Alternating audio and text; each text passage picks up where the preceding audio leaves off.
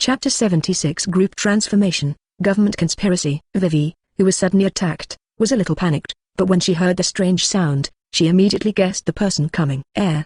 She stood up and jumped directly into Air's arms. She raised her head and looked at him with tears in her eyes, and said happily, "Air, you are finally back. Can you stay for 2 more days this time?" Vivi, who is 14 years old this year, is already 165 centimeters tall, but she is still far behind Air. You hugged her and spun her around in circles. After hearing her laughter, you spoke. "Sorry Vivi, I still have a mission, but it's near Alabaster and I can come back to see you often." Hee. Vivi smiled slyly, pulled Air to sit on the bed, and then said, "I originally thought you would come back to escort Dad to the World Summit, but Brother Bin said you were still in New World. I was just thinking that you would be sent to the first half of the patrol, so I didn't go with my father." Unexpectedly, I guessed it right. My Vivi is still so smart. You have guessed this. Air did not hesitate to praise, rubbing her little head and praising her. Vivi showed a charming smile. Her little red face arched in his arms. Then he took her and talked endlessly about Alabaster's current situation and interesting trivia these days. Air listened quietly and made 2 sentences from time to time. The two just cuddled together and talked for several hours. When Vivi had finished speaking, Air suddenly stared into her eyes and said in a magnetic voice, "Close your eyes, I have a gift for you." Eh? Vivi was immediately at a loss. Looking at Air's handsome face, she thought of many things. But in the end, she closed her eyes obediently, clenched the hem of her clothes with her hands, and waited for Air's next move. Looking at her pouted little mouth, Air felt funny. In Vivi's nervous and expectant mood, he leaned over and stretched out his fangs to gently bite the snow-white neck. "Yeah Tilda." Feeling the hot breath on her neck, Vivi opened her eyes in surprise, her pupils trembling. "Isn't this too fast?" "I'm not ready yet. But if it's Air, I can do it." Just when her thoughts were flying wildly, she was planning to take the next step according to the method introduced in the book. Her whole body suddenly stiffened, and a strange energy surged into her heart, spreading to every corner of her body with every beat of her heart. Finally at a certain moment, energy traveled throughout her body, and she began to undergo some unknown changes. After a while, a new succubus with wings on its back like the 3 girls of Ain. No, a new vampire was born. A few minutes later, Vivi fluttered her wings like decorations and flew happily around the room. The first wonderful experience of truly flying by herself soon made her lost in it. Air looked at her funny and didn't stop her, letting her play as much as she wanted. It wasn't until she was tired from flying that Air hugged her and lay on the bed to fall asleep together. The next day, warm sunlight shone into the house through the window. Air opened his bloodshot eyes and stood up from the bed, looking at Vivi who was still smiling sweetly in her sleep and couldn't help but sigh. She will be an adult in 2 years, and her development is already very good. In addition, she likes to hold herself when sleeping, and she also likes to move around. If he hadn't reminded himself repeatedly that this little girl was not yet an adult and he could not be a copper smelter, Air almost couldn't bear it last night. Air sighed helplessly, pinched her little face, and started to get up and get dressed. When he finished washing, Vivi also woke up. After calling the maid outside to help her dress up, Air came to the restaurant alone. At this time, Akainu, Jaka, who were left in the country to protect Vivi, and Bel, who returned yesterday, have been waiting for a long time. Seeing Air and the others bowing respectfully to him, Akainu pulled out a chair for him. After Air sat down at the main seat and extended his hand to invite them to sit down together, the 3 of them took their seats. After taking a bite of the delicious dishes made by Akainu's wife, Air asked, "How is Alabaster doing this year?" Akainu coughed a few times and sang a few lines before Kaido. Under His Highness's policies, Alabaster's tax revenue has increased significantly this year. Coupled with some state-owned industries, the revenue in the first half of the year alone was 3.7 billion Beli. Speaking of this, the 3 people in Akainu all showed bright smiles. For them, there is nothing happier than Alabaster becoming more prosperous. Air is also very satisfied. The stronger Alabaster becomes, the more beneficial it is to him. After learning about the economy, he asked Jaka about the military that concerned him most. Jaka nodded and introduced the kingdom's most elite troops to Air and Bel, who had not been back for a year. "In the past 3 years, we have selected more than 15,000 elite soldiers from the National Army and conducted rigorous training according to the methods provided by His Highness. Finally, the best 100 people were selected to form the Royal Special Operations Force. Among them, the weakest person has mastered 1 move in 6 moves, and the most talented one has even learned all 6 moves, making him no match for me. Although the army composed of such a group of people cannot be compared with the naval headquarters, compared with other countries, it can be regarded as an invincible army. Vertical bar. When Jaka talked about such a unit, he couldn't hold back the joy on his face. He was obviously very satisfied with them. Even Air was a little surprised when he heard that someone could completely master the 6 postures. Considering that not everyone in Marine knows it, but there are so many masters of the 6 styles, Air is still a little dissatisfied. He suppressed the eagerness in his heart and continued to listen to the 2 men talking about the current situation of the kingdom. With Air's intervention, Alabaster has now greatly improved in terms of finance, military, environment, medical care, and education, especially in the medical field. Since the king of the magnetic drum kingdom next door changed, the doctors with superb medical skills in their country have left one after another, and air naturally accepted them all without courtesy. This has also enabled Alabaster's medical level to continue to improve linearly, and it may even replace the lonely drum kingdom as a new medical power. After eating for a while, Air had a full understanding of the current situation of the kingdom. He put down his knife and fork and planned to go to the training ground of the Royal Special Operations Force, or RU Force, with the Jaka and others to see the situation. During this period, Vivi also came over and followed everyone there. When a few people arrived at the training ground, the members of RU were pairing up and competing with each other. Air observed them from a distance for a while, and was quite satisfied with their performance except for some minor flaws. Jaka saw Air nodding, so he stepped forward and called everyone to stop. After they all lined up neatly, he motioned for Air to come forward and speak. Air, who has been following news about this force for 3 years, met them for the first time today. Stepping forward, before Air could say anything, the soldiers below recognized him and let out bursts of exclamations. "It's His Highness Air. I actually saw a real person. I read that right. He is the pride of the kingdom, His Highness Air." The soldiers talked for a while. Regarding Air, they could hear rumors about him all the time, whether from newspapers or from people around them. Air is not only the adopted son of His Majesty the King, but also the fiancé of Princess Vivi, or Marine Supernova, the marine general who made countless pirates fearful. It also developed Alabaster into the godlike figure he is today. Without Air opening his mouth, everyone spontaneously chanted his name. "Your Highness Air, Your Highness Air, Your Highness Air." Seeing everyone's enthusiastic eyes, Air couldn't resist.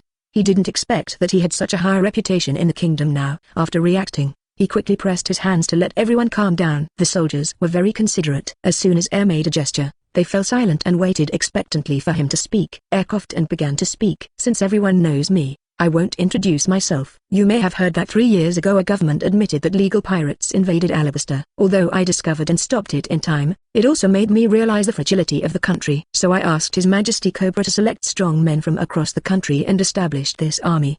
The country uses marine elite training methods to train you, and gives you the latest equipment, the best food, and the highest salary. And you have not disappointed His Majesty and me. After hard work, you have become the most elite warriors in the kingdom and the strongest guarantee of the kingdom." This speech was very successful. The soldiers listened with excitement and wanted to rush to the front line immediately to sacrifice their lives for His Majesty the King and His Highness Air.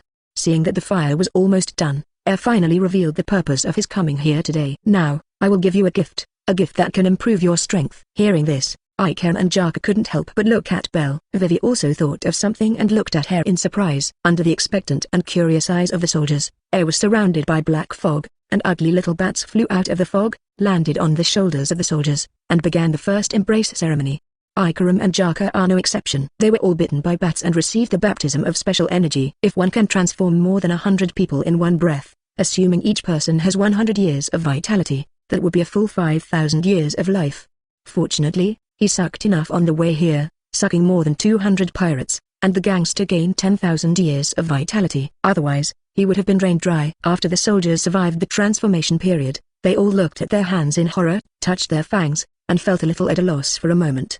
Air quickly comforted them and explained his abilities to them. When they knew that they were equivalent to eating a devil fruit, they all became excited and began to excitedly study their new abilities. Looking at the scene that seemed like a group of demons dancing wildly, Air couldn't help but raise the corner of his mouth, turned around and said to the 3 Ikarems who had also transformed, and then turned around and took Vivi into an empty room next to the training ground. Arriving in this room that looked like a place for official business, Air took Vivi to find a chair and sat down, then picked up the documents on the table and looked through them. After a while, there was a knock on the door of the room, and Jaka walked in with 5 young people. "Your Highness, these are the 5 strongest people in the RU unit." After Jaka finished speaking, the 5 people quickly stepped forward to salute and introduce themselves. The 5 people from left to right are, Xuixi is a 24-year-old fat man who is less than 190 centimeters tall but weighs over 400 kilograms. The 26-year-old skinny Zugan Kunti is over 4 meters tall and weighs only 150 pounds. There is also Theodore, who has a weathered face of 40 or 50 years old, but is actually just 27 years old. And the only female among the 5 people, she is only 140 centimeters tall. Rice is 23-year-old legal Lilidorine. Finally, there is the 2-meter-tall, 20-year-old shy boy Kill Lin who looks the most normal in the field and is the only one mentioned before who has mastered all 6 poses. Looking at the 5 people with their own characteristics in front of him, Air silently backed away tactically. He suddenly felt like he was facing those people from CP9. With a slight cough, he took out a map of Alabaster from his clothes and spread it on the table. After gesturing for a few people to come closer, he said, I will divide Alabaster into 5 areas, southeast, northwest, and middle. You will each lead 19 crew members to station in one area. As the squad leader, you have the responsibility to protect the people in the area and eliminate pirates and bandits. At the same time, I allow you to select potential soldiers and children for training in your respective areas. Air pointed to the 5 circles on the map and watched the 5 people seriously explain their missions. At the same time, it also explained that their army was directly under the command of the royal family and no one was allowed to interfere. The 5 of them were all excited when they heard that they had been entrusted with the important task, and quickly assured Air that they would complete the task he assigned them and not let him down. Air raised his chin with satisfaction and took out a copy of Haki's training experience that he had compiled and handed it to Lin, the leader. This is Haki's training method. You can take it and make a few copies, and practice it well when you go back. Lin regarded it as a treasure and carefully took the booklet and put it in her arms like a treasure. Yes, we will definitely understand it carefully. Well, that's all I have to say. You all go back and pack up and get ready to go. Several people saluted, turned around respectfully, and left. Air suddenly thought of something, stopped them again and said, as a senior, I want to tell you a truth. When fighting with an enemy, dodge the opponent's attacks if you can. Don't just stand there stupidly and use your iron body to resist, you know. The 5 people didn't know why, but they still kept these words firmly in their hearts, bowed and left. Looking at their backs, Air suddenly felt that it would not be impossible to change Marine 6 styles to 5 styles. Shaking his head, Air got rid of the distractions in his mind. In the next few days, after Air finished handling domestic affairs, he returned to the 3 daughters of Ain and began to carry out his mission. Just when he was diligently catching pirates and maintaining public order. What he didn't know, was that a conspiracy against him, or against Alabaster, had already begun. Time goes back to 5 days ago. That night, after the meeting, Cobra took a shower and was about to rest after relieving the fatigue of the day. Bang bang bang. There was a sudden knock on the door. Cobra opened the door in his nightgown. Looking at the stranger at the door, he asked doubtfully, who are you? The visitor bowed respectfully and said, I am the attendant of Pangu City. Your Majesty Cobra, I'm sorry to bother you so late. Cobra kindly said it was okay, and then asked him why he came. Your Majesty Cobra, the 5 elders want to see you. 5 elders? Hearing that they wanted to see him, Cobra was a little confused but still followed the visitors and left. What he didn't notice was that there were 10 pools of scarlet blood on the ground not far from him, telling the details of tonight. Following the attendant, he walked through the long corridor, stepped on the road paved with a wide red carpet, and arrived at a dark hall. The attendant stopped, stood in front of the arch, turned around and said with a smile, Your Majesty Cobra, I brought you here. The 5 elders are waiting inside. Thank you. After thanking him, Cobra looked at the road in front of him and had an ominous premonition in his heart. If I remember correctly, this leads to the Void Throne. What is the purpose of the 5 elders calling me here to meet? Quality. Suppressing the uneasiness in his heart, Cobra stepped inside. Stepping on the red carpet, we arrived under the throne of the void. Then a scene that surprised him occurred. The 5 elders stood with their backs to him, bowing respectfully to the throne, while a stranger sat on the throne in an upright manner. Who are you? No one should be allowed to sit in that seat. Cobra, pay attention to your tone. The person in front of you is the noble Lord Im. The 5 elders turned around, looked at Cobra with a serious face and said, Chapter 77 Buster Call is coming. Admiral Akainu. Pay attention to your tone. The person in front of you is Lord Im. The 5 elders turned around, looked at Cobra with a serious face and said, Im? I've heard of this name before. If I remember correctly. Don't explore secrets that can never be answered. Im, who was sitting on the throne, finally spoke. He looked down at Cobra from above and said calmly, Mew is looking for you just to confirm one thing. Tell me, Neferutari Dr. What does the name mean? Cobra did not answer, but looked at the 5 elders. Seeing them looking at him murderously, he sighed helplessly. It looks like I won't be able to get out alive today. Apostrophe. After sighing, he raised his head and looked at him without any sign of weakness, and said calmly, 800 years ago, Queen Lily of Neferutari left a letter that was passed down from generation to generation in the royal family. After reading the letter, my young brother and I made a decision together. His newly born child will inherit the surname of his ancestor, and this child is Tofalutari Dr. Im's eyes widened slightly. He looked at Cobra and murmured thoughtfully, Ancestor? Sure enough. As he finished speaking, a black shadow passed through Cobra's back and penetrated his chest. Wow! Cobra screamed. A large amount of blood spat out from his mouth, and he fell to the ground. I always thought that it was because of Lily's mistake 800 years ago that the historical text was scattered around the world. Now it seems that everything was carefully designed by her in order to reveal the true history to the public. Coughing and spitting out 2 mouthfuls of blood, Cobra managed to look up at the figure on the throne, showing a faint smile. True history, would eventually surface. the world will usher in a true dawn, and Queen Lily's expectations will eventually come true. Looking at Cobra, who was so boastful, Im frowned, and then another black shadow penetrated Cobra again. This time Cobra could no longer hold on and fell to the ground helplessly at the last moment before becoming confused. He thought of his brothers, Vivi and Alabaster. Leave it to you. In this way, the benevolent King Cobra breathed his last. Ignoring the lifeless corpses on the ground, the 5 elders bowed respectfully, waiting for Im's order. The Alabaster and Neferutari families no longer need to exist. Im stepped down from the throne and sentenced a country to death with just these words. Time turned to the present. Air led the navy to defeat the invasion of a group of pirates again and was stationed in place to rest. Belu 690 Belu. Air casually took out the phone bug from his pocket. Looking at the familiar look, he smiled and asked, Vivi, why did you call me suddenly? Do you miss me? On the other end of the phone, Vivi said with a tearful voice and sobs, Daddy, he was killed. Alabaster was removed from the world government. Marine's buster call is coming. As soon as the voice on the other end of the phone fell, Ain hurried over with a stack of newspapers. What's wrong? Your military rank has been stripped away, and you are now a wanted criminal by the government. The words stirred up 1,000 waves, and all the Marine soldiers' brains were buzzing when they heard the news, and they couldn't believe their ears.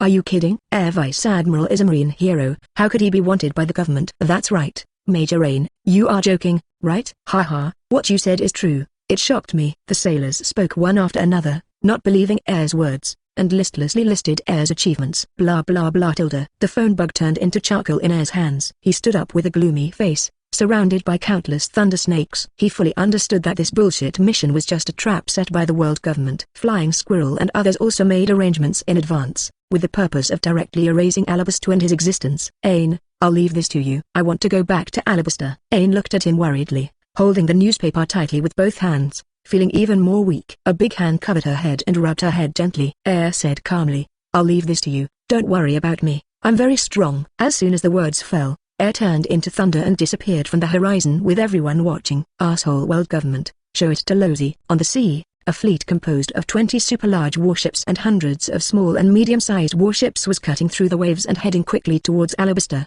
On the leading warship, Admiral Akainu crossed his chest and looked at the sea without knowing what he was thinking. On the remaining warships, 10 vice admirals including Flying Squirrel, Doberman, Hyosha-shan, Ghost Spider, and Stolo Berry are also ready. In addition to nearly 100 rear admirals and commodores, 1,000 school-level officers, and more than 50,000 elite Navy soldiers. This is literally a supercharged version of Buster Call. As Air guessed, most of the people here were colleagues who had been with him during the first half of the patrol. The world government has already arranged this. Just waiting for an order, these people will attack Alabaster and wipe it off the map. At this time, Alabaster was in chaos, and the citizens widened their eyes in disbelief when looking at today's newspapers. King Cobra colluded with the Revolutionary Army, tried to disrupt the World Summit, and committed suicide after the incident was exposed. Everyone who saw the news felt as if God was joking with them. It was completely off the mark. But what worries them the most is the fact that the newspaper openly revealed the news that Marine launched a Buster Call and planned to bulldoze the entire Alabaster in one fell swoop. This made the citizens feel uneasy, and some of them, seeing that the situation was not good, were already packing their things and planning to run away. At this time, a radio sound suddenly sounded. Vivi's voice appeared in everyone's ears. People of the kingdom, please stay calm and follow the king's army to retreat to the interior in an orderly manner. The royal family will protect everyone's safety. Please trust us. The words were repeated over and over again, and a large number of king's troops appeared in cities along the coast. After the initial confusion, the citizens resolutely packed up their belongings and followed the king's army to leave their homes and seek shelter elsewhere. In the palace, Vivi repeated her speech tirelessly, urging people to evacuate as soon as possible. I prayed silently in my heart and was full of worries about Alabaster's future. See Circle Calendar 1518, June 6 at noon.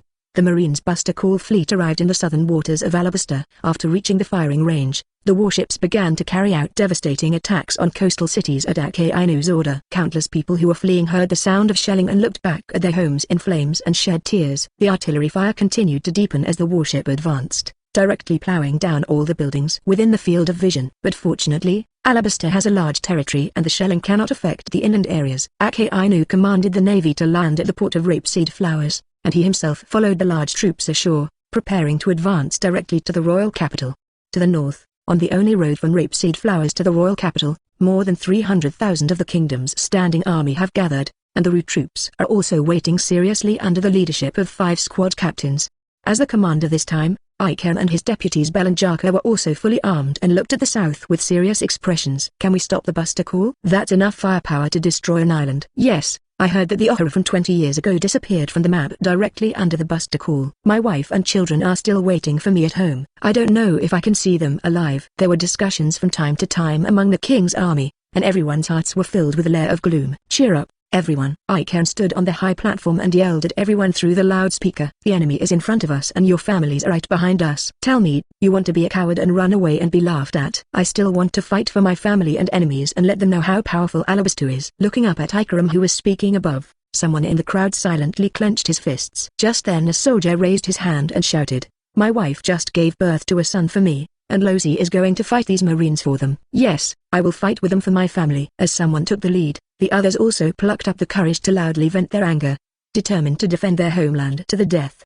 Akainu looked at the soldiers with high morale. He wiped the tears from the corners of his eyes happily and continued to encourage, "Everyone, don't forget, we still have the heroes of Alabaster. Sebk, hold on, His Highness Heir will definitely come back." Speaking of heir, the soldiers all showed excitement. "Yes, we still have His Highness Heir. His Royal Highness Heir is the hero of Alabaster. He will definitely be able to repel Buster Call." For His Highness Heir. For Alabaster. The courage of the soldiers was completely aroused. They built fortifications on the spot and planned to fight Marine to the end. See Circle Calendar 1518. On the evening of June 6, Marines' 5,000 advanced troops took the lead in encountering the King's army. The Marines relied on their strong individual qualities to launch the attack, while the royal family relied on the terrain and numbers to mount tenacious resistance.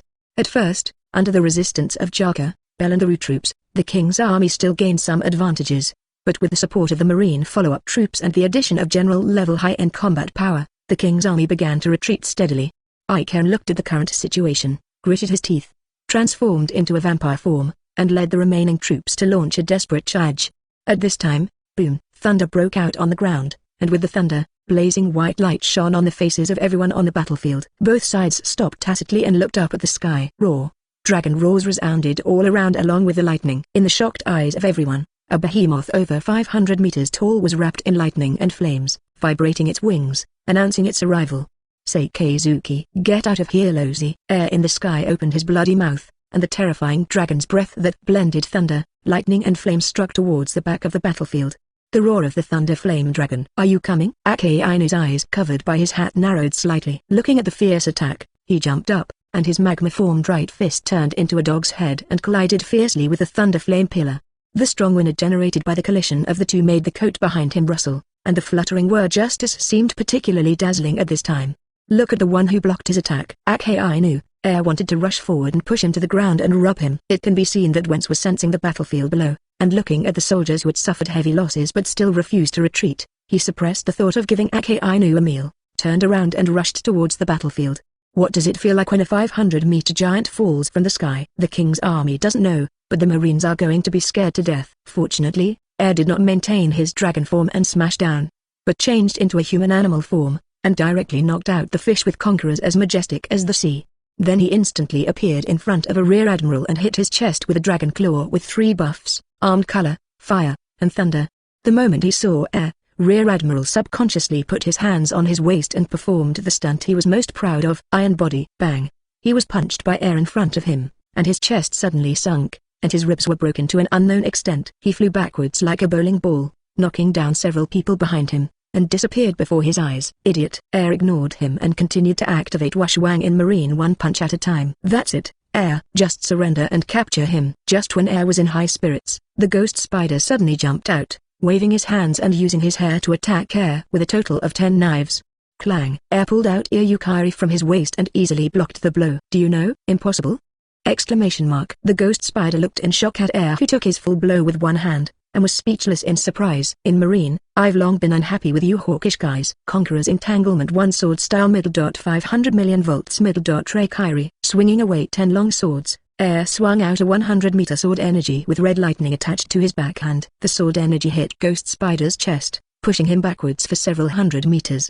The terrifying sword energy cut a bottomless valley into the entire sand. The few Marines who were still awake looked at the Ghost Spider covered in sand and dust. Their eyes turned white, and a large gash was opened from their armpits to their lower abdomen. They didn't know whether they were alive or dead, and their eyes widened in shock. Mouth. Vice Admiral. How is it possible that the elite Vice Admiral of this department was killed with one blow? This is Marine Supernova, known as Marine's strongest monster in 500 years. The true strength of Fire Dragon Air. Veteran Vice Admirals such as Flying Squirrel and Huasha-shun also shed a drop of cold sweat when they looked at the ghost spider who was not sure whether it was alive or dead. If it were him, he probably wouldn't be able to block such an attack. Looking at Air standing with a sword, in the hearts of Flying Squirrel and others. He is no longer the famous junior, but a strong man who is on par with the monsters in New World. Flying Squirrel. Huasha-shun, for the sake of my colleagues, if you leave now, I can forget the blame, otherwise Ghost Spider will be your fate. Air, in the form of a dragon, held a sword in one hand and pointed it directly at the flying squirrels. With Conqueror's words, he brought a strong sense of oppression to them. At this moment, a magma giant fist dissolved the oppressive atmosphere. Dark Hound, I will deal with this brat, and you can continue to complete the mission. Akainu finally arrived at the battlefield. Looking at Air who also easily neutralized his attack, he calmly ordered the flying squirrel and others. Several people nodded, turned around and wanted to kill the king's army. Did Lozi ask you to move? Air became elemental and bypassed Akainu at a speed far beyond what anyone could have imagined. Standing in front of a few people, he summoned a thunder and lightning dragon to devour Jiang and them. At the critical moment, Akainu appeared in front of several people, and lava erupted from his body like a volcano to block the attack. Your opponent is me, arsehole Akainu. The moment the thunder dragon was blocked, the experienced flying squirrels dispersed in a tacit understanding, sparing him and running away.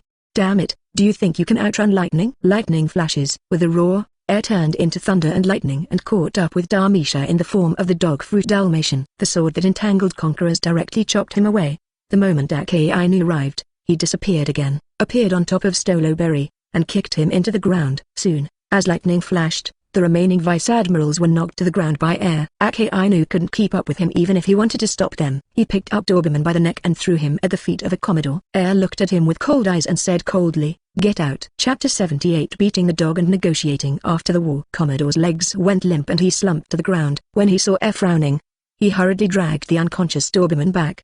The remaining Marines who were still conscious also dragged their unconscious companions, supported each other, and evacuated in embarrassment.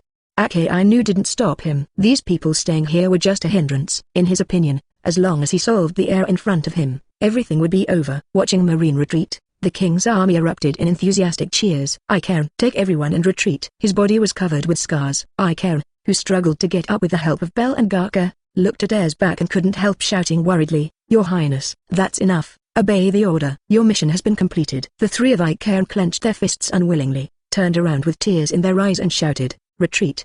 The entire army retreats. After the soldiers from both sides left, Air took off the coat of justice from his back and stepped on it. "Seikezuki, let's start the second round." After saying that, a red light flashed in his eyes, and his powerful sense of knowledge noticed Akainu's movements in advance. The figure left the place in a flash, and the place where he had just stood was engulfed by magma, forming a small volcanic eruption. As soon as he stood firm, Akainu's figure had already come closer, and the fist trapped in lava hit his chest. Air didn't dare to force the attack and turned into lightning again and hid. Although he is not afraid of the high temperature of magma, Akainu's fist can erupt with the powerful force of a volcanic eruption, so he still has to be careful.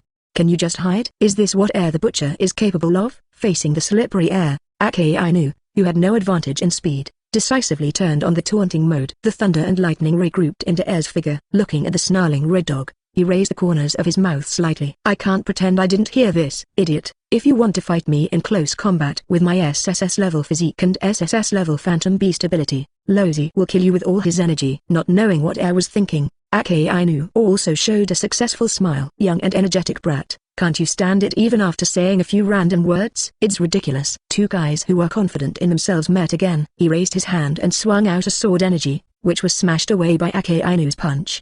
He didn't care that the sword that was entangled in Conqueror's body was approaching. One sword-style middle dot breaking the moon and cutting through the air. Seeing the attack entangled with red lightning, Yainian did not dodge and chose to directly follow it. Seeing his actions, Air couldn't help but be startled, and then increased his strength a little bit. Exukairi stopped when she was still some distance away from her fist, and collided with the magma fist in the air. Another surprising scene for Air happened. Akainu actually withstood this attack with only the fruit and powerful weapons. Akainu didn't stop, twisted his right leg and whipped his waist with a whip kick. Air retracted his knife and defended, and the muscles in his hands bulged to block it. Then the tail behind him swung towards him. Akainu was experienced and caught the tail flick with his hands covered with armor. Then he held the tail and threw air with both hands. After flying upside down in the air and swinging 2 slashes at him to stop his pursuit, Air used his legs to adjust his body shape by stepping on moonwalk.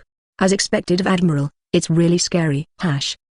Kid, don't imitate Kizaru's tone when talking to me. Speed is power. Have you ever been kicked by lightning? Nani. Looking at air appearing behind him, Akainu looked surprised. Bang! With a powerful long-distance shot, Akainu was kicked thousands of meters away by air like a ball. After dusting himself off, Akainu wiped the blood from his mouth and stood up from the sand pit. This kid's speed is so fast that I can catch it with my senses, but my body can't react. We must find a way to restrain him.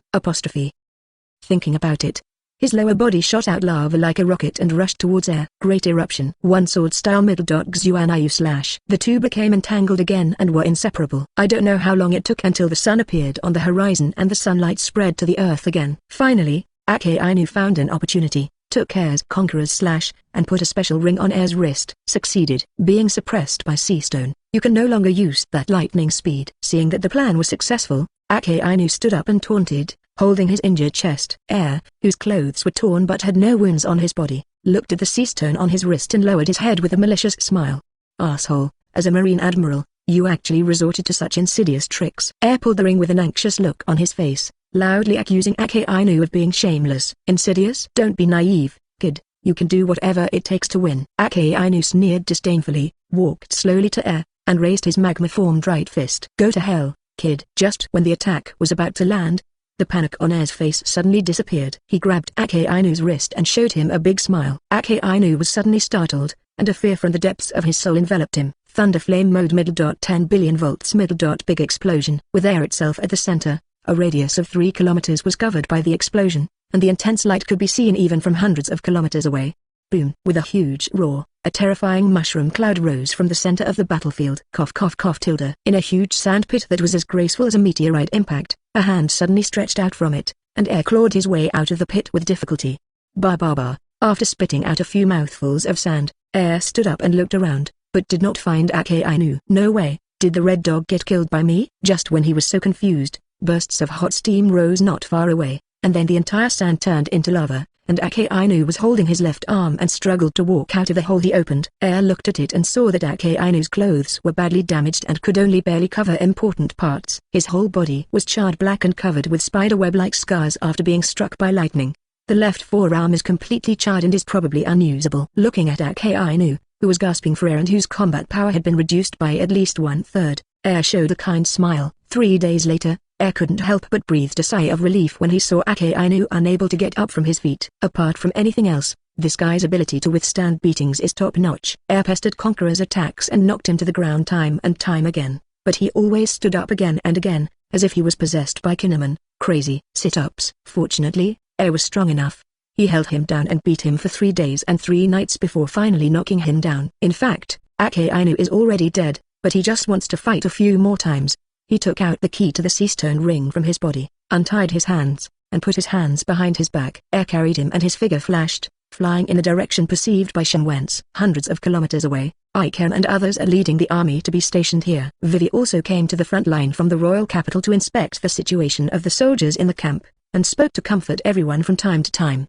Members of the Ru force were scattered around, protecting Her Royal Highness the Princess at every step. Doreen, you geese should go and rest. I'll be fine by myself. Vivi looked at the Ru members who had not rested and insisted on following her, and said with concern, Your Highness Vivi, it is our duty to protect you. This is the task given to our Ru troops by Your Highness Air, and we will complete it even if we risk our lives. Speaking of Air, who was still fighting hard against the enemy, Vivi couldn't help but worriedly folded her hands and closed her eyes to pray silently for him. Why, are you worried about me? Vivi's body trembled. She opened her eyes and stared blankly at the man who appeared in front of her. Seeing that familiar face, the anguish that had been suppressed in his heart since Cobra's death finally found a breakthrough and came out all at once. Air. He threw Akainu to the ground and hurriedly caught Vivi, who threw herself into his arms. Looking at her crying, Air silently stroked her back. After she cried for a while and felt a little better, Air said, Don't worry, I will always be with you from now on. Wiping away the tears from her eyes, Vivi nodded heavily. After a few words of comfort, Vivi finally calmed down. Air held her hand and said to Doreen beside her, Go get some more sea stone chains, tie this guy up for me, and arrange for 24-hour guarding. Then, go call Akainu and the rest of the route captains over. I have something to discuss with everyone." After receiving the order, Dorin quickly dragged the unconscious Akainu to do things. After personally watching Akainu being tied into a rice dumpling and locked in a sea stone cage, came to a temporary tent. At this time, everyone had arrived. Looking at the few people who had no wounds on their bodies, happily came to the main seat and sat down. "It seems that you are doing well." Ike touched the heavily injured chest and excited Kaido. "Thanks to His Highness's ability, not only me, but also the other members of the unit have recovered through the soldiers' voluntary blood donation. A moderate amount of blood-sucking soldiers only recovered. Will be weak for a while." Hearing the good news, felt a little better. "Very good. The root troops have made great contributions this time, and I will not forget your contribution." Linen and the other 5 puffed up their chests proudly when they heard praise. "But the most important task now is the follow-up processing of the matter. Akainu has been captured by me, and I have my own plans for him. Then there is the pension for fallen soldiers and the resettlement of citizens who have lost their homes." With the arrival of orders were issued from the camp, and the situation in Alabaster was soon stabilized. As for the news that Marine Admiral had been defeated and captured, he had no way of hiding it, and it soon spread throughout the camp, and then spread to the entire kingdom. "Marine is defeated. Alabaster is safe, thanks to His Highness otherwise we would all be doomed. Long live His Highness Yes, long live His Highness Just as the citizens of Alabaster were celebrating their victory, newspapers all over the world were making waves. "Please give me flowers." Naval Headquarters. Sengoku slapped the table, looked at the Marine executives in the conference room, and said with a gloomy expression, "I just received the news from Flying Squirrel. The news that Sakazuki was defeated and captured is true. Everyone, please tell me what you think." The silence in the room could be heard, but the Rear Admiral leader had not yet recovered from the news of the defeat of one of the most powerful Marines. Kizaru still had that lazy look on his face and said casually, "It's really scary. Brother is indeed a monster. Even Sakazuki is no match for him." Pelusilino, speak to me. Sengoku shouted angrily. Kizaru helplessly spread his hands and simply closed his mouth. Aokiji put down the newspaper in his hand, changed from his usual laziness, looked at Sengoku seriously and asked, "Mr. Sengoku, I have a question. What did Air Vice Admiral do wrong that forced the government to order his execution?" In terms of merit, he actively captured pirates, making all pirates fearful when they heard his name. In terms of character, he generously assisted the reconstruction of villages and towns that had been plundered by pirates, and was respected by the people. For such a colleague, what reason do we have to arrest him? Does such behavior deserve justice? Everyone looked at him in disbelief, never expecting that he, who was always lazy, would say such a thing. Bang! Sengoku slapped the table and stood up, answering without hesitation even though he agreed with Aokiji's words. "This is the order of the 5 elders. Are you going to disobey the order of the world government, Kizin?" The two stared at each other, neither of them willing to give in. At this time, the tense atmosphere was interrupted by the sound of a chair twitching. Zephyr stood up with a gloomy face under the gaze of everyone, and walked out without looking back. "0. Shit world government, let them eat shit." Boom. The angry Zephyr smashed the wall and left angrily. "Zephyr, you bastard, come back here." Sengoku wanted to stop him, but he was already gone. Another voice sounded, and Aokiji also stood up. "Sorry, Mr. Sengoku, I don't feel well today. I seem to have a cold." After saying that, he turned and left. As Aokiji left, a group of Marine Dove generals and some of Zephyr's disciples also stood up and followed Aokiji for various reasons. Boo. The snot bubbles exploded, and Garp woke up in a daze. He rubbed his eyes and looked at the conference room that was missing a third, and yawned. "Is the meeting over?" "Oh, Juru. Do you want to try my new tea?" "You bastard." "Just stop it all." Due to differences in the handling of air within Naval Headquarters, they can only wait and see for the time being. Others who saw the news also had different reactions. New World Moby Dick. Whitebeard took a sip of wine and laughed heartily. La la la la.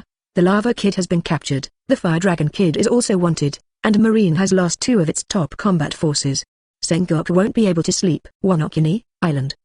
Fire Dragon has been kicked out of Marine, and Lozi wants to invite him to join Beast's pirates. Kaido laughed and clapped his hands and said happily. Jin interrupted his fantasy and said calmly, "It's impossible. Our invitation was rejected by him before." "Nani, you are I'm so sad. Cake Island. The aunt stuffed dessert into her mouth with one hand and held the newspaper in the other, looking at Air's photo on it with bloodshot eyes. "Damn Fire Dragon Kid, ruined my tea party." Katakuri. As she shouted, a tall man with a thick scarf around his neck and a black metal style walked out. "Go to Alabaster and ask this brat if he wants a marriage or a war." "Yes, Mum." Katakuri calmly accepted the mission and began to prepare for going to Alabaster, an uninhabited island in New World.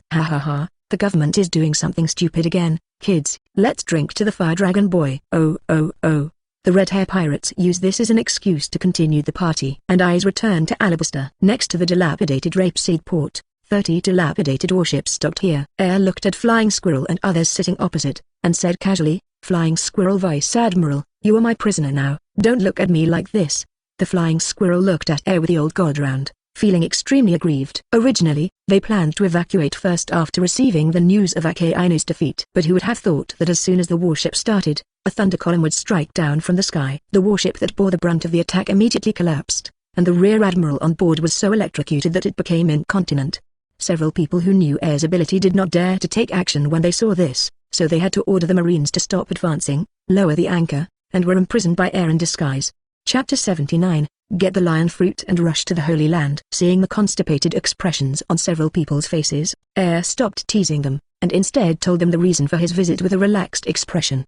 Sorry, I was in a hurry and didn't bring Marshal Sengoku's phone bug with me. I have something I want to talk to him about. Please help me. The Flying Squirrel sighed, threw the phone bug to him helplessly, and then left with the people. Without even thinking about it, Air would definitely have to talk to the Marshal about the ransom next. They didn't want to see such a humiliating scene. Ignoring them, Air called directly, and the other party quickly connected. Hey, Marshal Sengoku, how are you doing lately? Air greeted him familiarly, and Sengoku's veins popped out on the other end of the phone. Air, you are really amazing. The face of the government and Marine has been completely trampled under your feet. Ha ha ha, thank you Marshal for the compliment. But isn't this your own choice? It's a pity that I was just promoted to Vice Admiral and I wasn't even happy for 2 days before you deprived me of it. Oh, by the way, I also want to thank you for the big sharp knife you gave me. I can use it very easily. Sengoku's brain hurt even more as he spoke a series of words in such an angry tone. After scolding Vice Admiral World Government 100 times, he suppressed his anger and gritted his teeth and asked, Did you call specifically to ridicule me? Tell me your purpose. Oh,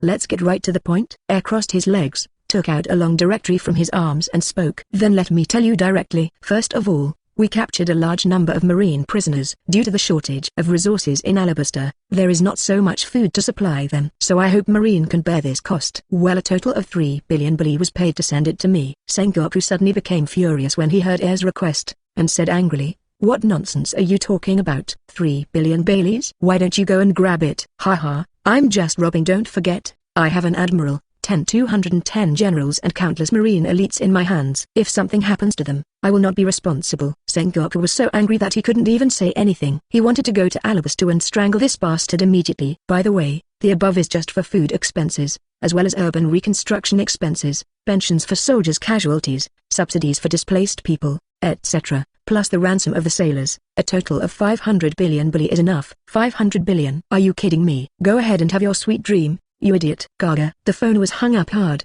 Air smiled nonchalantly, put the phone in his pocket, and walked out of the room calmly. Smiling at the sailors who were watching eagerly, Air turned into lightning and disappeared. Several vice admirals headed by Flying Squirrel watched him disappear indifferently, and they just took 2 puffs of cigarettes in an even more decadent manner. It's so embarrassing. It's so embarrassing. Even if I return to the headquarters, I can't hold my head up. After that, the two sides fought a war of words for another 2 months before they unified their opinions with the intervention of the government. In the end, in addition to paying 30 billion Beli in cash as compensation, the government also sent a large amount of weapons, food, equipment and other materials to support Alabaster's reconstruction. After this wave, Air can be said to be Kinshiwan touching the wire, winning. On the other hand, Marine and the government were furious, especially Sengoku. For a few days, the 5 elders had a conversation every day, just blaming Marine for his incompetence, his handsomeness and neglect of duty, etc., which made his hair turn grey. Sengoku actually considered whether to send Garp, Aokiji, Kizaru, etc. to kill Air directly. But let's not talk about how many people may not be willing to do it. Let's talk about Air's strength. If he really wants to run away, no one in Marine except Kizaru can stop him, and if Kizaru alone, Sengoku is afraid that he can't beat Air. Don't worry if someone doesn't get caught by the time and another one sticks in, then his role as a marshal will be over. Just when he was struggling, another piece of news made him break through his defense. Nani, you said Alabaster disappeared. What do you mean? Please tell me clearly. The soldier on the other end of the phone was almost scared to death when he heard the marshal's roar. He picked up the phone tremblingly and reported in a low voice, Report to the marshal. Our ship is under remote surveillance 3 nautical miles away from Alabaster according to the order of the headquarters. But just now, Shengting Island, where Alabaster belongs, flew into the sky after a tremor, and then disappeared before our eyes. Flying into the sky? What nonsense are you talking about? How could the island? Wait, there are indeed people in this world who can do such a thing. Bastard Golden Lion. Isn't it good to become a legend after disappearing for so many years? Are you still thinking about going against the government? Then a lot of trash talk came out of Sengoku's mouth. When a soldier who answered the phone heard the sound of smashing things on the other side, he was so scared that his soul flew out and he simply closed his eyes and fainted. And what is going on? 2 months ago, Kina and others discussed it and led all the soldiers who voluntarily left Marine to Alabaster. Seeing these men who were still willing to follow him, Air was also very moved. Arrange them into the Kingdom Guard and let Akainu and others protect Vivi. Air quietly left Alabaster one night, relying on the intelligence collected over the past 2 years, and after 2 months of searching, Air finally found this guy somewhere on the Grand Line. Looking at the Golden Lion Shiki in front of him, Air couldn't help but sigh at his unfortunate fate. He used to be able to compete with Whitebeard and Roger, but now he is suppressed by the rudder embedded on his head, and his powerful conqueror's haki can no longer be released. Both of his feet were cut off by his own hands because of his escape from Impel Down, and his sword was also installed on his feet to become prosthetic limbs. Not to mention his strength compared to the current Whitebeard. Even if he fought against Doflamingo, he would probably lose more than he would win.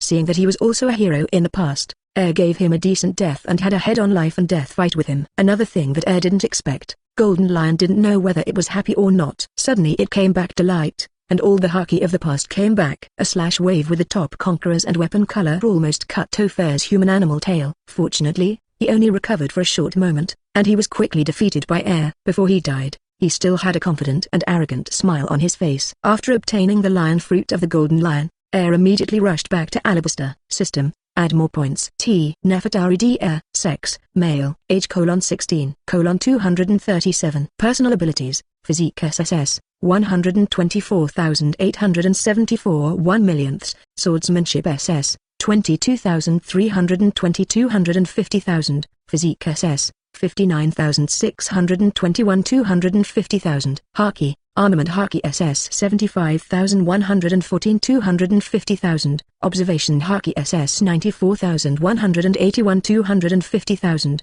Conqueror's Haki SSS 54,484 1/millionths. Skill moves: Shave S, Moonwalks, Tempest Kicks, Finger Pistols, Iron Bodib, Paparazza, Emitted, Devil Fruit, Dragon Fruit SSS 200,914 1/millionths. Thunder Fruit SS 40,201 250,000. Vampire Fruit S, 1,515 50,000. Lion Fruit D, 213 1,000ths. Experience points, 1,185,580. Fusionable Fruits, 0. Overall evaluation, SSS for Emperor's level. Air now has more than 1 million experience points, half of which he obtained by defeating Akainu and others. Among them, Akainu alone contributed 250,000 experience points, which would be converted into a bounty of 2.5 billion Beli. At first, Air was very dissatisfied. He believed that the system underestimated Akainu's strength, and it should be at least 3.5 billion. As a result, the explanation of the system is that Marine is always settled according to military rank.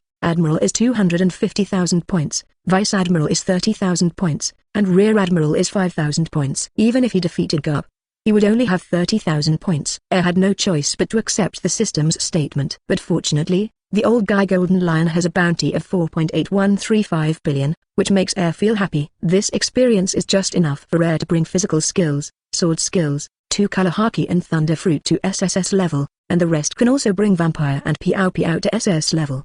With a ding, the system quickly completed the upgrade for him. Looking at the more than 80,000 experience points left, Aixing stepped up. At this point, the system's evaluation of him went directly from SSS for Emperor's level to SSS higher than for Emperor's level, comparable to Peak Roger and Whitebeard. Everything was ready. After Air moved his body, he suddenly bent over and slapped his palm on the ground. Give it to Lozi. The awakened lion fruit ability covered the entire Shengting Island under Air's control. As the earth trembled briefly, Shengmen Island, which covers an area of more than 10 million square kilometers, including a large area of the surrounding sea, began to rise into the sky. Soon they reached an altitude of 5,000 meters. Considering that ordinary people might not be able to adapt for the time being, Air maintained this altitude and controlled the entire country to fly north. The Marines below looked at the huge island flying in the sky. Their jaws dropped to the ground one by one, and they were so shocked that they couldn't say a word. It wasn't until the island completely disappeared that the Marines reacted, and the scene before happened. After Sengoku calmed down, he decisively contacted Air and asked him what he meant. Why are you cooperating with Golden Lion? Who told me that I am cooperating with Golden Lion? I can tell you with certainty that Golden Lion is dead and the lion fruit has been inherited by a new ability user. Air was originally calming the people through the radio, but he didn't expect Sengoku to call again. He just couldn't do such troublesome things, so he left the task to Vivi and found a place to have a good chat with Sengoku. Nani, Golden Lion is dead. No, I'm not asking you this. Boy Air, what do you mean by taking the whole country away? Are you afraid that we will suddenly take action and doubt the credibility of the government? Credibility?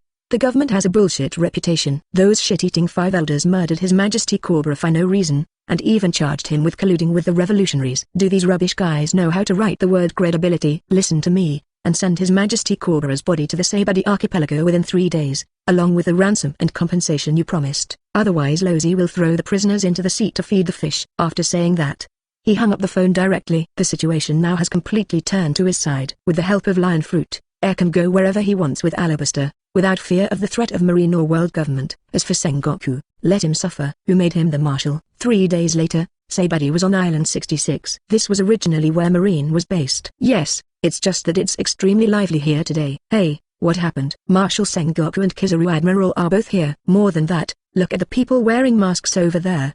They are members of the CP, a secret government agency. Even the Vice Admiral has more than 10 people here. He must be going to war with the 4 emperors. A few miscellaneous soldiers hid in the corner and whispered, "Hey, you guys, what are you muttering about? Get out of here right away." A Marine major patrolled here and looked at the people gathered here and shouted loudly, "Yes."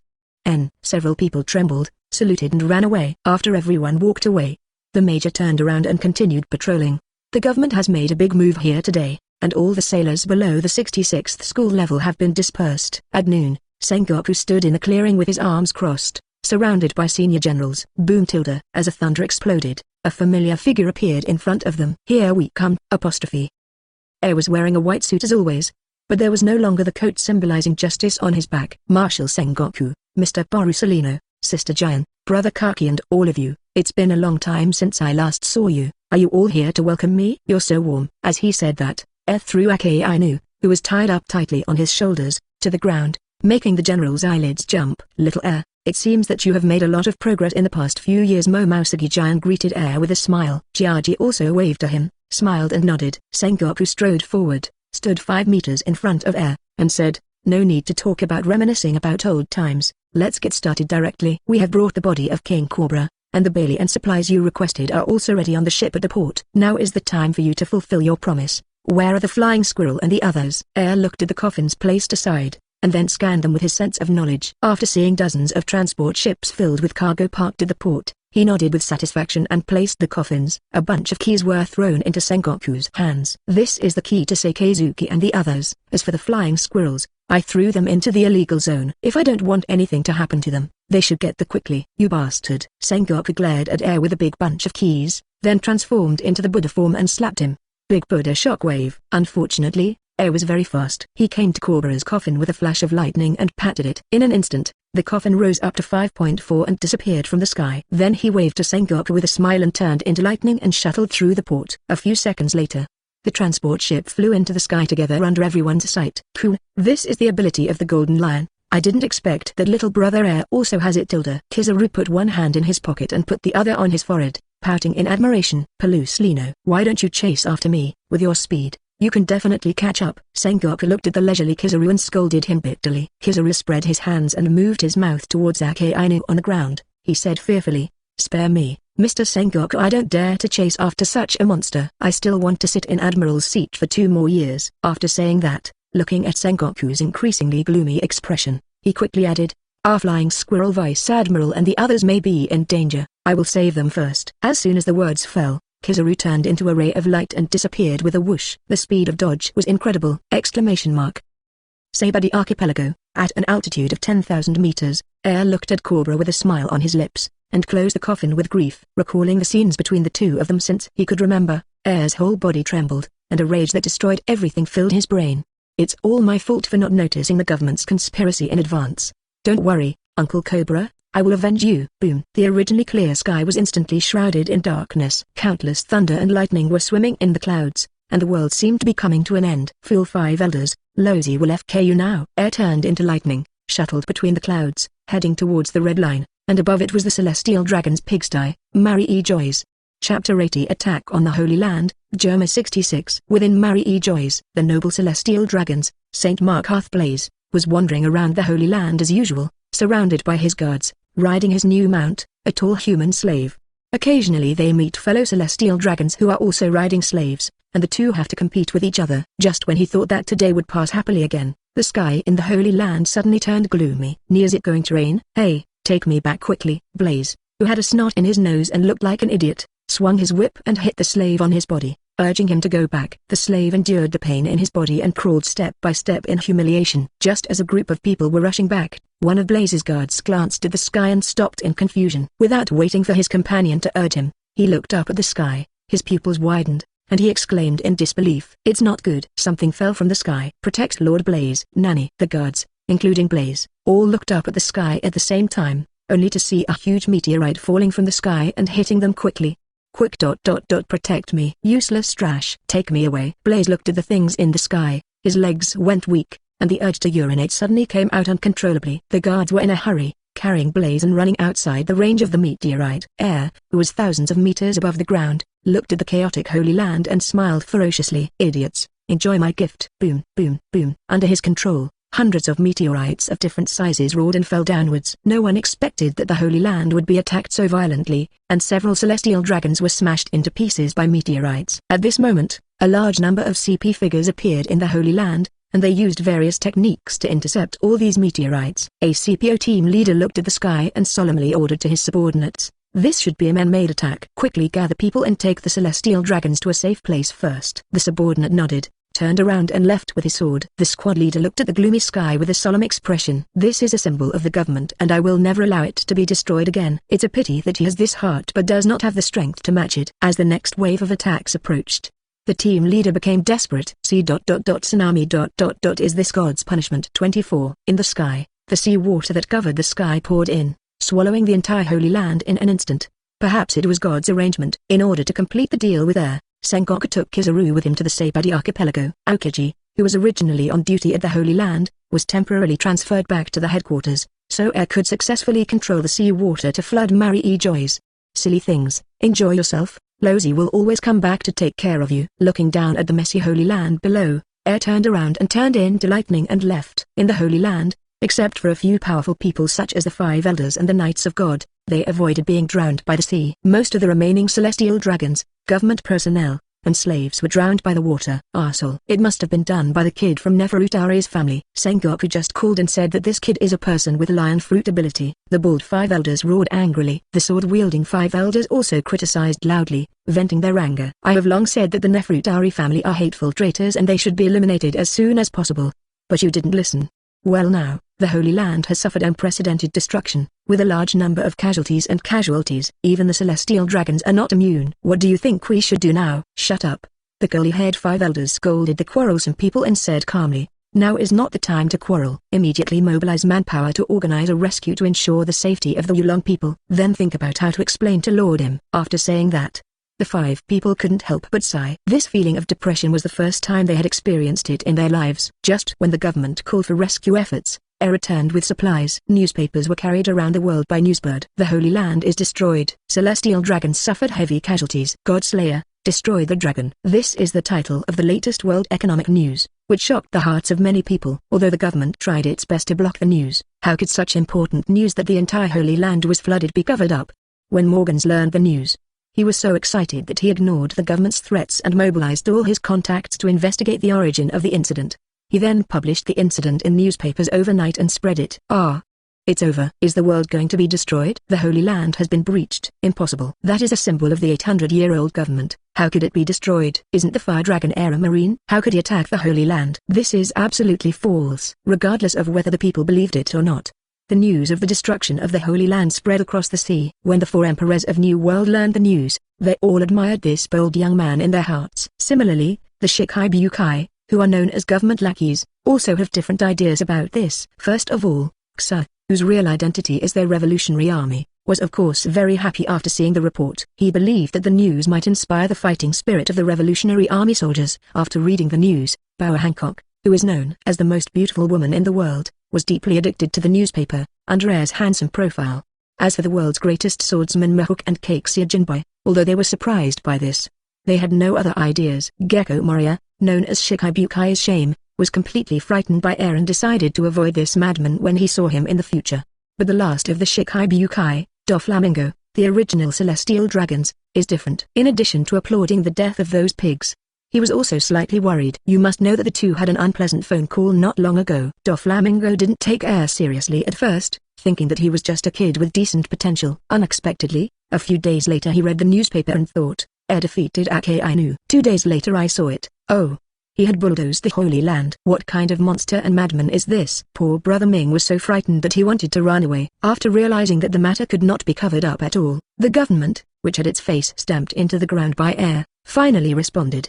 Air, the fire dragon, a user with multi-fruit abilities suspected to be the phantom beast species fire dragon fruit, Logia thunder fruit, and Paramecia lion fruit. The bounty is 4 billion Beli. No matter life or death, if captured alive, the government will pay 3 times the reward. In this way, this special wanted order spread throughout the sea with the dissemination of the government.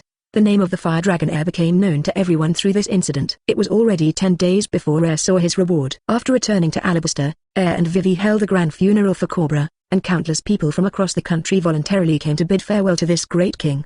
At night, after comforting the sad Vivi to sleep, Air came to the room. Looking at the newsbird standing at the window, Air twitched his lips and let it in. Alabaster is at least 8,000 meters away from the sea. You can still fly up.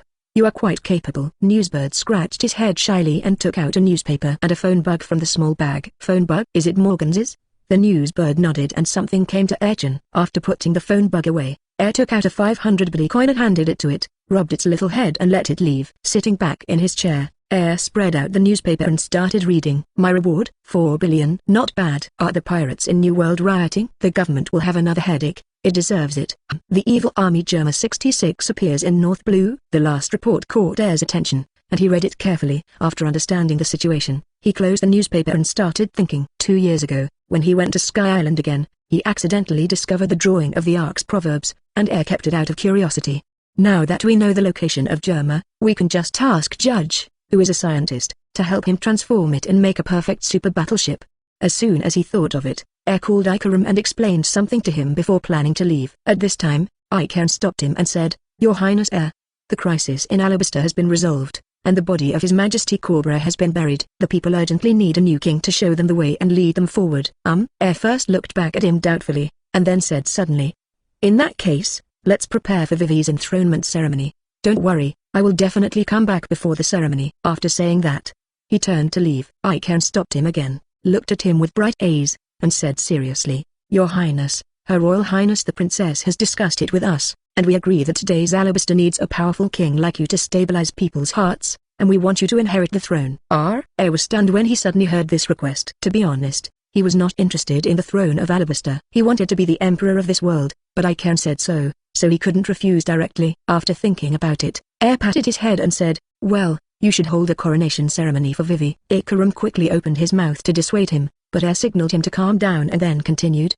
Let Vivi become the queen of this country first, and then announce to the people that I will marry her when she comes of age, and then become the king as her husband. This will also make the people feel at ease. What do you think? This. Ikarum was hesitant and didn't know how to answer. Air smiled and patted his shoulder, walked around him and walked straight out. That's it. The rest will be discussed when I come back. Remember to tell Vivi for me. As soon as Air walked out of the palace, he was stopped again. Looking at the children in front of him, Air helplessly spread his hands and said, What's wrong? He looked like he was going to kill someone. Hina, Ain, and Nasha crossed their chests and looked at him with dissatisfaction. Hina, after running away for 2 months, he left us behind just a few days after coming back. Hina was very angry. Ain, isn't it because you dislike our strength that is holding you back and want to abandon us? Nasha, Air, can I go with you? Hina and Ain turned to look at Nasha. A question mark appeared on their heads, and they communicated with their eyes. What's the matter with you?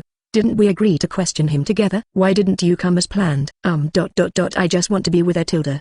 The two women were defeated by her, so they had no choice but to surround Air in the middle and look at him fiercely, with an expression that said, Don't try it with us. If that's the case. Air smiled, stepped on the ground, and ran towards the port on the moonwalk. Catch up with me and I'll take you with me. The three women looked at each other and quickly chased after them. In the recruit training ground, Binz looked at the 4 people in the sky and sighed, then turned to look at his recruit and roared, Don't be lazy. Run for me. In this way, Air controlled the modified warship and flew to North Blue, while Vivi continued to operate Alabaster with the assistance of Akainu and others. North Blue.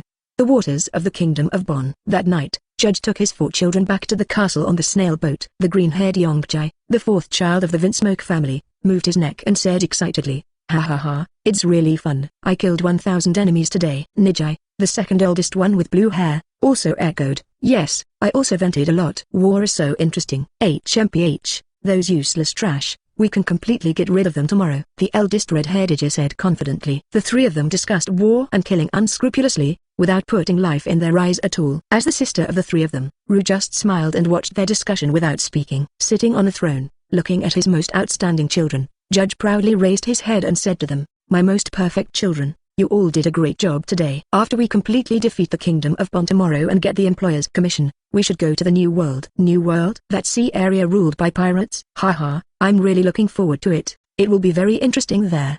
The pirate territory must be full of wars, father. I can't wait any longer. When Nijai and Yongjai heard that they were going to New World, they started shouting excitedly. That's right, my lovely children. Ever since the Fire Dragon Air caused trouble in the Holy Land, the pirates in New World have become restless, and now there is complete chaos there. This kind of chaotic place is the best stage for Germa. We can sell arms, provide employment, and earn a lot of money. And with money, we can create more armies and research stronger weapons until Germa dominates the North Blue again. Bang bang bang tilde. As Judge's exciting speech ended, a sudden burst of applause sounded behind them. With a loud shout, Ejia and the others quickly turned around and looked behind them, only to see a man and 3 women strolling through the gate and walking toward them. That's really good, but the goal of dominating North Blue is too small. Air stood not far from them and said with a smile. Behind them, the 3 Hina girls looked curiously at the interior decoration of the castle. Fire Dragon Air. Judge stood up from the throne in surprise. Looking at the familiar face, a few drops of cold sweat could not help but drip from his forehead. Hey, it seems like I'm quite famous. I was recognized right away. Why, what does a big shot like you want from Germa? The judge didn't ask stupid questions like how you got in, but directly asked about the purpose of Air and others. Don't worry, I just happened to be a little interested in Germa, so I came over to take a look. While talking, Air found a chair and sat down. Judge wanted to say something else but was interrupted by Ajia and others on the side. Are you the Godslayer, Air? You don't look very good at all. How dare you be so arrogant in front of Germa? Let's see how I teach you a lesson. After saying that, the 3 of them rushed forward, etc. Judge stretched out his hand to stop him, but it was too late. Bang, bang, bang. After kicking out Conqueror's 3 kicks, the 3 of them flew back faster than when they came, stacked on top of each other, and embedded themselves into the wall. Is this Germa's highest masterpiece? He can't even see the gap between himself and the enemy. They are just some brainless idiots. Air sat calmly and mocked in a disdainful tone. Looking at his unconscious sons who were rolling their eyes, Judge clenched his fists angrily. But knowing the terror of the world's top powerhouse, he finally suppressed the anger in his heart, forced himself to calm down and asked, "Tell me what you want, and I will satisfy you as long as it doesn't go too far." Chapter 81 Shipbuilding Plan, Kingdom of Bonn. Thanks to 13,622. This book friend for the tip. Father? Ru looked at Judge in shock. She never imagined that her father, who had always been tough, would bow down so easily. Is anything okay? Hearing Judge's promise, Air couldn't help but turn around and look at Ru, the only one who hadn't made a move just now. Under the murderous eyes of the 3 women behind him, Air pointed to Ru and said, "Originally, I just wanted you to help me customize a battleship. But since you said so, let her come with me." "What do you think?" "What do I think? What the hell do I think? Your murderous aura is overflowing. Do I dare to say no?" Judge forced to smile and reluctantly agreed. Of course. Of course. Yeah, thank you very much. Unexpectedly, Air stood up with a smile, took out a blueprint and a phone bug and threw it over. Judge reached out to catch it, and heard Air's voice in his ear. "This is a set of drawings of a power system. I hope you can improve it on the original basis and help me build a large aerospace battleship. I paid for my friendship and a personal strike, and used the phone bug to call me when I was in trouble. The friendship of the strong and taking action personally." Exclamation mark. Hearing this sentence, Judge held the phone, and his mood suddenly changed from gloomy to sunny. He opened the drawing and looked at it briefly, and then made some calculations in his mind. "It doesn't seem particularly difficult. If you can improve it, it won't be a problem if you rely on Germa's technology. Give me 1 month. I can make it in 1 month with Germa's technology." "Well, that's lucky for you. I'll come back in a month." After saying that, Air winked at Ru, turned around and walked away waving his hand. "Father?" Ru looked at Judge, wondering whether he should follow him. After hearing her call, Judge turned his head and regained his serious expression, and said indifferently, "You are no longer a member of Germa. Let's go and get out of here." Ru looked at him in disbelief, not expecting that he would be abandoned like this, but seeing his indifferent expression, She had no choice but to grit her teeth and turn around and follow him. After a few people left, Judge came to Ajia and others, pulled them out of the wall one by one, threw them to the ground and taught them a lesson. How long are you going to sleep? Get up quickly. The three brothers shook their heads and stood up under his roar. Ajia rubbed his head and asked confusedly, what's going on? Why did I faint just now? Idiots.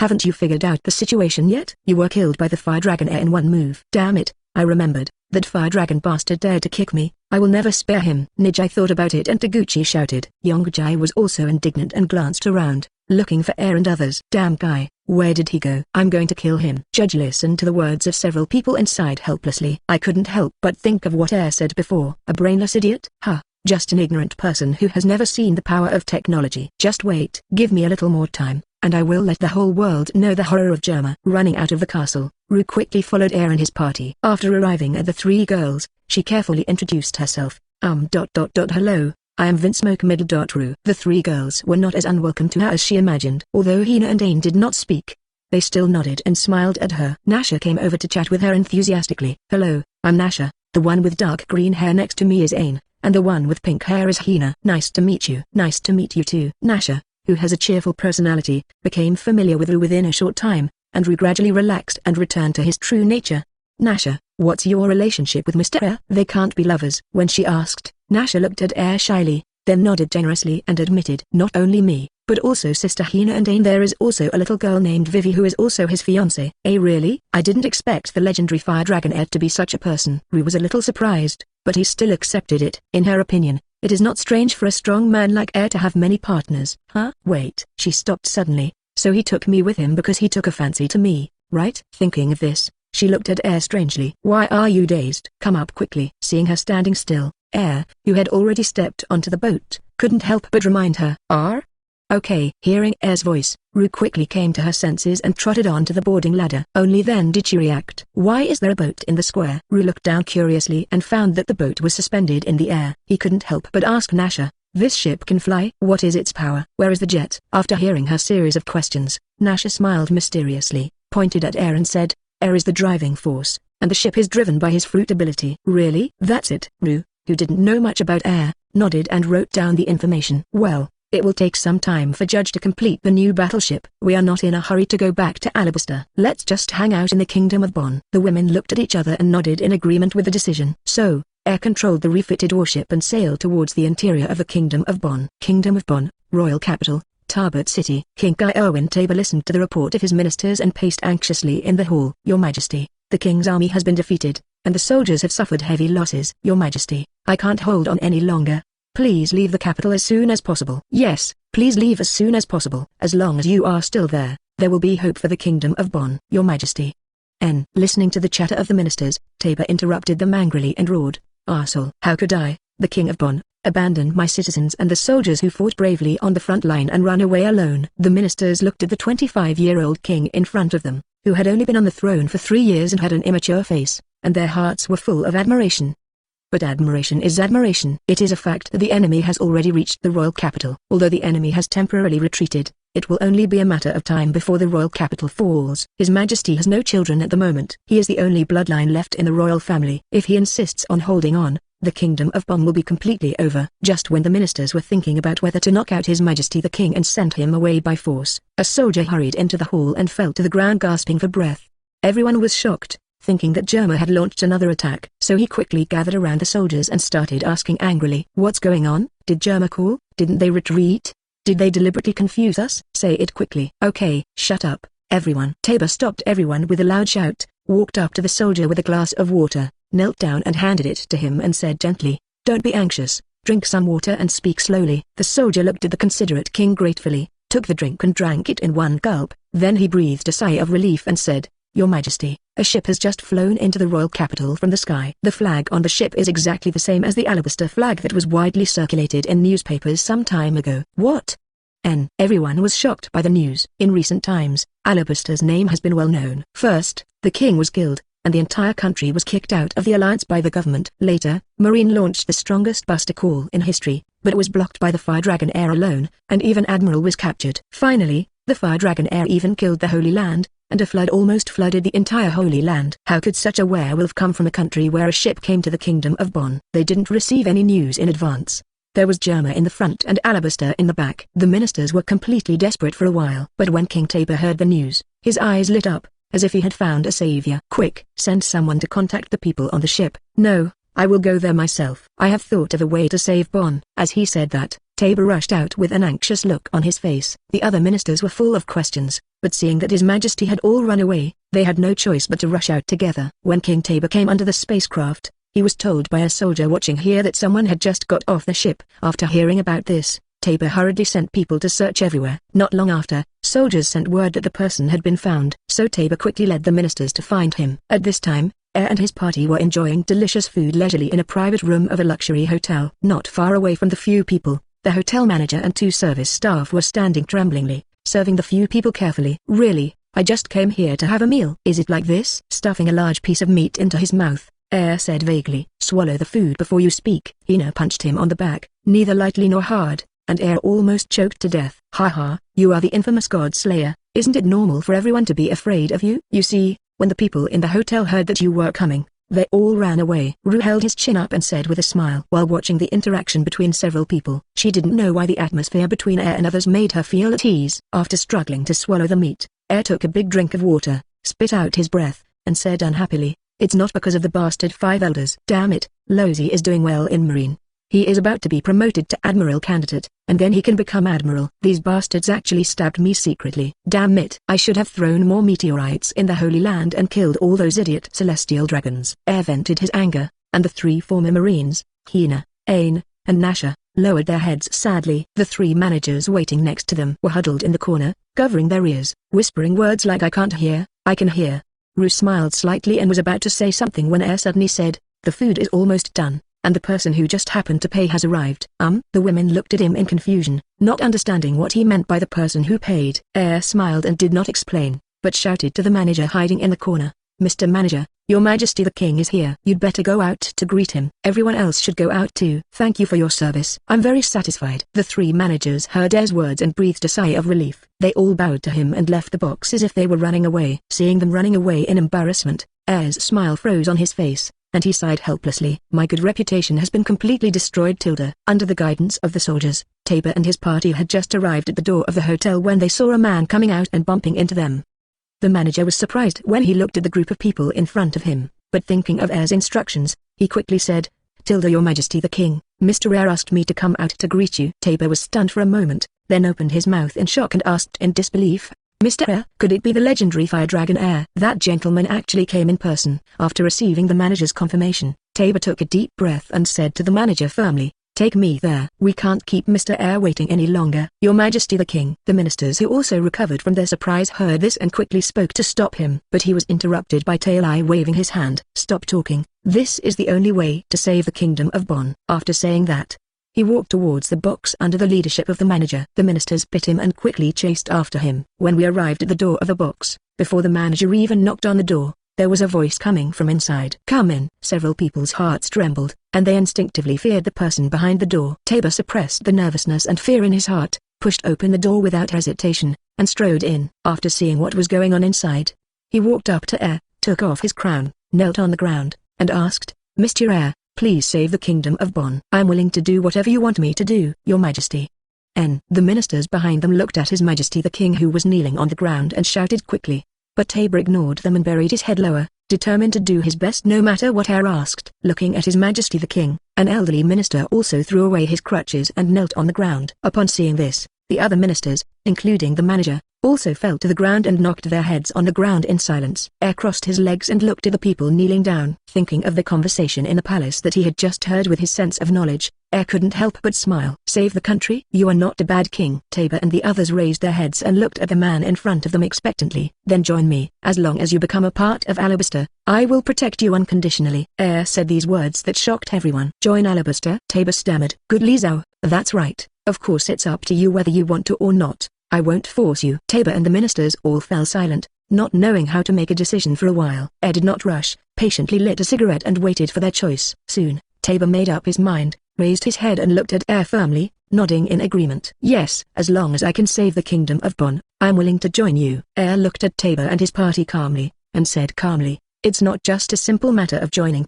Bonn will lose its kingdom title and become a province and merge into Alabaster. and you will also lose your king title and become an ordinary noble. It doesn't matter, that's enough. Please help us. Tabor agreed without hesitation. In that case, Heir stood up, walked to him and stretched out his hand. Welcome to join us, Duke Daba. Tabor looked at the hand in front of him, grabbed it and stood up. I'll trouble you later. It's not a big deal. I've kidnapped Germa's princess. I just need to ask her to help. Right, Ru. Only then did Tabor notice that there were members of the Vinsmoke family among the few people, and he subconsciously showed an angry look. But when he heard that she had joined Heir's camp and was considered one of his own, Tabor had no choice but to accept it. Ru smiled at him, took out his phone and told Judge what happened. After hearing this, Judge pinched his nose and recognized it, and promised to give up this commission and not attack the kingdom of Bonn. After the negotiation, Tabor warmly invited Heir and his party to live in the palace, and he followed him without refusing. R-2. With two screams, Ru and Tabor were transformed into vampires by Heir. Looking at their new form, both of them looked surprised. What kind of fruit power user are you? In addition to controlling objects to fly,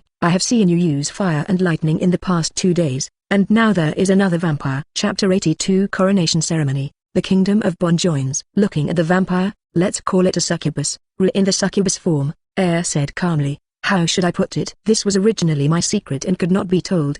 But since you have been transformed, I will tell you. I was born with a special physique and am a person with multiple fruit abilities. I currently have 4 fruit abilities: Fire Dragon, Thunder, Vampire, and Piao Piao. Nanny. And Tabor looked at him in shock.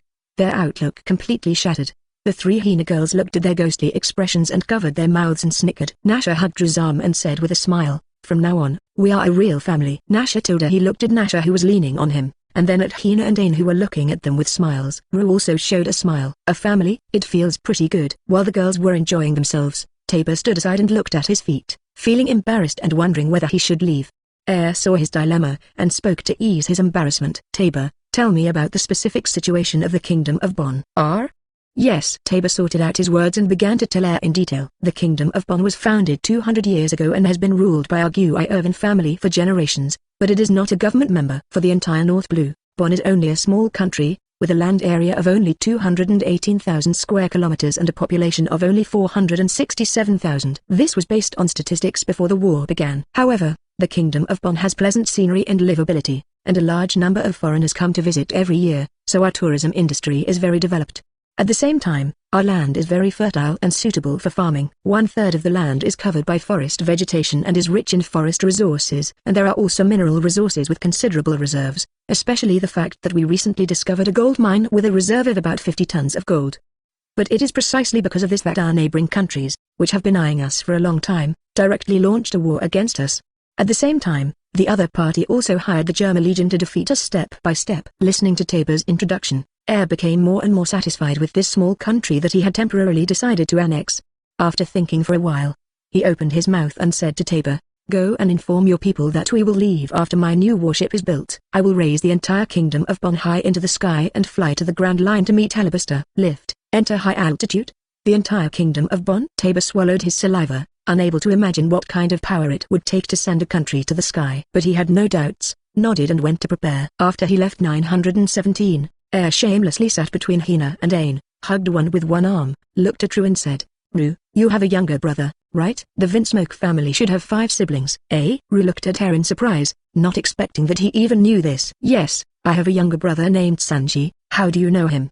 He let go of Ain who was fighting for position with Nasha, hugged Hina and moved to the side. Heir patted the empty seat next to him and said, sit down and let's talk slowly. Without any hesitation, Ru sat down next to Heir and leaned his whole body against him.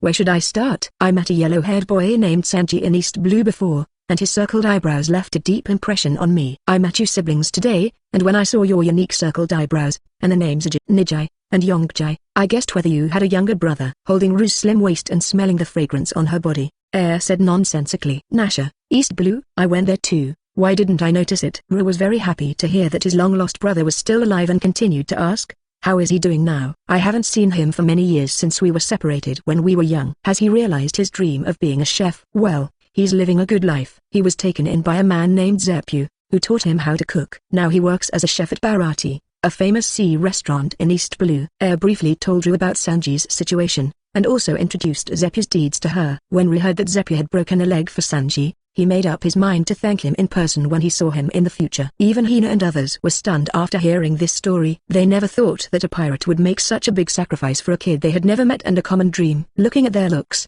Air smiled strangely. Do you still want to hear a story? Come to my room and let's talk slowly, Tilda. In this way, Air told stories to several girls every day, and occasionally did some consensual sex. 1 month passed quickly. When Air and her children came to Germa's snail ship again, the girls were surprised by a huge luxury warship. The ship's exterior is covered with a layer of gold, reflecting dazzling light in the sun. There is a huge dragon head on the bow, which looks like it may have been copied from the form of Air's fire dragon in the newspaper. There is a thing that looks like a jet, Sefch, at the stern of the boat. Air guessed that this should be a device similar to the Feng Lei Bing. There are 3 functional sails on the deck, with the Alabaster flag painted on them. The judge who came to greet them looked at the surprised expressions of the women and snorted with disdain, but on the surface he still introduced them to everyone in a very gentle manner. This is a super battleship built by combining Germa's highest technology. The ship is 1,100 meters long and 325 meters wide, with a total of 8 floors, 2 of which are artillery floors, which can accommodate 400 to 600 artillery pieces. According to your drawing, it relies on electric current to provide power, can fly freely in the sky, and is also equipped with external wheels to ride on the sea.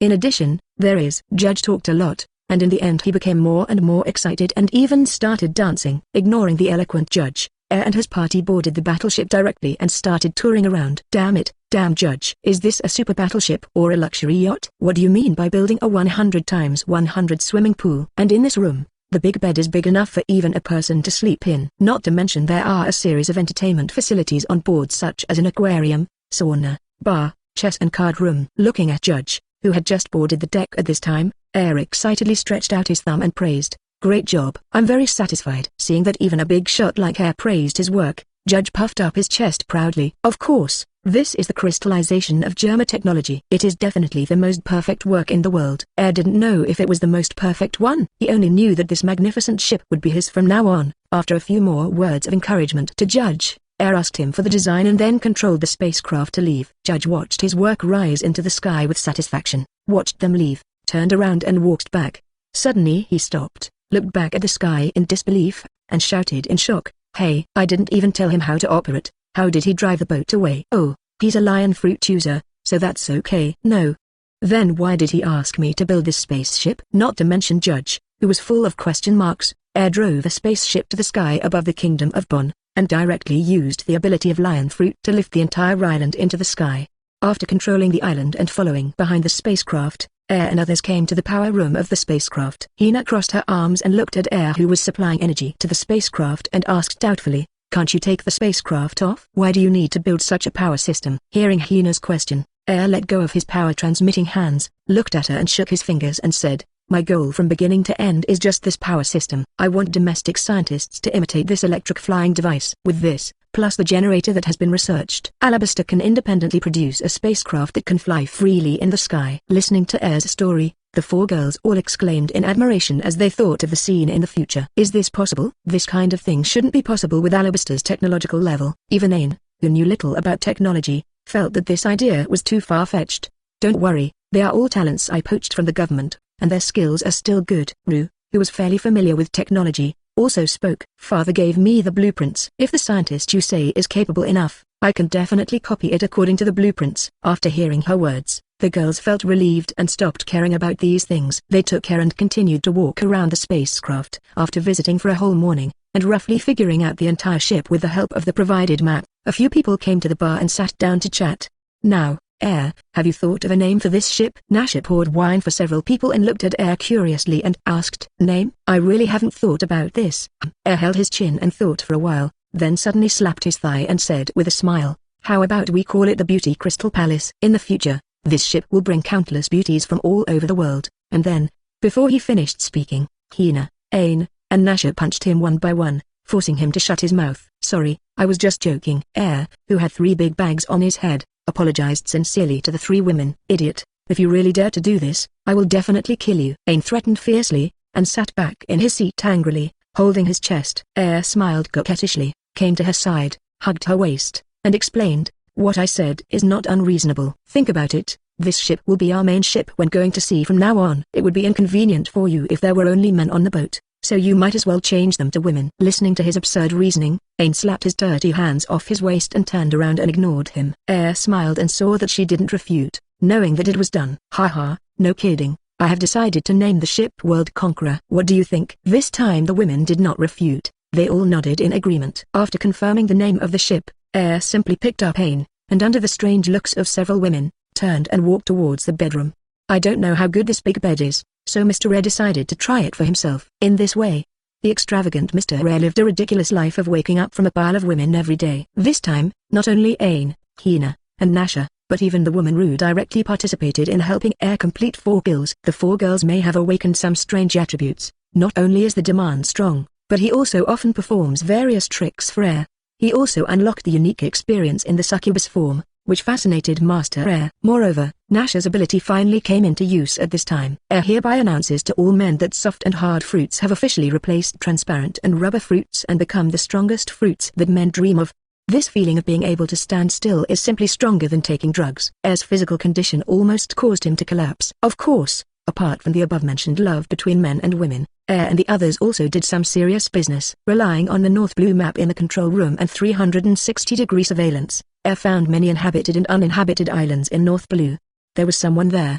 Showed up and saw the legendary fire dragon on the other side. Immediately surrendered and agreed to leave with him. No one, no matter what resources there are, as long as they look good, he will pack them up and take them away. So, in the sky, in addition to the Conqueror leading the way, followed by the Kingdom of Bonn, several small countries or cities covering tens of thousands of square kilometers.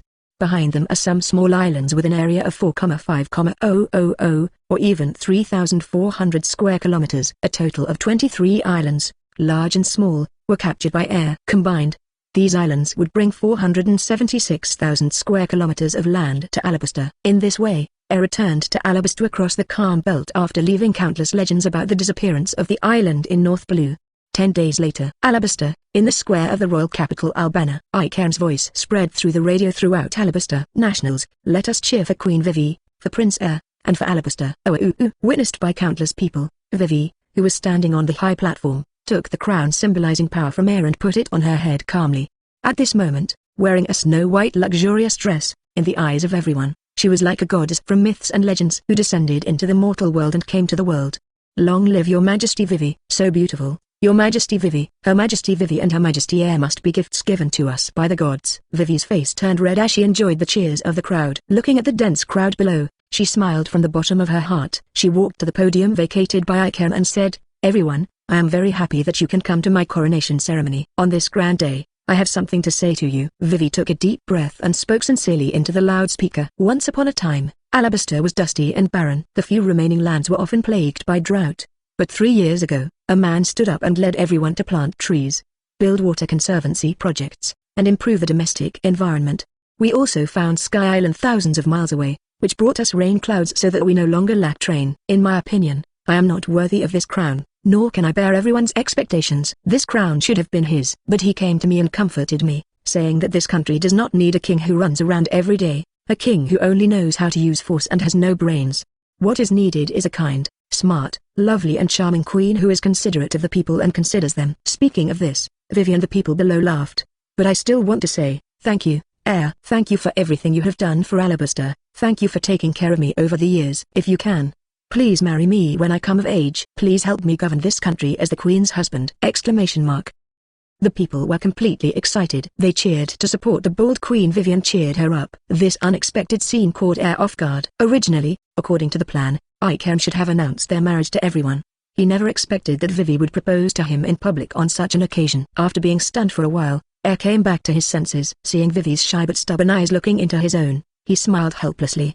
He walked straight forward and held her in his arms. "No problem, my dear queen." As he spoke, leaned down and kissed her lips lovingly. Chapter 83 The Kingdom's New Deal, Science and Technology Research and Development. Witnessing this beautiful moment, the people were not stingy and gave their applause enthusiastically. On the high platform, Icairn, Jaka, and Bel standing aside were wiping tears in excitement. "That's great, Your Majesty Cobra, have you seen it? You will definitely bless the two His Highnesses in heaven." Fujitora. 5 people from the reunit also participated in the ceremony as senior officials of the kingdom. Doreen, the only female among the 5, shed tears and threw herself into Linen's arms, sobbing softly. Linen felt her body temperature. Her limbs stood stiffly, and she didn't know where to put her hands, until Theodore, who couldn't stand it anymore, slapped him on the back of the head and winked at him. Lin and Kai hugged Doreen stiffly and whispered comfort. After a long time, the lips parted. Looked at her soft gaze, smiled and hugged her slim waist, turned around and said to the people in the square, "Everyone, I also have a gift for your majesty and everyone today." As he spoke, a huge screen projected by a telephone bug appeared above Air's head, with photos and information about the Kingdom of Bonn on it. "Hereby, with the approval of Her Majesty Vivi, I declare Guy Erwin Tabor, the former King of Bonn, to be the Duke of Bonn. Thanks to him for volunteering to lead the Kingdom of Bonn to join Alabaster and become part of us." As soon as the words fell, warm applause broke out in the square. Tabor, dressed in formal attire, also came forward from behind, kneeling on one knee in front of Vivi with a knight's sword in hand. Vivi stepped forward, picked up the sword, tapped his shoulders, and held a canonization ceremony for him. Then he gently helped him up and put a noble medal symbolizing the Duke's status on his chest. Tabor bent down to salute, held the right hand handed to her by Vivi, and carefully kissed the ring on it to show her loyalty. When the process was over, Air announced loudly to everyone, "Everyone, not only the Kingdom of Bonn, I have also brought more than 20 islands with fertile land and rich natural resources. I will use my abilities to link these islands with Alabaster, and everyone can choose the island of their choice to live on." When the people heard the news, they became even more excited looking at the picture on the screen above, and cheered Air's name loudly. Air pressed his hands and waited for the people to calm down before continuing to speak. "Although we have a new home, we must not forget Alabaster itself. This is the land that gave birth to us and raised us. Starting from today, the royal family will increase wages for environmental improvement work such as afforestation. I hope everyone can contribute to our motherland." After he finished speaking, he paused, and after waiting for the enthusiastic response from the crowd, he continued, "At the same time, the royal family will add a new policy. As long as a family gives birth to a child, the state will pay a one-time parenting fee of 300,000 Beli, and every month, the state will give the family a subsidy of 10,000 Beli until the child reaches adulthood." After talking about a series of policies to encourage environmental protection and childbirth, Air also announced that he would once again select elites across the country to trick him into joining the Ru army. This time, not only the military, but also ordinary people across the country who have confidence in their own strength are allowed to sign up. Finally, for a better future, long live Alabaster. Air raised his arms and shouted from the high platform. The people also shouted enthusiastically, "Long live Alabaster." At this point, Vivi's coronation ceremony is finally over. The people gathered together in twos and threes and left happily. Air and Vivi also breathed a sigh of relief and returned home surrounded by everyone. Returning to her new bedroom, Vivi immediately collapsed on the bed, too tired to speak. For today's coronation ceremony, she had been getting up since 4 a.m. to dress up, and was dragged by Akainu to rehearse the process several times. Now all the bones in her body are falling apart, and she has no strength to even sit up. Air came to lie down next to her, looked into her eyes, smiled and said, "Dear Her Majesty the Queen, you performed really well just now. Even I was scared by you." "Why?" When Air mentioned this, Vivi covered her head with a quilt in shame and anger, shrinking into an ostrich form and not daring to look at him. Pulling the quilt, seeing that she ignored him, Air smiled evilly, pretended to stand up and said, "Ignore me? Then I'll go. Your sister Hina is still waiting for me." "Stop." Vivi stood up, grabbed Air's clothes, looked at him fiercely, and warned, "Don't go, stupid Air. I went to North Blue and brought back a shady woman. You are obviously my husband." Seeing the jealous Vivi, Air picked her up and put her on his lap. This way of holding a child made Vivi struggle in embarrassment. "Do not move." Vivi's face turned red and she became quiet. She pressed against Air, smelled his reassuring scent, and whispered, "Bad Air, you already have me. But you still want to find so many women." Stroking her hair, Air remained silent and did not speak. "Hey, Air, you will stay with me forever, right?" "Yeah, of course." Vivi snorted, curled her face, and whispered, "I will forgive you generously." The next day, Vivi got up early to deal with government affairs. And Air, who was named Prince and Military Minister, was not idle either. He called Jaka early in the morning and gave him a task. "Looking for a suitable island?" "I know. I will select the right people from the king's army to complete this task." Jaka stood in front of the table and Taguchi promised. The task assigned to him was simple. In a few days, Air planned to send some men off the island. That is to say, while forming a secret intelligence department, they also asked them to go to the Four Seas and the first half to find some resource-rich islands and report to Air regularly.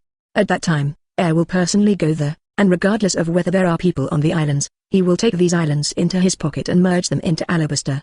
After sending Jaka away, Air found Lin and asked him about the latest situation of the Ru unit. "Your Highness Air, the soldiers who were eliminated when selecting the Ru unit were reunited by Mr. Gaka to form the reserve unit of the Ru unit, referred to as the A unit. They have also received 6-style training before, and under the training of Mr. Bins in the past few months, 7 more warriors have been born who have mastered 1/6 style. Hearing Bin's, Air slapped his forehead. After so long, he almost forgot about this good brother. Don't let this kid Binzi lead new people. Give the troops to Jaka. Let him plant trees with lush fruits for me. After saying that, Air thought for a while and then said, after all, not everyone can master the 6 styles. I am very satisfied with more than 100 people. A unit, right? From today on, the treatment of this unit will be improved to a level second only to that of the re-unit. At the same time, the establishment will be controlled at 5,000 people. After the elites across the country are selected, these people will be tested in pairs, and those who fail will be kicked out directly. And told them that in the future, the troops will face challenges from all elites in the country. As long as they lose, they will be immediately replaced by challenges until you persevere and learn the 6 styles to enter the Ru army. Lin's heart trembled when he heard Air's words. According to this method, it is estimated that every member would not even be able to sleep in order not to be eliminated. As he thought about it, he inexplicably began to feel sorry for those in the unit. People from the Bonn area will also participate in the competition this time. You will personally take people there to supervise. Remember to ensure fairness and justice and not to embarrass Alabaster. Lin trembled, stood at attention, saluted, and accepted the task. After Lin left, Air took care of some trivial matters before stretching and standing up from behind the desk. I'm so tired. After working for less than 3 hours, Air looked at his watch and left the office and went straight to get off work. Today, Vivi is learning to handle government affairs, and Hina and the others are traveling on a new island. When he left the palace, he didn't know what to do for a moment. While walking, Air came to a heavily guarded building. Looking at the words Royal Research Institute written on it, he thought for a while and caught up. When the soldiers on duty at the door saw that it was His Royal Highness, they quickly moved out of the way without blocking him. Nodding to them and the 2 room members hiding in the dark, Air stepped in directly. Passing through the front hall, Air came to a laboratory familiarly, opened the door and walked in. Idiot, it's not just gold that conducts electricity. It would be too wasteful to use pure gold as an engine. You have so much money, why don't you give it to me for research? Then tell me how to do it. If you don't have experience, it would be pretty good to be able to copy the same thing. If you want to improve it, you will need to spend a lot of time researching it. That's because you are too stupid. Give me a little more time and I will definitely be able to make something better. As soon as Air entered, he saw about 10 young men and women in white coats, surrounding a young man and greeting him fiercely. Judging from their appearance, it would be impossible to finish in an hour or 2. Helpless, Air had no choice but to cough lightly and interrupt their argument. After everyone turned around and noticed him, he said angrily, "Doctors, why are you arguing again? What's the reason this time?" When the young people surrounded in the middle saw Air coming, they ran over quickly, grabbed his arm and pulled him to a golden machine. "Your Highness Air, this is our new power engine. According to your drawings, all the parameters are exactly the same." "Nani? Did you make it?" "It's exactly the same." Air opened his mouth in surprise and looked at him in shock. The young man puffed up his chest proudly, patted the golden engine and said proudly, "Of course it is true, although it is indeed a bit difficult at the beginning. But after reading the drawings you gave me and the information given by the girl named Drew, I relied on my fruit ability to lead everyone to make it in 5 days. Drew? Is it information related to Germa technology? If so, it makes sense." This young man's name is Andy. Although he looks young, he is actually 91 years old. This guy has the ability to learn fruit, and he can learn any knowledge by just reading it. He is a scientist who has extensive interests and is famous all over the world. "Please give me flowers." He used to work for the government, but as he grew older and older, he left the government. After trying countless methods to alleviate aging, he simply settled down and lived a leisurely retirement life of fishing and drinking wine. A year ago, Air heard rumors about him and took him to Alabaster after promising to restore his youth. Andy didn't take his words to heart at the time. He just enjoyed the high compensation provided by Air and continued to live a day-to-day retirement life until Air got the vampire fruit and found him again. After learning that he could truly return to his youth, Andy accepted Air's first embrace without thinking, and returned to his 20s under the infusion of vitality. At this point, Andy returned to the laboratory and started working for Air to pay off his debts. Other seemingly young scientists were also kidnapped by Air for similar reasons and then transformed some time ago. As expected of Dr. Andy, "Nothing can trouble you." Air looked at the golden engine with joy and gave him a thumbs up. "Humphrey, you don't have to say it. But it has been done, but the cost is too high. In order to make this engine that can drive a 1,000-meter warship, we used gold equivalent to 20 billion Beli, which is basically 1/5 of the gold reserves in the national treasury." Air waved his hands indifferently and said, "It's okay. I don't plan to use this engine. I'll just wait until you improve it to make an excellent engine and then rework it." "Eh? Don't want it? Then isn't it that our hard work for so long was in vain?" "Zero." Andy looked at Air angrily and accused him. Air quickly comforted him and explained, "Don't be angry. I didn't expect you to do it directly. And my main purpose is to let you accumulate experience and lay the foundation for future small civilian spacecraft engines." "Why?" Hearing Air's words, Andy's attention was immediately diverted, and he then began to think about the possibility of the small civilian engine that Air mentioned. Air did not disturb him, but while observing the big engine, he communicated with other scientists about the problems they encountered. After about 10 minutes, Andy raised his head, walked to Air and said, "With current technology, it's impossible in a short time, but I can try to replace some materials to reduce the cost first." Air scratched his head. "I'm not very good at technology. Just ask for whatever you need and I'll try my best to get it for you." Andy nodded with satisfaction, went to the table in front of Air and said, "First come the research funding of 10 billion Baileys." By the time Air came out of the Academy of Sciences, his legs were weak. These bastard scientists really think that money comes from strong winds, right? They ask for tens of billions and tens of billions of funding. According to them, the gold Air brought back from Sky Island over the years and all the belongings he extorted from the government some time ago, combined, are not enough for them to burn in 2 years. Although I know they are exaggerating, it is true that scientific research burns money. Moreover, in Alabaster now, whether it is the military, various engineering construction, or even welfare subsidies, a large amount of money is needed. Air had to find an additional way for Alabaster to make money. When it comes to making money, the first thing Air thinks of is Gilda Tezzolo, known as the Golden Emperor. This guy who controls the world's largest entertainment city is simply a business genius. At first he was just an ordinary slave, but after eating the golden fruit, he embarked on a life of cheating. In the end, he controlled 20% of the world's Beli, reaching the terrifying level of being able to control the celestial dragons with money. For such a big fat sheep, if nothing else, if he cut off a piece of his golden ship and brought it back, he could at least get tens of billions of Belis in exchange for it. Thinking about it, Air couldn't help but salivate. Write it down in a notebook first, and then hit it when you have time. In addition to the Golden Emperor, Air also thought of other ways to get money, such as the endless sea below. In this world where the ocean accounts for 80% of the area, countless precious resources are buried deep under the sea, but they are basically unexplored. In order to make rational use of resources, in the following days, the Great Master Air began to use his ultra-wide range of vision and the electromagnetic waves generated by thunder fruit to explore the nearby sea areas. As long as the electromagnetic wave returns feedback, Air will release a thunderbolt to cover the entire seabed, and then use lion fruit's ability to pull it up.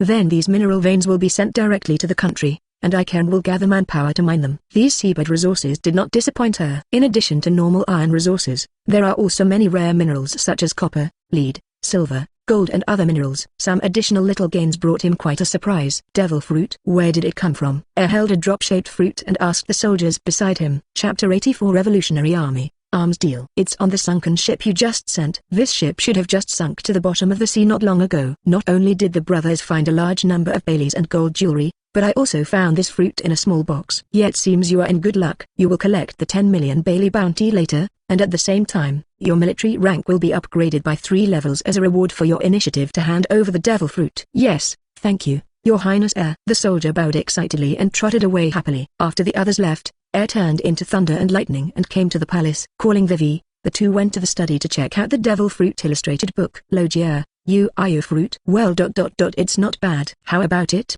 Do you want to eat it? Air handed the fruit to Vivi and asked. Vivi thought for a moment, took the you fruit, and took a bite. After a period of retching, Vivi's body quickly changed. After a while, she turned into a puddle of water and fell to the ground. Air leaned down, poked at the water, and explained, this is elementalization. For those who have not mastered Haki, this is an unsolvable ability. Gulu. What did you say? I can't go back, please save me. After Vivi ate the rain fruit, Air had another job besides regularly moving mines. That is to teach her how to use her abilities every day. Air doesn't expect her to become more powerful, as long as she masters elementalization skillfully and has a certain ability to protect herself. After 2 months of working as a coolie and teacher, you finally received a piece of good news. After so long of excavation, Alabaster already contains a large amount of iron ore. In order to maximize profits, Air decisively asked people to choose the location and built a large arsenal on the new island he brought back before. Although the arsenal has not yet been fully built, it can already smelt the iron ore 963 stone to make simple weapons. Air heard the news and quickly took the kingdom's senior officials to inspect. After receiving the news, the person in charge of the arsenal, Kosho's father Doto in the original work, quickly came out to greet him and took Air and others to visit the weapons production process. Your Highness Air, this is the electric forging machine provided by the Academy of Sciences. With it, our iron smelting efficiency has been greatly improved. There is also this stamping machine tool. The gun parts it makes not only have small dimensional errors, but also save a lot of material. Doto pointed at each type of machinery and introduced them to everyone one by one. People like Hikarum and Hina who knew nothing about technology were all amazed. Only Air and Drew, who was born in Germa, were relatively calm. Nodding, Air was very satisfied with the machines provided by the Academy of Sciences. At the same time, he also asked about the production of weapons. Don't worry, Your Highness, we implement a 3-shift assembly line system, and now we can produce 50 rifles every day. And with the expansion of the factory, skilled workers and a steady stream of machines being delivered, our production capacity is still expanding. After listening to the introduction, Air looked at a rifle that had just been made and improved by scientists, holding his chin and thinking. This is a high-end product. The wholesale price is 50,000 Belis per bottle, right? Now there are 1,500 of them a month, which translates to 75 million Belis in money. Putting aside the cost, the profit is at least 10 times. This is a huge profit. Air was trembling with excitement at the thought of a steady stream of money coming to him in the future. Very good, Director Duo. From now on, the factory will be counting on you. I will continue to recruit workers in the future, and I will also urge them from the Academy of Sciences to ship new machines over as soon as possible.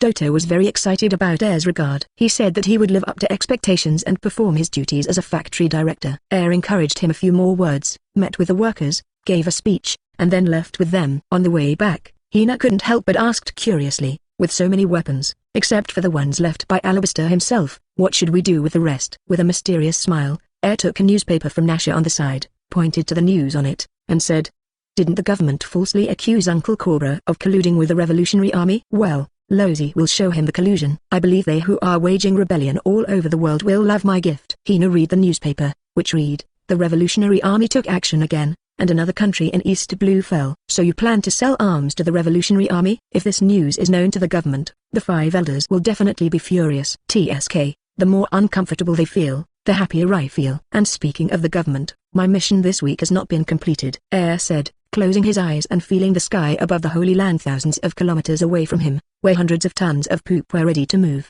Following his control, excrement trained all over the Holy Land, coating it with a golden coat. Since the last time the Holy Land was flooded, Air has been throwing something into the Holy Land from time to time every week. In addition to water and sand, he also threw some rotten leftovers. This time, he gathered all the feces in the royal capital and threw them all over. Show off a style that will disgust you to death even if it doesn't kill you. I heard that the Celestial Dragons have recently been discussing the relocation of the Holy Land. It seems that those idiots with glass jars on their heads can't stand it anymore. Since he decided to trade with the Revolutionary Army, Air immediately took Hina and the girls and set off in the Conqueror East Blue, Kingdom of Senduran. At this time, the country had been completely occupied by the Revolutionary Army, and the king and the most of the nobles had fled early. Without this group of exploiters, the people began to rebuild their homes with hope, full of illusions about a better future. But within a few days, more than a dozen marine warships arrived. A rear admiral from the headquarters escorted the former king of Senduran, intending to regain the lost territory. The people who had just lived a stable life for a few days could not allow the exploiters to enslave them again. They began to fight back under the leadership of the Revolutionary Army. When Air and his party came here, they saw such a vibrant scene where everything was in full swing. Ignoring both sides of the battle, the conqueror swaggered across the battlefield and arrived at the original royal capital, now the stronghold of the Revolutionary Army. The huge conqueror stopped over the royal capital. Air and the others jumped off calmly. As soon as I came down, I saw a group of people holding weapons and surrounding me vigilantly. Air smiled, waved to them, and said hello, I have some business I want to discuss with you. I don't know who is the top official here. As soon as they saw his face, the soldiers of the Revolutionary Army recognized him and their expressions changed drastically. Air, the slayer of the national god. It's Air who attacked the Holy Land and massacred the Celestial Dragons. What should I do? Is he an enemy? How do I know? Don't relax, everyone, wait for the order from the Legion commander. Looking at these people, even though they were very afraid of themselves, they still took up weapons to defend themselves sternly. Air couldn't help feeling that he was indeed a revolutionary warrior with strong beliefs. Hearing the man mention the Legion commander again, he also asked in surprise, "Legion commander? Is it Betty from the Eastern Army?" The soldiers did not answer his questions, but silently prepared for battle. He shook his head helplessly, and just as he was about to stun them with conquerors, a voice sounded from behind the crowd. "Put down your weapons. He is not an enemy." Everyone turned around, and when they saw the person coming, they all made way. A beautiful woman with a purple bob haircut, sunglasses, and a red top hat opened her chest and exposed her hot figure and walked out through the crowd. She took a puff of cigarette, took off her sunglasses, looked at Air and asked, "Does the famous fire dragon Air have anything to do with the Revolutionary Army?" Moving his eyes away from her broad chest, Air looked at her spreading her hands and smiled. "Don't be so heartless. It was clearly written in the newspaper that our King Cobra colluded with the Revolutionary Army and planned to cause trouble in the World Summit. We should be a family. HMPH, that's just a boring trick of the government. You should know very well that there is no contact between us. Tell me your true purpose quickly. I don't have time to waste with you. Okay, you are such an impatient woman. Seeing her opening her mouth to chase people away, Air helplessly teased her, and then with a wave of her hand, 2 large boxes flew down from the sky. After patting the box, Air looked around and said, "Miss Betty, won't you invite me in to sit down? I sincerely want to do business with you." The two looked at each other for a while. Betty, who didn't see anything on his face, took a puff of cigarette, turned around and said, "Follow me." Cold woman. After muttering, Air controlled 2 boxes and followed her with a few women. The group of people came to the palace, which was probably the living room. Betty took a pot of tea and put it on the table, then walked to the opposite side and pulled out a chair and sat down. Looking at the teapot on the table, Air couldn't help but complain, "What about your hospitality? Do I even have to pour the tea myself?" Betty ignored his complaints and went straight to the point and asked, "Okay, tell me what kind of business you want to discuss with us." Cut tilde. Unhappily, he put the box on the ground. Air took out a rifle and said, "You have caused rebellions all over the world, and Japan is in short supply of weapons. Take a look at our brand new rifle produced by Alabaster. It has a long range, fast reloading, and can fire 8 rounds in a row. Order now, and not only will you get 50 rounds of ammunition for each gun, but we will also customize an additional solid gold pistol for you as a gift. How about it? Do you want to buy tens of thousands of them to try?" Looking at the eloquent Air, Betty's mouth twitched, and the image of a master she had seen in newspapers completely collapsed in her heart. But she did become somewhat interested in the rifle in Air's hand. "Rifle? What's the difference between it and a musket?" As she spoke, she pressed a certain button, and a metal clip popped out. Looking at the strange pointed bullet, Betty was a little confused. Tilde. Of course it's different. This is a semi-automatic rifle that scientists developed after 2 years of research. Humphrey, the difference is huge. This gun uses special bullets made in my country and has an effective range of 700 meters. The biggest advantages are high precision, high power, easy operation, blah blah. In short, 200,000 Baileys is definitely worth the money. Betty gestured with the gun, then went to the window and fired a few shots outside. Then she put the gun back on the table with satisfaction and said, "I do not want me." Air almost jumped out of his chair. He had been talking for a long time and his words were almost dry. "But you just said this." "What, are you playing with me?" Looking at the angry Air, Betty said calmly, "The weapons are very good and easy to use, but we have no money. 200,000 yuan is enough to buy more than 10 ordinary muskets. Phew, it turns out it's too expensive." Air pretended to be confused for a while, gritted his teeth, slapped his thigh, and said, "Since you are the first customer, I'll give you a cheaper price. How about 170,000 for 1 tube?" "Sorry, if it's 10,000, I can consider it." "Considering that you have an M, is this how you bargain?" "No, the minimum is 150,000. It can't go any lower." "20,000, if it's 20,000, I'll take it all." "No way. At least 130,000, any less and I will lose money." The two bickered and argued for a long time, and finally settled the deal for 60,000 each. Betty first placed an order of 1,000 rifles to test the waters, and also asked Air to provide 100 free bullets and 2 magazines for each rifle. Air all that nodded in agreement, but as for the price of bullets, Air insisted on 50 Baileys a round. No matter how much Betty asked for advice, he would not let go. As an appeasement, Air promised to give her some of the weapons eliminated by the king's army for free, and Betty finally agreed. The two signed the agreement amicably and shook hands to reach a consensus. It was agreed that someone would be sent to complete the transaction in 1 month. Before leaving, Air looked at Betty, who came to see him off, and said with a smile, "Miss Betty, I have always paid high respect to the Revolutionary Army. Please help me say hello to Mr. Long." After saying that, Air took the deposit of 20 million Beli and left with a smile. Watching the spaceship turn around and leave, Betty also turned back to the room and reported the deal with Air to the leader dragon. After hearing this, Long made no comment and just let Betty handle it on her own. On the spaceship, after Air put away the small coins, he happily hugged Dane and Nasha and kissed each of them on the face. Rue stood aside and said with a smile, "Brother Air is really awesome. The purchase price is higher than expected." "Haha, this is only secondary. What really makes me happy is that the price of bullets has been set." It won't be long before the Revolutionary Army will realize that aside from the price of the gun itself, the ammunition consumed each time is the bulk of the expenditure. Just kidding, just buying the rifle is just a one-time purchase. Air will sell it even if the price is lower. What he values is the subsequent supply of ammunition, especially after the submachine gun or heavy machine gun is manufactured. The consumption of bullets will probably make Long feel distressed.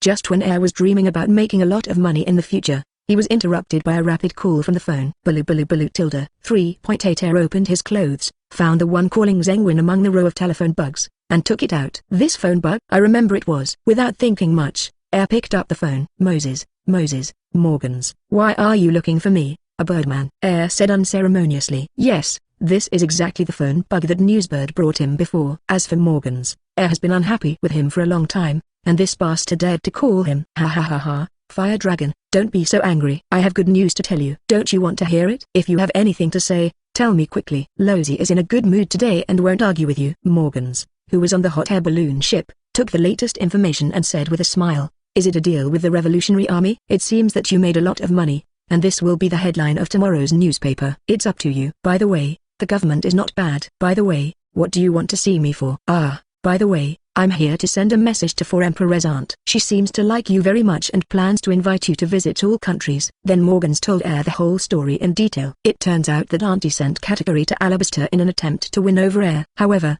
just a few days after Category set off, he disappeared along with his country. After a fruitless search in the first half, Category had no choice but to return to Wongo. But the aunt still refused to give up, so she used her connections to spread the word in the underground world and let the news out that she wanted to invite Air. It just so happened that Morgans had left a phone bug for Air before, so after learning the news, he wanted to give Air face, and by the way, he wanted to make big news and contacted him directly. Air, Auntie's invitation? Okay, I have nothing to do anyway. Tell her to prepare the banquet and wait for Losey's arrival. Chapter 85 10,000 Nations, Aunt. After finishing the call with Morgans, Air had just put away the phone and several girls immediately gathered around him. They all talked about their opinions, and they all agreed that the aunt had no good intentions and advised Air not to go. Okay, no matter what her purpose is, I decided to take a look. If she dares to take action against me, I don't mind pulling her down from 4 emperors. And even if she has any backup plans, with my it's okay to escape quickly. Having said this, Air looked at the women around him and advised, don't go this time. If we really fight, I may not be able to take care of you. Let's go back to Alabaster first, and after arranging some things, I will go to Wongo alone. The girls were a little reluctant to hear this, but they also knew that their strength was not enough in front of the 4 emperors, so they had no choice but to nod and agree. Seeing their frustrated looks, Air chuckled, picked up one of them in one hand and walked towards the bedroom. Come on, let me show you some new tricks today. There was a storm inside the ship, but it was calm outside. Soon, Shang the Conqueror arrived in Alabaster. The Conqueror's sky-blocking figure crossed the entire kingdom and stopped on the outskirts of the royal capital under the dull eyes of countless people. After getting off the ship, he asked Hina and others to recruit manpower during his absence and complete the equipment of the ship's artillery as soon as possible. After arranging several women, Air called other people to give instructions one by one, and after staying for 2 days to deal with some government affairs, he transformed into a dragon and rushed to the 10,000 kingdoms alone and leisurely. He just patted his ass and left. But Vivi, who stayed at home all the time, felt uncomfortable. Since becoming the queen, she has to deal with a large number of politicians every day when she opens her eyes. Although she has the assistance of Icon and others, a series of new policies in the kingdom require her further arrangements and inspections. She not only has to inspect the selection of her troops, but also goes to each newly added island to inspect the living conditions of local residents.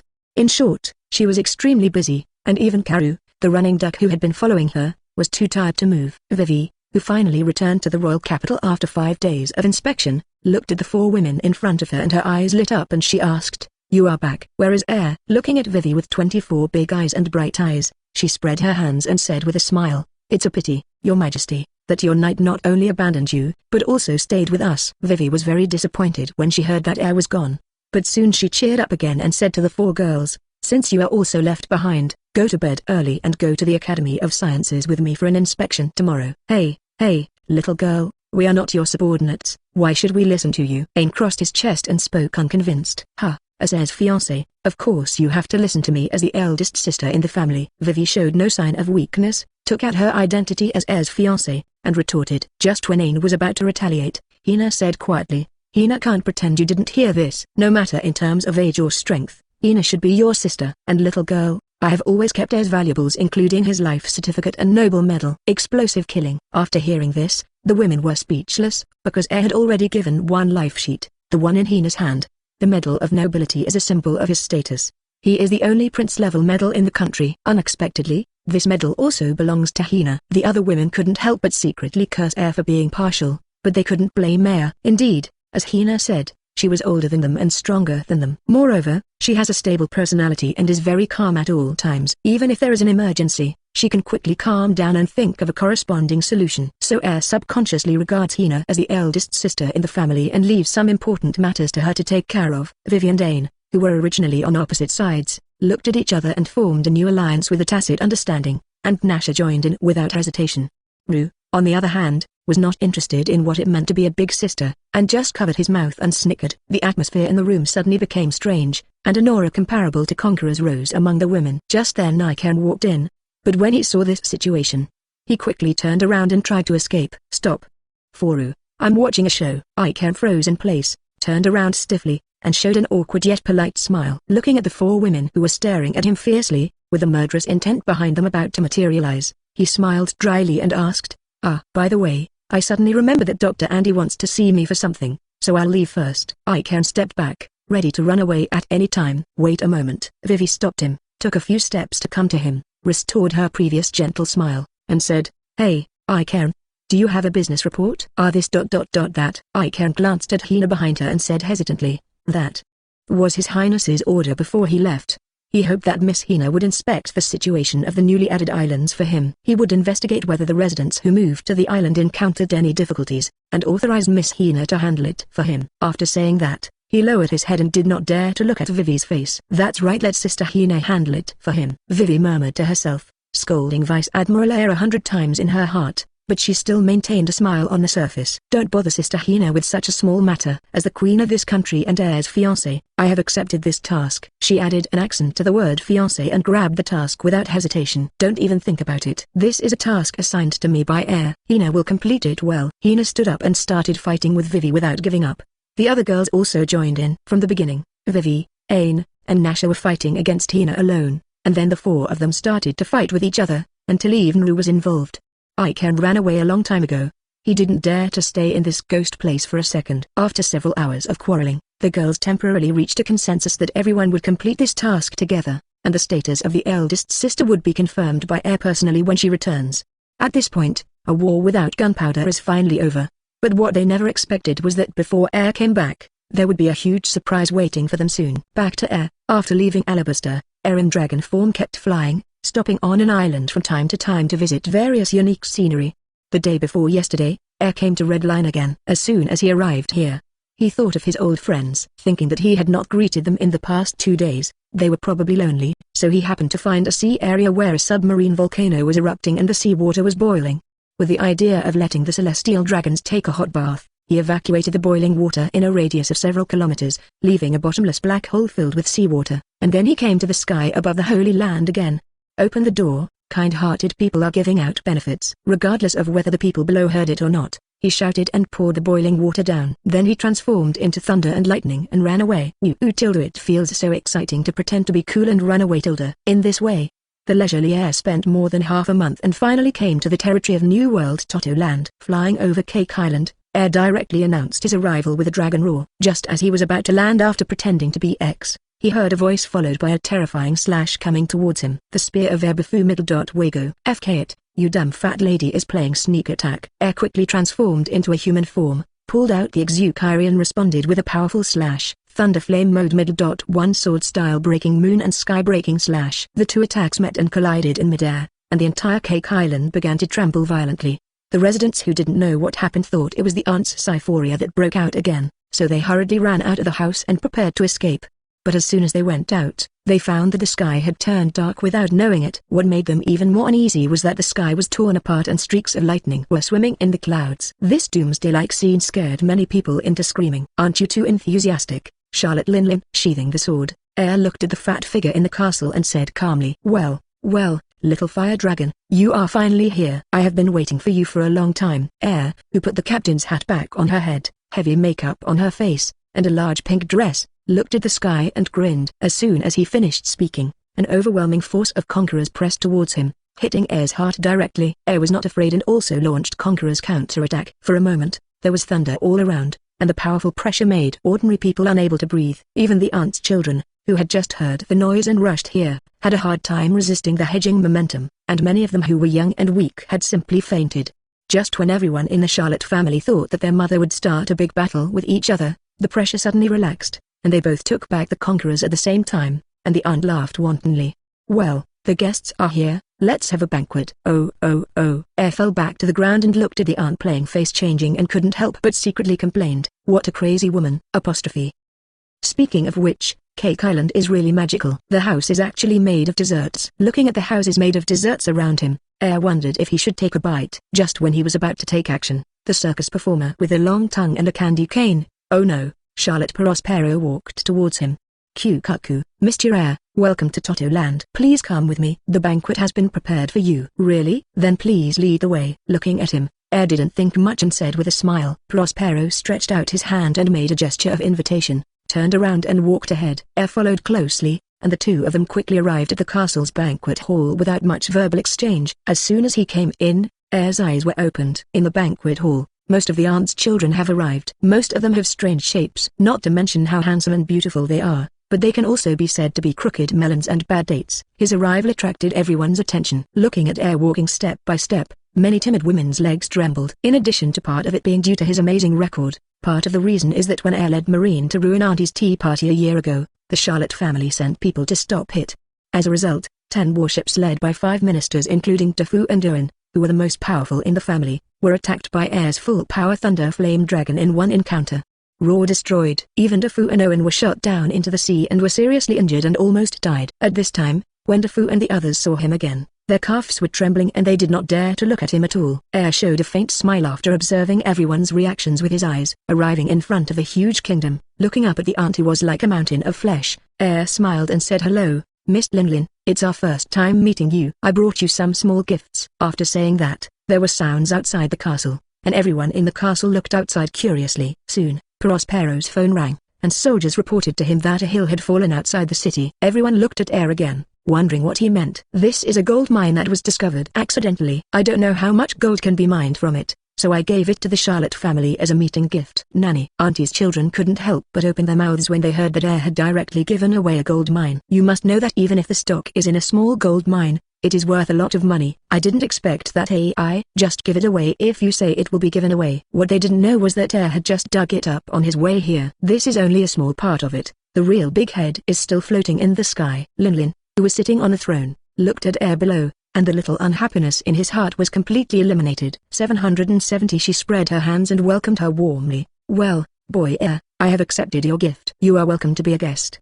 The children's banquet has begun." After saying that, the castle immediately became lively, and everyone started drinking and bragging. Air was also invited to sit at the table with Auntie and taste the skills of chefs from all over the world. I have to say that Auntie's chief chef, Longbread, is a person with the ability to eat fruits. Both desserts and other dishes are delicious. Even Air, who came from the big foodie empire, ate to his heart's content for a while. The aunt was very happy to see Air gobbling up the dessert, and chatted with him while eating the dessert. "Hey, boy Air, you are very brave. I heard from organs that the Celestial Dragon suffered a lot of casualties in the last attack on the Holy Land." Fujitora. After swallowing a big mouthful of meat, Air took a sip of juice and said with a smile, "Isn't this great? It would be good for the world if these garbages died more, right?" Hearing his answer, the aunt couldn't help laughing. She liked such an arrogant guy. "Aren't you afraid of the world government's revenge? There are still many powerful people in the Celestial Dragons or the government." Regarding this question, Air smiled disdainfully and said, "If I were afraid, I would not attack the Holy Land. And we have been enemies since the establishment of the government 800 years ago." Auntie's eyes lit up, and she suddenly felt that there were secrets inside that she didn't know about. Seeing her like this, Air stopped eating, wiped his mouth and said to her with a smile, "What? Are you interested in the secrets of the government? If we cooperate, I can't tell you." By the way, the Neferutari family is one of the 20 people who established the world government. One of the families. I know a lot of news. Hearing this, even the aunt was slightly surprised, not to mention Prospero, Kategori, and Smoothie at the same table. They originally thought they would have a meal with her and then talk about marriage. It's best if he agrees. If he doesn't agree, then there will be a fight. Who knows how a good meal can lead to government secrets. And I didn't expect that this kid is one of the descendants of the creator. What the hell is this? In fact, Air can probably guess the reason why Aunt invited him. Apart from making desserts, what Auntie loves most is giving birth to children and marrying people. Inviting him here is nothing more than fancying his own strength and wanting to marry him. Excluding Aunt's personal participation in the battle, Air is still capable of marrying her daughters. To accept. In addition, Air also wants to bring the Big Mom pirates into the water and increase his knowledge of world government. So let's just tell some of the government's secrets. When the government knows about it later, everyone will. Mom can't even regret it. Well, I'm also willing to cooperate with you, but let's talk about the government first. I am more interested in this. Taking the bait, Air's lips curved into a smile. Chapter 86. Marriage is on the hot search again. How should I say it? Well, Let's just talk about what the government is most afraid of. Air gave up and looked at the people present and asked, do you know what the great secret treasure in Raftel is? Big secret treasure? Category and the others swallowed their saliva. Regarding this legendary treasure of the Pirate King, they had only heard from Big Mom that it existed, but they really didn't know what it was. I don't know either, snapped Arsehole. Are you kidding us? Smoothie slammed the table and stood up, roaring angrily. Don't worry, I haven't finished speaking yet. Air comforted her, and Prospero and others quickly grabbed her, and Smoothie sat down angrily. Air cleared his throat and continued, although I don't know what's in it specifically, I'm sure it contains the key to overthrowing the government and records the blank 100 years of history. The aunt listened quietly, her eyes flickering, and she didn't know what she was thinking. Smoothie couldn't hold himself back and asked curiously, I remember that Ohara was erased by Buster Call because he was studying the historical text. What exactly happened in this void century? Air spread his hands and said helplessly, if I knew, I would have announced it long ago. The only thing I know is that a huge country was overthrown thousands of years ago, and then the world government replaced it, and this country is related to the D family. D? Several people muttered for a while, remembering many strong men with D in their names. Before they could think too much, Air continued, there is another secret. The 5 elders are not the real rulers of the world government. There is someone above them. Enough. Before Air could finish speaking, he was interrupted by his aunt. Her bloodshot eyes stared at Air fiercely, and she asked coldly, Air boy, tell us so much, what do you want to do? If what you say today is leaked, it is estimated that tomorrow Sengoku and Garp will lead the Marine 3 Admiral to bring peace to all nations. Air shrugged, and under the vigilant gazes of Category and others, he continued to pick up the food on the table and started eating, while saying vaguely, don't we need to cooperate? As allies, we should share information with each other. Moreover, in this case, our alliance can be closer, right? The aunt looked at Air, who was eating the delicious food calmly, and the expression on her face suddenly changed. She smiled and said, well, you're right, let's talk about cooperation. You should know my rules. Tell me, you want to marry my daughter? Sure enough, Tilda. Air sighed and stopped moving, with tears in his eyes. He pointed at the person he had taken a liking to and said, it's her. Auntie and Category followed his fingers and looked down, only to see Charlotte Garrett sitting with a few sisters, chatting and laughing. As the 18th daughter of the Charlotte family, she is 27 years old this year. The reason why Air fell in love with her was simple. Not only was she one of the few normal people in Charlotte's family, she was also tall and beautiful. Garrett! Auntie yelled, making Garrett, who was chatting with her sisters, tremble all over. She turned around nervously and saw her aunt waving to her with a very happy expression. Then she walked over carefully. Mom, what's the matter with calling me? The aunt smiled and asked the Hummers soldiers to bring a chair and put it down next to Air, gesturing for her to sit down. Garrett watched the legendary Air sit down carefully and looked at the aunt in confusion. Well, Garrett, I have some good news for you. You will be Air's wife from now on. What? She was about to say something, but when she saw the aunt's face darken, she had to swallow her words and nodded in agreement. Okay Mum, I understand. Seeing her reluctant look, Air said unhappily, hey, am I so annoying to you? If nothing else, there are not many people in this world who can surpass me in terms of looks alone. Garrett looked at him, although Air praised himself as very narcissistic. He was indeed right. Air is tall, strong and well-proportioned. His facial features are sharp and angular, masculine yet handsome. Wearing an iconic white suit also well supports his temperament. After looking at her for a long time, Garrett suddenly felt that having such a powerful and handsome husband was not impossible. As she thought about it, she blushed inexplicably. Air looked at her and was very satisfied. He thought Garrett was the most beautiful in the Charlotte family, and judging from the anime, although she is a bit arrogant, she looks down on people with low strength. But she cares about her family and will worry about her sister Lola's safety when she hears the news. When Category was rescued, she would cry and thank him pitifully. Overall she has a pretty good personality and is a bit cute. Seeing her daughter was satisfied, the aunt was even happier. After she stood up and attracted everyone's attention, she opened her hands and announced loudly, children, the Fire Dragon Heir has agreed to marry your sister Garrett. Prepare for a lively wedding. When everyone heard the news, they were stunned at first, and then overjoyed. They stood up and shouted, celebrating that the Charlotte family had a powerful ally. Air didn't hesitate.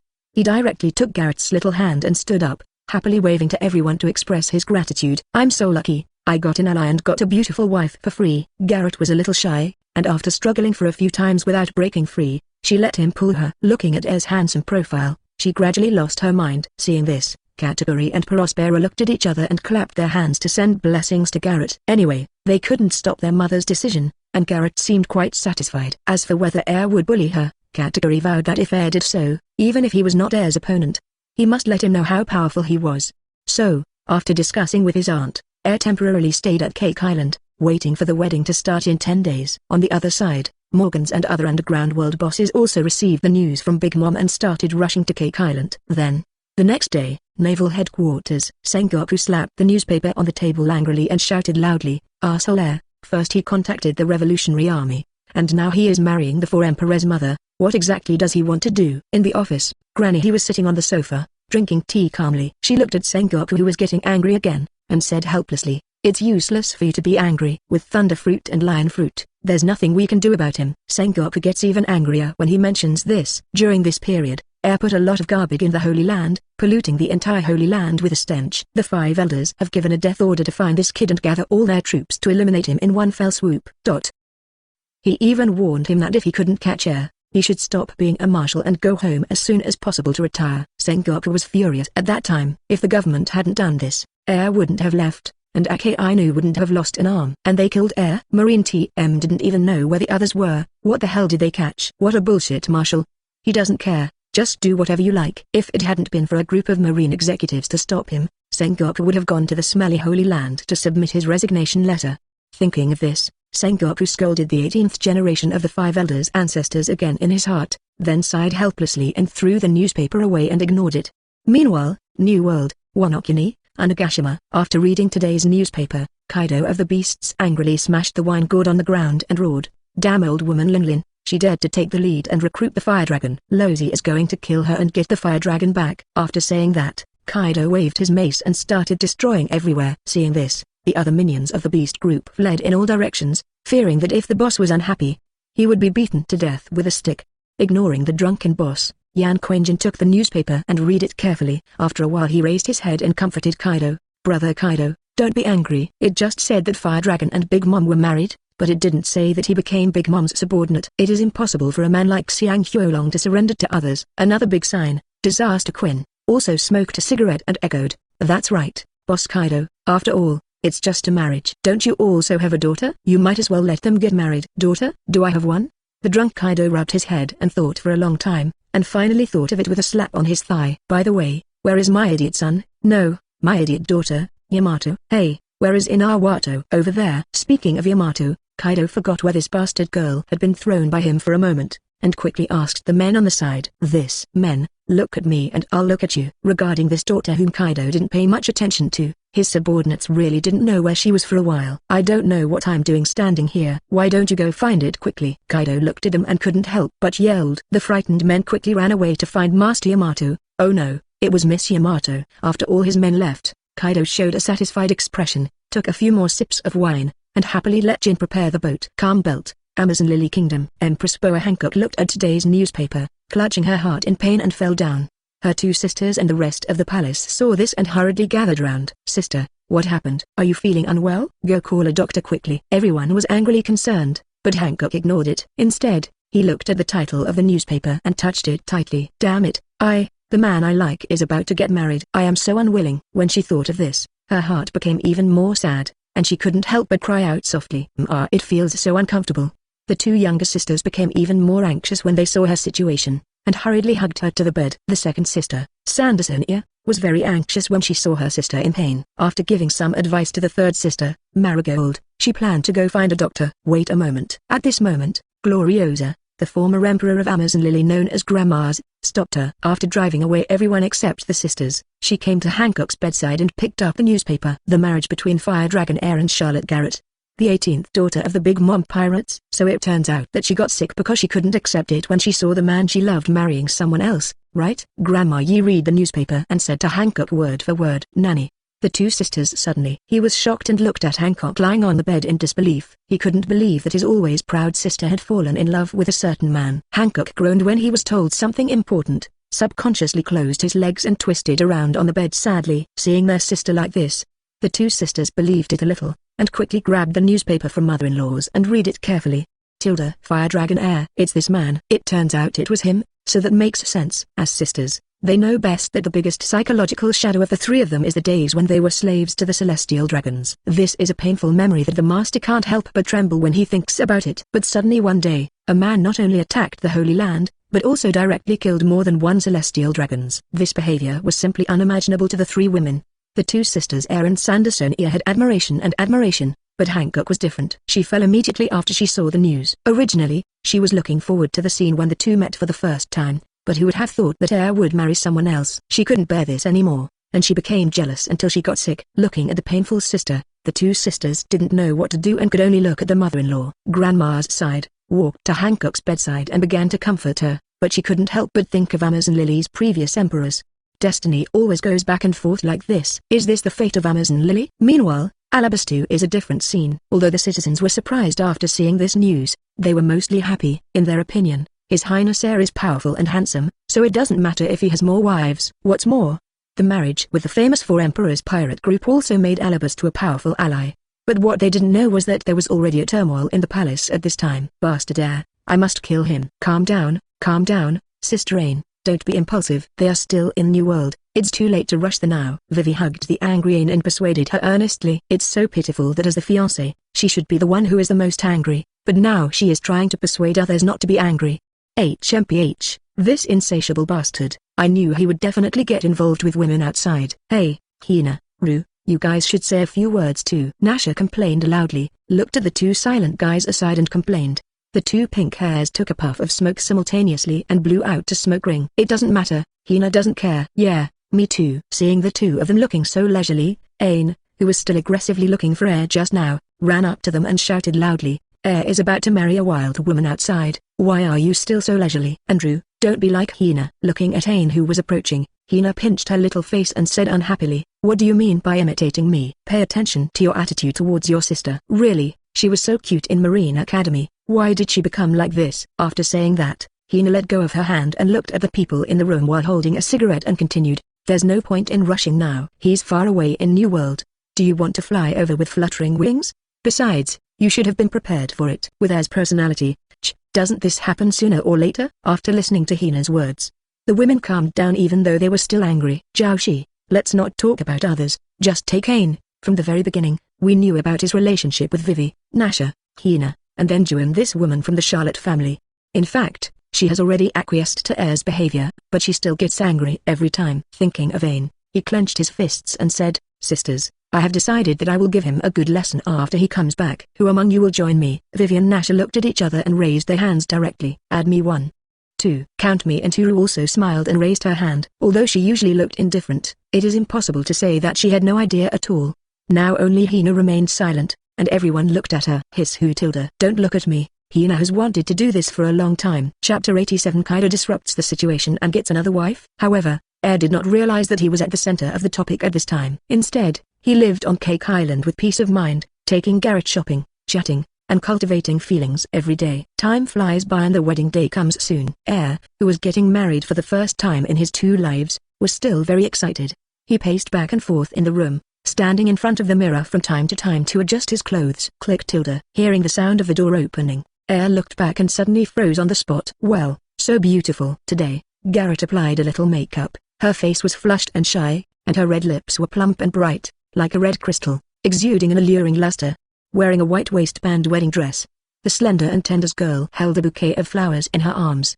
Her pink curly hair is covered with a white veil and hangs naturally on her shoulders. With her long, fair and slender legs, and the jailer wearing white high heels, the whole person is pure and charming. Noticing that Air had been staring at her, Garrett was a little shy. She subconsciously looked away, and her white jade-like little hands were tightly entangled together, showing her inner confusion. Seeing her actions, Air also reacted. He came to her side with a smile on his face, took her hand and said, from today on, we are husband and wife. Yeah, I know. After speaking, Garrett lowered her head and was silent for a while before speaking again. Why did you choose me? Sister Smoothie is better than me in terms of strength and appearance. If you choose her, your mother will definitely agree. Air smiled, hugged her tightly, and whispered, there are so many reasons. I fell in love with you at first sight among the crowd. Only your temperament and charm attracted me the most. If I have to say it, it was love at first sight. Looking up at the man she was about to spend the rest of her life with, Garrett felt mixed emotions in her heart. He said he liked her, but after all, this was a forced arrangement by her mother and she was a stranger she had only known for a few days. Speaking of being annoying, Air is top-notch in terms of appearance and strength, and she has no reason to dislike her. Looking at Garrett who was silent, Air didn't say anything more. It's better to leave feelings to settle slowly over time. Hey, we are still talking about love. The wedding is about to start. The guests have already arrived. An unexpected voice suddenly broke the warm atmosphere and forced its way in. Air followed the sound and saw a woman with pink hair and a panda decoration on her head, looking at them playfully with her arms folded. Povel, what are you talking about? Who is talking about love? Hey, sister, hurry up and leave, otherwise the guests will be impatient to wait. Bova, the twin sister of Garrett 747, said with a smile. Garrett wanted to say something else, but was interrupted by a sudden slap on the butt, and she stiffly held her words in her mouth. Okay Garrett, now that the guests have arrived, it's time for us to set off. Bvel, please lead the way. Hee, no problem brother-in-law. After saying that, she made a face at Garrett, turned around and jumped to lead the way for the two of them. Air glanced at Garrett, whose cheeks were flushed, and led her to follow. When the three of them came to a gate, Powwow stopped, stepped aside to get out of the way, and said with a smile, I brought it here. I wish you a happy wedding. After saying that, the two Hummers soldiers at the door opened the door, and a dazzling beam of sunlight came in. Air nodded to Bva, turned to look at Garrett, and met her eyes. The two of them smiled sweetly at the same time, and walked into the venue together. The two walked hand in hand on the red carpet. When the guests saw the groom and the bride, they consciously came to both sides of the road and applauded to send blessings to the two newlyweds. Even the aunt was in a good mood, smiling and standing up to applaud. Air smiled and waved in response as he walked, but among the enthusiastic guests, he saw an annoying figure at a glance. Morgans took a camera phone and excitedly took photos of the two of them, mumbling incessantly, Great, the wedding of Air, the Godslayer Fire Dragon, and the 18th daughter of the Charlotte family. This is big news. Absolutely big news. Just when he was so excited that he couldn't control himself, the beautiful woman next to him clapped and said, Morgans, is this okay? The way Mr. Air looks at you is wrong. Gar? Morgans stopped taking pictures. He put down the phone and looked at Air, only to see that he was looking at him with a smile, but in his smile, Morgans always felt a chill. He took back the phone in a sullen voice, awkwardly stretched out his two chicken wings and clapped his hands in celebration for Air. He remembered very clearly that Air had sent a letter to the World Economic News headquarters. The words contained a lot of obscenities and strong murderous intent. Snort. Air snorted coldly, considering that today was his wedding. He let this birdie go for the time being. Soon after the two people walked the red carpet, they came to stand in front of a large cake more than 10 meters high. A man dressed as a priest stepped forward and stood between them. With a slight cough, the priest motioned for the two to stand facing each other, then took out a Bible and waited for them to put their hands on it, then looked at Air and said, Mr. Air, no matter poverty, illness, difficulty, or pain, are you willing to never leave Miss Garrett and love her for the rest of your life? I do. Well.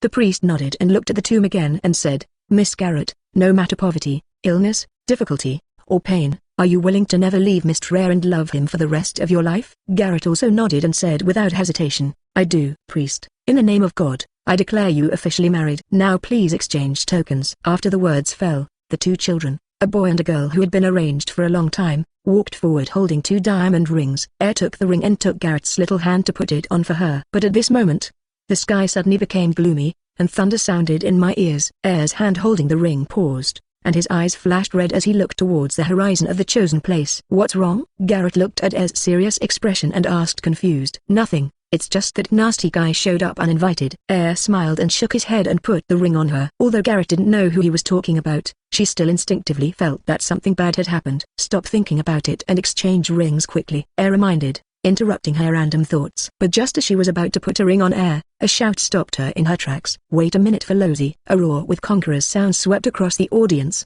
and most of the guests and the children of the Charlotte family covered their ears in pain. The aunt, who had noticed it a long time ago, looked at the sky with blood-red eyes. The captain's hat on her head had turned into a broadsword in her hand, and a domineering slash flew into the sky with her roar. Arsehole Kaidos, get out of here. Air also cursed in his heart, grabbed Garrett's little hand and put on the ring on his own, then protected her behind him and breathed out. Cow, your uncle's Kaido, if you dare to ruin Lozy's wedding, you will die. The roar of the thunder flame dragon.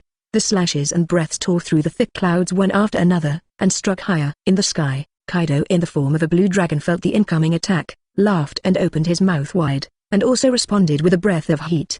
3 powerful attacks collided together, instantly dispersing the poison around them. Kaido, who was still breathing, suddenly raised his eyebrows. The old woman's attack was not bad, it was still familiar to him. But something was wrong with this fire dragon boy. He found that his heat breath was gradually being pushed back. Feeling interesting, he immediately increased his strength, wanting to see how much this kid who was in the limelight recently could do. Air, who also felt that Kaido's force was not weak at all, moved his hand back and let Garrett push it away. He stopped breathing, quickly transformed into a 10-meter tall human animal form, took a deep breath, exhaled a bold breath from Dojietai, and began to wrestle with Kaido. Auntie's slashing attack has dissipated, and now there are only two beams of light, one up and one down. The light beam, which was fused with flames of tens of thousands of degrees high temperature and electric current of 1 billion volts, pushed back against Kaido's hot breath at a speed visible to the naked eye. Soon Kaido couldn't bear it any longer, and the roar of the thunder flame dragon hit him hard, causing a violent explosion. It's so exciting. The battle between the fire dragon and the beasts. Didn't you expect that the fire dragon had the upper hand? What a big news. News geek Morgans danced excitedly and kept taking photos of the two of them. The others also recovered from the conqueror's roar just now. Charlotte Owen looked at Air standing proudly, with a drop of cold sweat appearing on his forehead. The attack just now reminded him again of the scene a year ago when he was hit by the same beam of light and almost died. And what surprised him even more was that judging from the momentum of this attack, it was obviously more terrifying than a year ago. Today, 5 people including Owen and Defu once again recalled the fear of being dominated by air. Oh, hello, Fire Dragon Brat, you are pretty good. Come and join Losey's pirate group, I can give you a spot on the big billboard. Following the words, Kaido, who was unharmed, turned into a human form and fell from the sky. A big sign? If I were asked to be the captain of Beast's pirates, I would consider it. Don't show that bullshit big sign to embarrass people. Air also released his human animal form, looked at him with a fool's eyes, and refused with disdain. At this time, the aunt also came to him. She glared at Kaido and roared angrily, Kaido, you kid.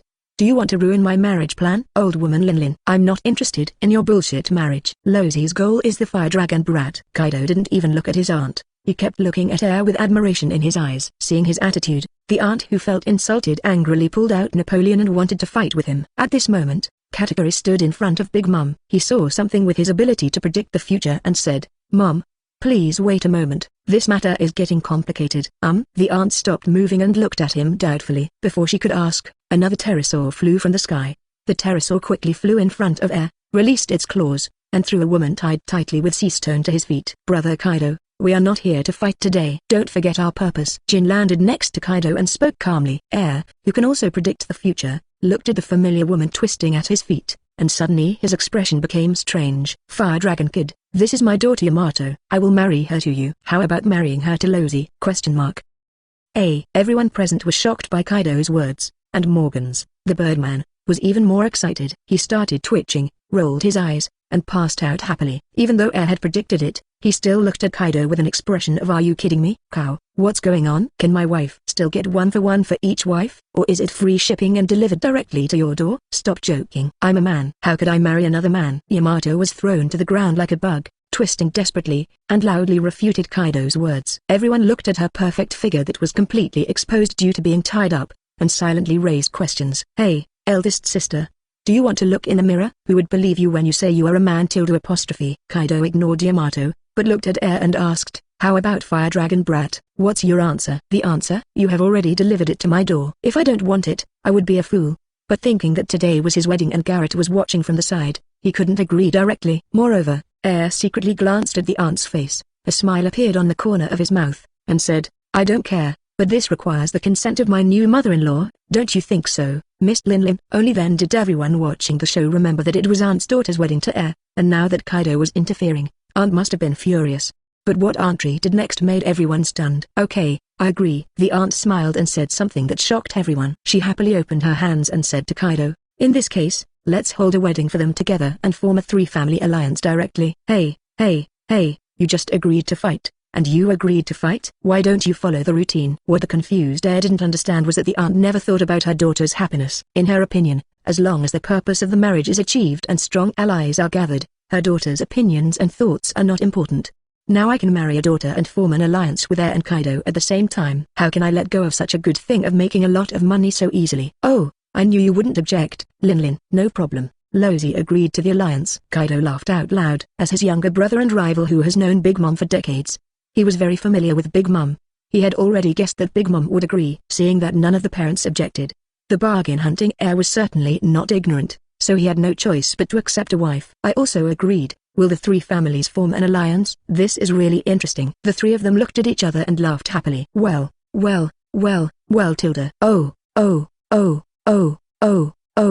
Tilde. Ha tilde. Morgans, who didn't know when he woke up, forced himself to hold up his upper body and took a photo of the scene with trembling hands. Then he completely fainted and fell to the ground, leaving tears of happiness. God bless the news. This must be the blessing brought by my daily good deeds. This is super big news. Stussy was also shocked by the current scene. Unexpectedly, such a shocking event happened before his eyes. The rest of the underground world bosses were also secretly frightened, thinking that Vice Admiral Air's weight had once again increased, placing him on the same level as the 4 emperors, or even higher.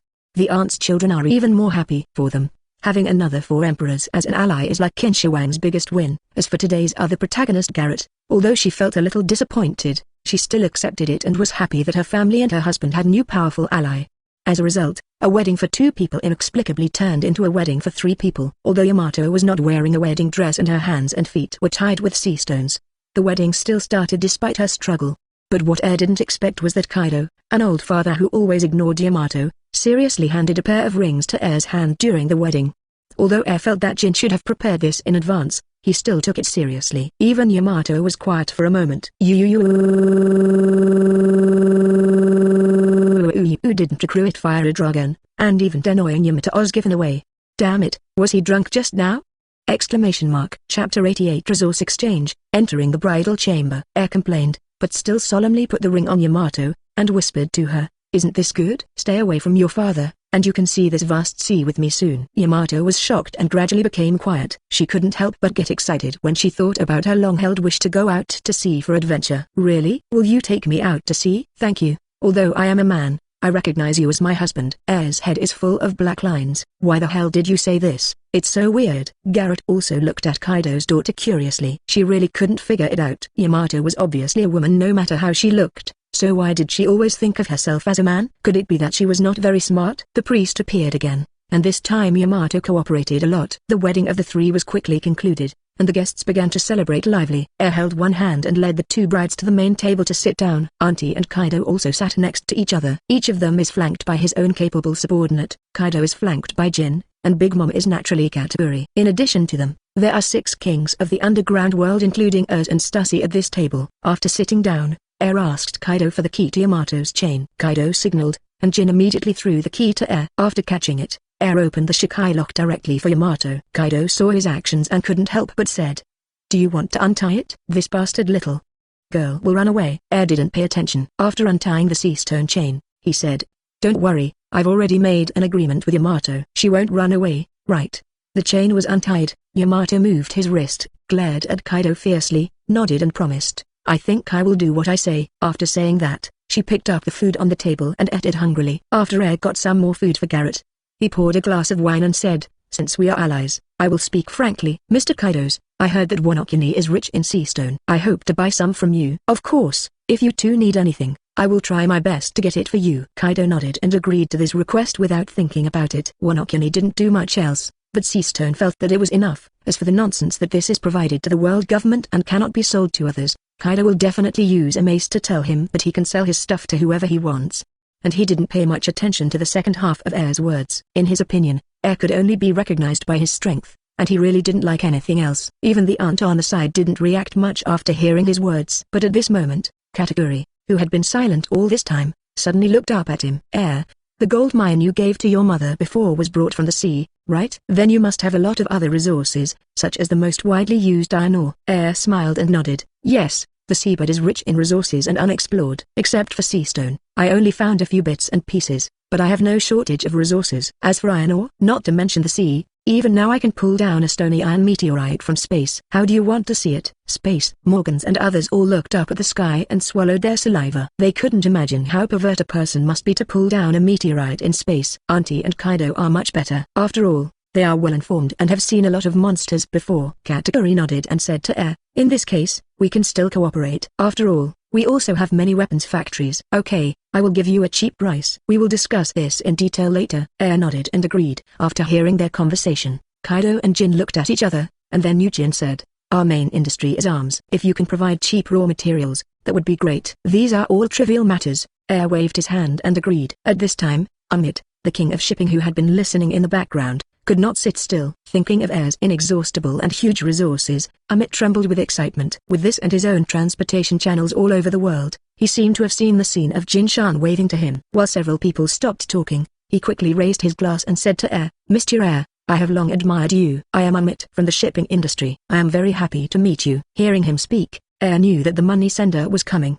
He put down the tableware calmly, raised his glass and smiled kindly. Mr. Amit, I have heard of the name of King of Shipping for a long time. Thank you for coming to my wedding today. The two toasted politely and clinked their glasses in the air, and then heard Amit continue. I just heard Mr. Air say that you have a lot of mineral resources in your hands. I wonder what you are going to do with them? Putting down the wine glass, Air said matter-of-factly, except for keeping some for ourselves. Of course we will sell the rest. Why does Mr. Amit have any ideas about these minerals? Ha ha ha, I am indeed very interested. Amit said straight to the point without beating around the bush. You know, I have transportation channels all over the world. Instead of wasting time and energy on finding buyers for transactions, it is better to leave these trivial matters to me. Whether it's the government or the Revolutionary Army, any trouble you don't need will be solved by me as an agent. Hearing these words, Air's lips curved into a smile. He waved to the attendant to pour him another glass of wine. He raised his glass and said with a smile, Then I'm sorry to trouble you. I wish us a happy cooperation. A pleasure to work with. After negotiating a deal,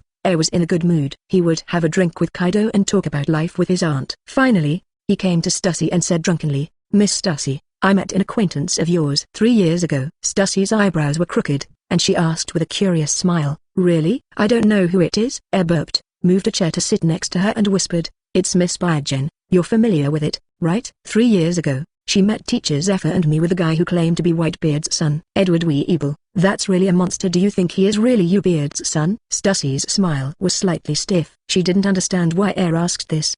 But Kaido was still elegant. I don't know, maybe. Maybe? I thought you knew. After all, you have a close relationship with Miss Byagen, right? First, he mouthed the last few words. But Stussy understood. Her whole body froze instantly, and her heart was filled with turmoil. In her eyes, Air seemed to be shrouded in fog and full of mysteries. She is number one because she is the scientific team led by Vegapunk in the first successful product of the Mads cloning experiment, and Miss Byagen is her mother body. It stands to reason that this news is a top secret that only a few people know, but who knows that Hera is a time traveler? Through the plot, he not only has the intelligence advantage of foresight, but also knows most of the unknown secrets in the world. Looking at Stussy, who was stunned on the spot, Air smiled and did not have a deep conversation with her. Instead, under her complicated eyes, he turned around and wandered to Garrett and Yamato, pulling them from the chair. Rise, let's go back to sleep. Yamato, who was not yet full, threw away Air's hand, grabbed various pastries and crazily stuffed them into his mouth, and said, And wait a minute, the cake here is so delicious, let me finish it. Garrett took the initiative to support the somewhat drunk Air and asked with concern, How are you? Do you feel okay? Looking at Garrett, who immediately became a good wife and mother after getting married, and looking at Yamato, who stuck his butt out and ate like a pig, Air couldn't help but get furious. He smiled gently at Garrett, turned around and grabbed Yamato's collar coldly, dragging her back. Come on, follow me back to the house. And wait a minute. No matter how much Yamato thumped, Air didn't let go. Just like that, under the watchful eyes of the aunt and Kaido, he took their daughter back to the house. Kaido, auntie, sending away a disobedient, weak daughter in exchange for a powerful ally. I will make a profit this time. Back in the house, Air let go of his hands on his hips, but he still looked a little drunk. Yamato, today is our wedding day. Are you planning to eat out all night? Yamato, whose clothes were a little messy due to the struggle, and whose chest leaked a little bit of spring, collapsed weakly on the ground and said sadly, This is the first time I've eaten such delicious food. I'm not full yet. No, now is not the time to think about eating. Yamato sat up suddenly, as the mountain shook under the force. She looked at her excitedly and said, Am I free now? When will we go to see? Where is Whitebeard, the strongest man in the world? I want to see him. And Air rubbed his temples and had a headache from the noise, but he couldn't help but speak. Stop talking. You are still one step away from Kaido's clutches. Let's wait until you do. Yamato was stunned and asked in confusion, Why? Aren't we married? Do you want to leave me? Hey, what do you mean by your tone of questioning the heartless man? Really? Garrett, you should take her to take a bath first. Air rubbed his head and said to Garrett beside him. Garrett's face turned red. Knowing what was going to happen, she nodded and pushed the aggrieved Yamato to leave. Let's go, take a shower, and I'll explain it to you. Wait a minute, I'm a man and I can't take a shower with you. Hey, let's just treat it as a mixed bath. After Garrett coaxed Yamato away, Air sighed and came to the bedside to light a cigarette. What the hell is this? A pretty girl. Why is she such a fool? When we sleep together later, she won't still call me Yaeu or something like that, right? Thinking of the scene, Air got goosebumps all over his body. He angrily threw the cigarette on the ground and stamped it out, swearing in his heart that he would get Yamato's mind back no matter what. Please give me flowers. After a while, the two women wearing bath towels came back. Garrett shyly came to Air and sat down next to him. while Yamato threw the towel carelessly and landed it on the bed with a flying swoop. After rolling back and forth for a few times to feel comfortable, she stood up and looked at Air curiously and asked, "What is the last step?" Garrett said. "Let's do it quickly, and I will be free after it is done." Hiss.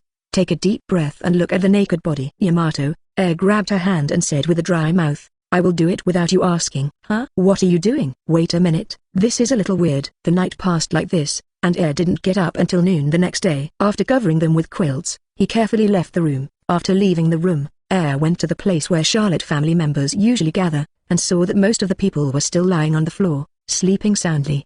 Needless to say, these guys must have formed another party after the wedding yesterday and drank all night long. "Hey, brother-in-law Air, you finally got up. I thought you wouldn't come out until night." Air looked back, only to find that it was Pudding sitting in the corner greeting him. Looking at the people still lying on the corpses, Air walked over. "It's little Pudding. You should say this to Garrett. She is the one who likes to sleep until night." Pudding, who is only 10 years old this year, did not understand the profound meaning of Air's words, so he just talked with his brother-in-law who was very kind to him.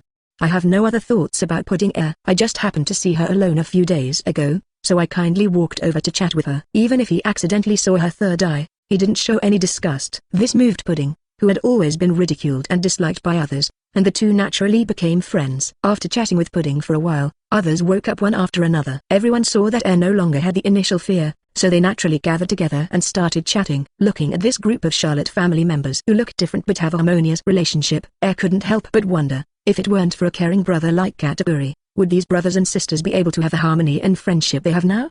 Shaking his head and not thinking about anything else, Air inserted himself into a few people and chatted with some of them. After staying at Cake Island for a few more days and negotiating business with Katakuri, Jin and Amit, Air planned to leave. On the shore, after waving to Power War, Pudding, Katakuri and others who came to see him off, Air controlled the borrowed boat to rise into the sky and sail away. On the boat, Yamato came to the side of the boat, looked down at the sea below, and shouted excitedly, "It's the sea. I finally went to sea. Air, look, that bird is so strange. And over there, is that sea king's? It's so big." Yamato ran up to Air and hugged him excitedly. "Thank you Air, I am finally free." Fortunately, Air has grown a little taller during this period and reached 2.55 meters. Otherwise, he would have been taken care of by the 2.63-meter Yamato facial cleanser. He broke away from Yamato's arms and looked at Yamato, who was finally looking a little feminine in short-sleeved shorts. He said happily, "Okay, don't be like a child. Now that you've finally come out, I'll take you to a fun place." Yamato took 2 deep breaths to force himself to calm down, then nodded wildly and looked at him expectantly. Air took out a piece of life paper from his body and it said Tezzolo on it. Big news. Big news again. In a certain town, a young man rushed into a local pub with a newspaper. A regular customer of the tavern looked at the visitor and asked curiously, "Pace, what happened again? Why are there always big news lately?" Pace took a few breaths, unfolded the newspaper from his hands, pointed to the title above and said, "It's the Fire Dragon." He has formed an alliance with Charlotte Linlin, the 4 Emperor's mother, and Kaido of the Beasts. Everyone who was originally in high spirits immediately lost interest when they heard it was a fire dragon and continued drinking and bragging. Pace scratched his head strangely when he saw the scene in front of him, and shouted in confusion, "Hey, what's wrong with you? This is a big event." But no one paid any attention to him in the tavern. The person who asked the question just now saw that he was still blocking the door stupidly, so he responded, "Idiot, that's the Fire Dragon Air. Is there not enough big news about him during this time? One day he attacks the Holy Land, and the next he marries the 4 emperors. Even if you told me that he would destroy the world tomorrow, we wouldn't be surprised." Chapter 89 Fujitora smiles and recruits. Not to mention these ordinary people, even the government is now paralyzed by the big moves Air makes from time to time. Even if the 5 elders heard the news from him, they would just curse a few words angrily, and then nothing would happen. "What should we do? We can't catch him, and Alabaster is floating somewhere." Even if the government hates Air to the point of which, there's nothing they can do about him. Compared to the government, Marine is even worse. Sengoku, Air's news? It's none of my business, just pretend you don't know. In this way, except for a few thoughtful people, most people are resistant to the news about Air. Even if the government increased his bounty by another 500 million, it did not surprise him. At this time, the 3 people of Air had already taken a boat and arrived at the sky above the golden ship Tezzolo according to the instructions of the Paper of Life. Ignoring the incredulous looks of the melon-eating crowds around him, Air controlled the ship to land in the bay in the center of Tezzolo. The moment Air and the 2 women came out of the cabin, the people around and in the control room who were watching the spacecraft screamed in shock. "No.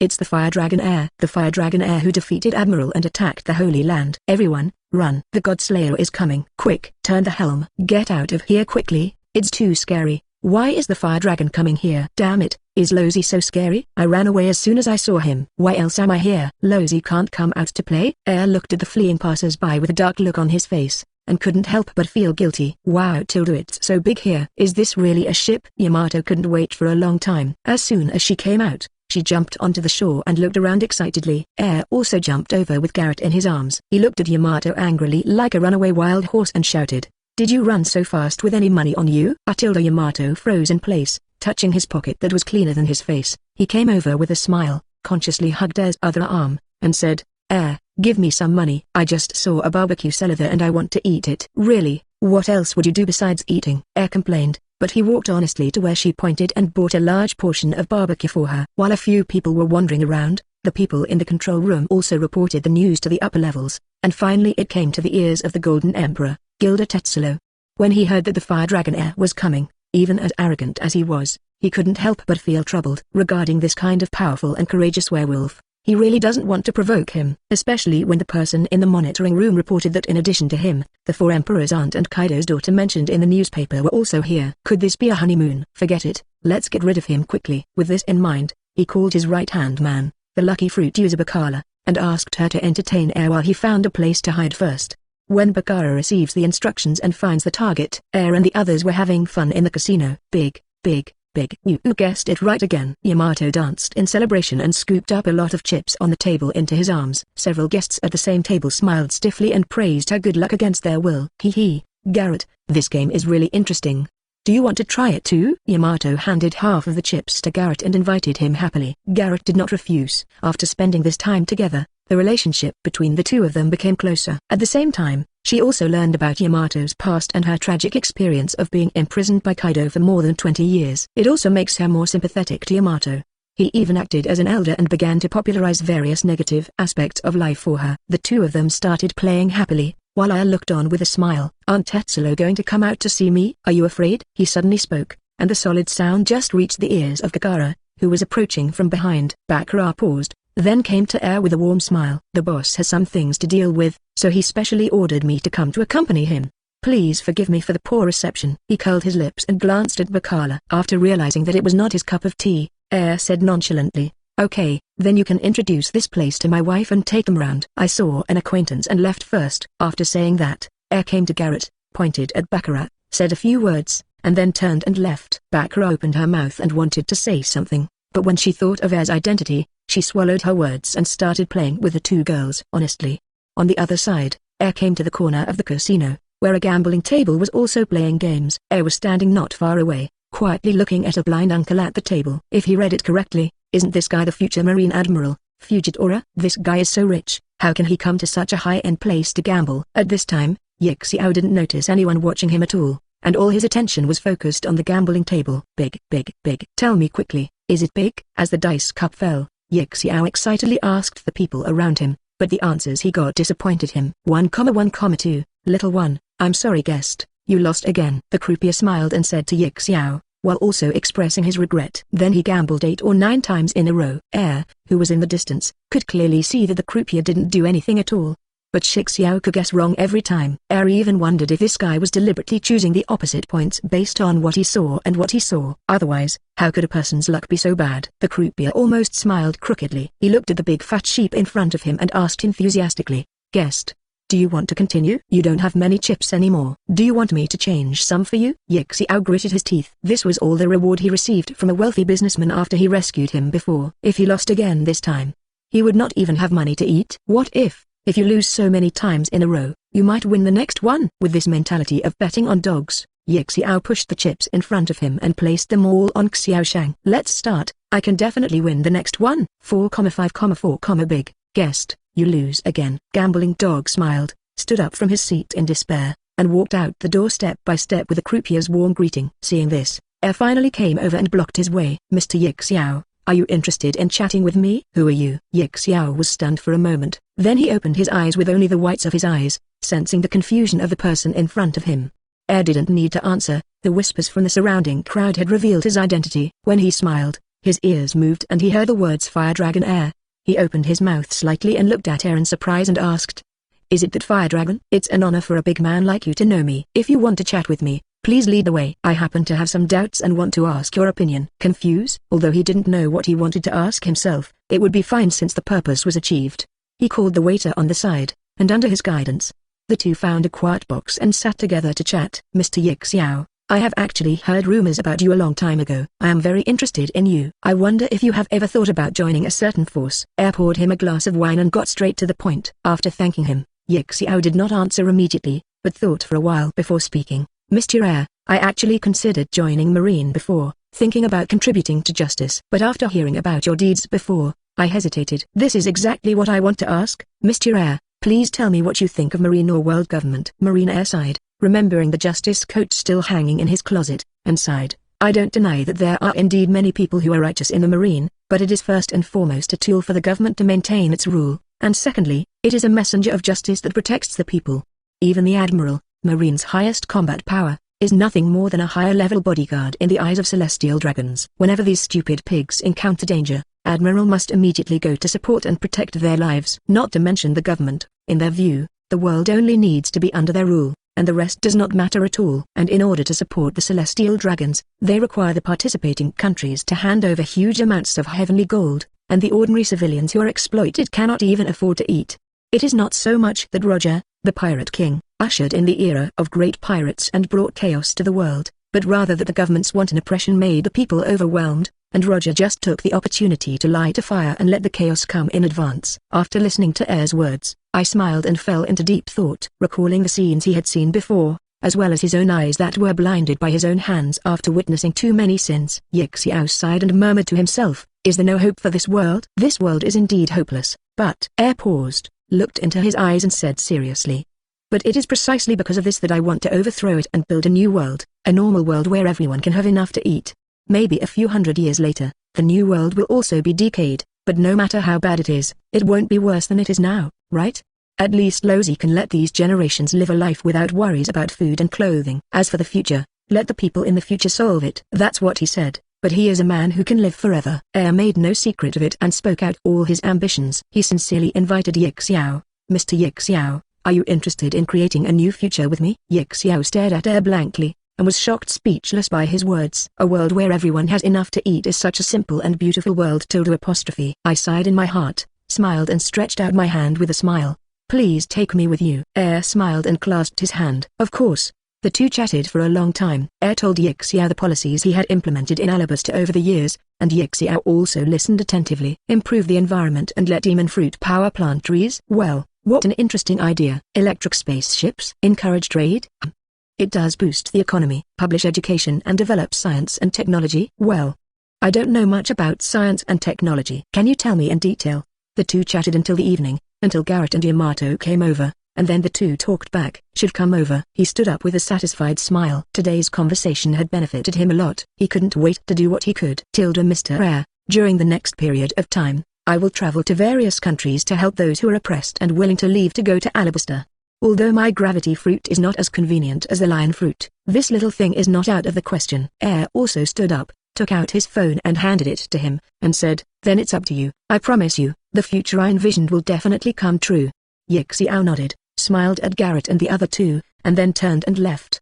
Suddenly he stopped, turned around awkwardly, scratched his head and said, well, Mr. Air, can you lend me some money? I just lost all my money. Air took out a pile of Baileys and handed it to him with a black streak on his head. He couldn't help but warned, bet less, I don't want to see you lose yourself one day. He smiled awkwardly, smiled and thanked her and left quickly. He could detect the strange looks from other people in the room without looking at him. After he left, Garrett hugged Air's arm and asked curiously, Air, who is he? You look like you are having a great time chatting here. Haha. Air laughed, hugged her into his arms, and said happily, he shouted with a smile. He is a talent I just recruited. Don't look at him like this, but he has strength comparable to Marine Admiral. Hey, Marine Admiral, that blind uncle just now? Garrett covered her mouth and said in surprise. Yamato also opened her mouth slightly. She knew how powerful Admiral was from Eden's notes. She didn't expect that the uncle just now had such strength. The tour guide Bakala who came with her was even more shocked. She didn't think that a big shot like Air would take it for fun. That also proves that the guy who almost lost his pants in their casino really has the strength of Admiral. What day is it today? First there is a monster who defeated Admiral, and then there is a strong man who can rival Admiral. Is it possible that Lord Tezzolo is having bad luck today? Do you want to help him yourself? To replenish your luck. Letting go of Garrett, Air asked Yamato with a smile. How was your day? Did you have fun? Yamato kept nodding, holding Air's arm and telling him what he had experienced. Air did not interrupt, smiled and listened to her story, and followed back to the bedroom that had been arranged long ago. Since Air hadn't eaten yet, Bakala, Wang Zhao sent some food over. After the arrangements were made, she left with great discernment. Air originally planned to chat with the two women, eat something, and then go find Tezzolo. But Yamato suddenly pulled him and said with stars in his eyes, Air, let's play games again. Everyone knows what this game is. Faced with the invitation from his beautiful wife, Air immediately forgot about Tezzolo and started the game. A few hours later, Air stroked their smooth jade backs and felt that it was almost time, so he told them about their first embrace. The two girls, who had become dependent on him, agreed without thinking. Air also opened his fangs and performed the first embrace ceremony for the two of them. Soon the two girls turned into succubus forms with red eyes, fangs, pointed ears, and small wings, and even the physical strength they had just lost recovered most of them. Air looked at their new looks with satisfaction and pounced on them again. It was noon the next day. Air ordered some food and served the limp Garrett after eating. He gave a few words of encouragement to the energetic Yamato and disappeared from the room with a flash of light. Yamato curled his lips in displeasure and sat on the edge of the bed to guard Garrett, who had fallen asleep again. Bored, she looked around and suddenly saw the book on the bedside table. 100 Little Secrets That Women Have to Tell? He read the title of the book in a low voice, and Yamato started to read it curiously. This sight completely opened the door to the new world, and Yamato finally realized that this was a woman. Hey, so Air isn't playing games with me at night, eh?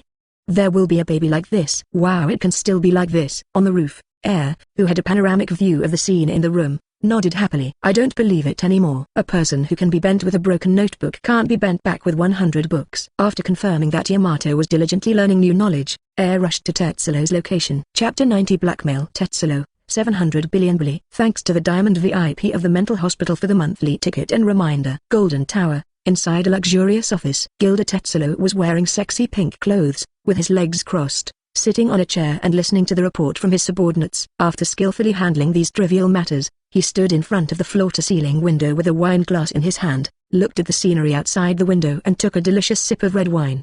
Thinking of Bakara's report yesterday and knowing that Air was calm and not causing trouble, he was convinced that the other party was just here for honeymoon and fun. It's another beautiful day, Tilda sighing. Tezzolo turned around. Then he froze and saw Air sitting on the sofa, shaking his wine glass and looking at him playfully. Hello, Mr. Tezzolo, your office is pretty good. Tezzolo looked at Air, who came to his room at some unknown time, and felt an unknown feeling in his heart as 10,000 grass and mud horses ran past him. He adjusted his mood, sat down opposite Air, and asked Air enthusiastically, Mr. Air, what can I do? After carefully sipping the wine in the glass, Air answered his question with a smile. Nothing, I just heard that Mr. Tezzolo is very rich and I plan to ask you to borrow some money to spend. When Tezzolo heard that he was borrowing money, he breathed a sigh of relief. He was short of everything except money. As a result, Air's next sentence allowed him to break his defense. I don't want much, let's borrow 500 billion Beli first. My NMs. Tezzolo suddenly became angry. He called you sir to give you face. You really think you are a person? If you dare to be so arrogant in my territory, you may not have died before. In an instant, the gold decoration on the sofa moved and tied Air up tightly. His hand was wrapped in golden haki, and he punched Air in the face without hesitation. Air easily used Li to financialize the gold and broke free. In the blink of an eye, she came behind him, pulled out the Exukairi, put it on his neck, and said, Mr. Tezzolo, you don't want your slave's identity to be known to the celestial dragons, do you? Tezzolo kept pumping his fist and stood there blankly. A drop of cold sweat slid down his cheek. Impossible. This is a secret I haven't told anyone. How could he know it? With the celestial dragon's urinary nature, if they knew that Tezzolo was a slave who escaped from the Holy Land, they would definitely send high-end combat forces to capture him, and then legitimately take his assets as their own. When he thought of this possibility, Tezzolo's killing intent immediately surged, and he turned around and kicked out a whip regardless of the long knife on his neck. Air just covered his waist with armed colors, stood there without moving, and took the blow directly. Damn it! Seeing that the attack was ineffective, Tezzolo quickly twitched his leg in an attempt to change his attack, but 560 tried several times and couldn't pull his leg back. Air held his calf with one hand, showed his big white face and said with a smile, Don't worry, it's my turn too. Tezzolo's face turned pale, and before he could react, he was lifted upside down. Air used one hand to spin him in circles like a windmill, so fast that even after images appeared. After probably a few thousand turns, Air covered Conquerors and slammed him to the ground. Boom! Tezzolo was like a meteor, smashing directly through the entire building from the top office, leaving a large crater dozens of meters deep on the ground. Wow! Tilda. Vomiting a large mouthful of blood, Tezzolo rolled his eyes and instantly lost consciousness. The huge movement here immediately attracted the attention of others, and a large number of security forces began to pour in. Tezzolo's guards Bakara, Tanaka, and Dias also hurried over. "This is?" Bakara and the others came to the entrance of the cave and looked at the figure below, their mouths wide open in disbelief. "Mr. Tezzolo, who did this?" Tanaka shouted angrily, as a guard of Gulen Tezzolo. He actually had someone beat up the boss at the base camp. This was a serious dereliction of duty. "It's me." "What? Do you have any opinion?" Air floated down on the moonwalk, stood in front of several people with his hands in his pockets, and spoke calmly. When they saw the person coming, the three of them immediately shivered. Tanaka quickly bowed down and apologized respectfully, secretly cursing himself for being a bitch. "I'm sorry, Mr. Air. Please forgive me." Bakara and Des also lowered their heads, not daring to look directly at him. Bakara doesn't think the three of them will be the opponent of this monster, so let's just wait and see what he plans to do. Des, who thought he had amazing endurance, was as quiet as a kitten at this time. Although he liked the enemy's powerful attacks, he really didn't dare to say a word when it was the same as seeking death. The three cadres were so frightened that they shut up, not to mention the other soldiers, some of whom had poor psychological quality and were about to urinate at this time. Ignoring them, Air jumped down into the pit on his toes, kicked Tezzolo angrily at the lying corpse, and said, "Don't pretend to be dead. I didn't use all my strength at all. Get up quickly when you wake up." "Damn it, so many people are watching me, don't I want to lose face?" Tezzolo reluctantly sat up while lying on his body, wiped the blood from the corner of his mouth, and called Bakara to come down and help him. Does this count as keeping a hand? At least half of his ribs were broken, his left hand and left leg were also fractured, and his brain was still a little dazed. It was probably a concussion. Is this the strength, Seth, of the world's top monster? After briefly treating the wound, Tezzolo finally found a room with Air and sat down to chat calmly. 500 billion is too much. It's basically my entire net worth. How about 250 billion? With his left hand hanging on his chest, Tezzolo gritted his teeth and told the price he could bear mentally. Air just looked at him quietly without speaking. 500 billion is your entire worth? Just use this to light our ghosts. Air won't rest easily if he doesn't squeeze out a little bit of oil and water today. As soon as Tezzolo got angry, the pain from his body forced him to calm down. Fujitora, I understand. I will pay 500 billion Beli equivalent in gold. Please give me some time. Not enough. Air crossed his legs and said calmly, "This was the previous price, but you refused. Now in addition to the one-time payment of 700 billion Beli, you also have to pay 8 billion in protection fees every month. This is your apology for offending me." Tezzolo was about to slap the table and stand up, but when he saw Air's cold eyes and thought that his life was still in his hands, he sat down obediently. I pay." He gritted his teeth and agreed to Air's request with a twisted face. As soon as the words came out of his mouth, his whole body felt as if his strength had been drained, and he went limp. Tezzolo recalled his life, from the humble slave to the super-rich man who is now truly wealthy. In the past, he had everything if he was rich, but today he realized how ridiculous this idea was. In this world, the strong own everything from beginning to end, but for those as weak as him, the only thing waiting for him is to be slaughtered. Looking at Tezzolo, who was looking at the sky and looking suspicious, Air was afraid that something might be wrong with this kid, so he quickly sat next to him and began to comfort him. "Don't worry, since you paid the protection fee, we are a family. Seeing that you have given enough, I will give you a gift. I guarantee that you will absolutely love it." Tezzolo was attracted by his words and looked at him suspiciously. Air smiled slightly, quickly transformed into a vampire form, and then bit his neck without waiting for him to react. What did you do to me?" Tezzolo exclaimed, covering his neck and looking at Air angrily. Air said nothing and exited the vampire form, holding his chest and quietly waiting for his change. Not long after, the transformation was completed. Tezzolo looked at his extra wings and fangs in horror, and said in disbelief, "What's wrong with me? Is this Zone's human animal form? Impossible. I have already eaten the fruit. If I eat it again, I will die." He didn't panic for long. Air smiled and explained his abilities to him. After learning that Air could keep him young and immortal, Tezzolo had to say that his heart was moved. No one can resist the temptation of eternal life, especially a rich man like him. Even though the price was to sell his soul, he couldn't resist the temptation at this moment. "Mr. Air, no, Mr. Air, please rest assured that I will definitely provide you with the money on time." Looking at Tezzolo, who showed his loyalty, Air was not stingy. He put a hand on his shoulder and gave him 50 years of life force. Feeling a surge of heat pouring into his body, Tezzolo guessed something and quickly found a mirror, and finally saw his current appearance clearly under the reflection of a knife. "You can't go wrong. This is what I looked like when I was 20 years old. I'm really young again." Tezzolo put down the knife, came to Air excitedly, and bowed to him respectfully. "Lord Air, thank you for your reward. No matter what, please give me your instructions." Seeing Tezzolo's 180-degree change in attitude, Air smiled with satisfaction. Part of this is because he is greedy for immortality, and the other part is because Air has control over his bloodline after first embracing him. Even though Hina's children often make sarcastic remarks to her, Dr. Andy also dares to get angry at herself. That's just Air's special treatment for a few people. If he really wanted to, he could directly control the other party and make the other party a real puppet. After patting him on the shoulder and pulling him to draw some pie for overthrowing the government and killing a few celestial dragons to avenge him, the two came out. Baccarat and the other three were still waiting not far away, anxious in their hearts, praying that the boss would reach an agreement with Air. Unexpectedly, when the two came out, what they saw was that not only were they talking and laughing, but the boss Tezzolo acted like a younger brother, following Air as if he was trying to flatter him. When the two of them walked in and looked at the younger boss, before they could ask anything, Tezzolo said, "Lord Air will be our distinguished guest from now on, and his orders are equal to my orders.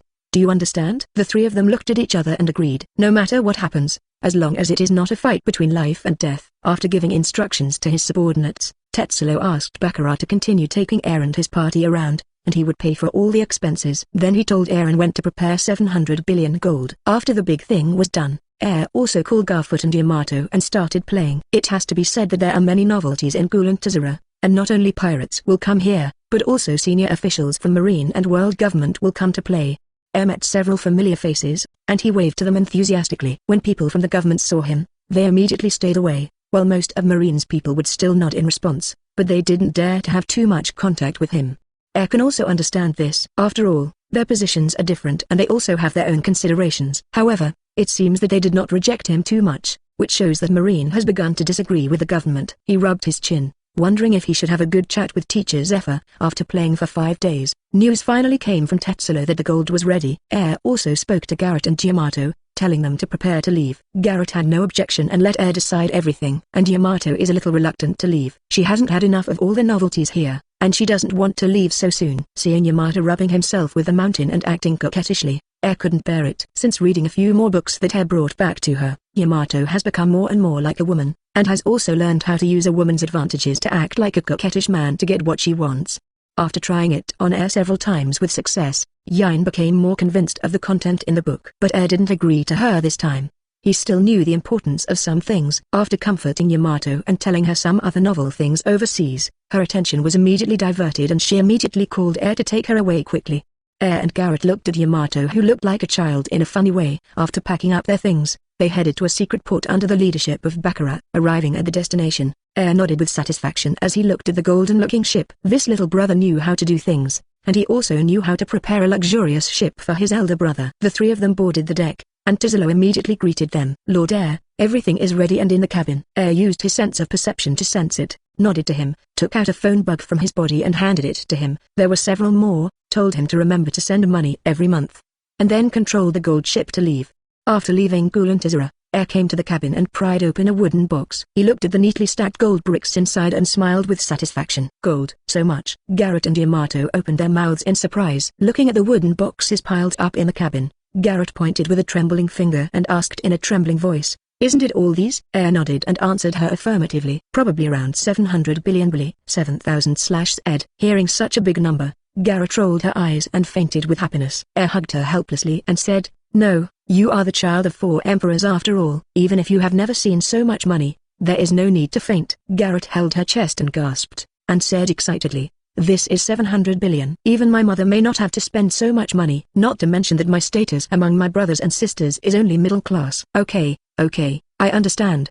Take a deep breath first and relax." After finally comforting Garrett, Air found that Yamato's mood was not right either, and quickly called her. "Gold. A lot of gold. Is this the legendary secret treasure?" Yamato murmured in a low voice, wondering if there was a mistake in Eden's book. "Isn't the great secret treasure in Raft?" What's going on with the piles of gold in front of him? She began to think about which of the great secret treasures was more valuable than the gold, and her brain was almost dry and smoking, and she couldn't even think clearly about it. Only then did she hear Air's voice. Yamato, what's wrong with you? With your personality, shouldn't you be disinterested in these things?" Yamato came back to his senses, looked at Air eagerly, and asked expectantly, "Air, are you my Roger?" "What the hell is this?" People in Air were dumbfounded and didn't understand what she meant. Seeing this, Yamato quickly opened his mouth to explain to him. "You see, Eden followed Roger to find the great secret treasure, and I followed you to find the Golden Mountain, which is not the same as the great secret treasure. So you are Roger, and I am Eden."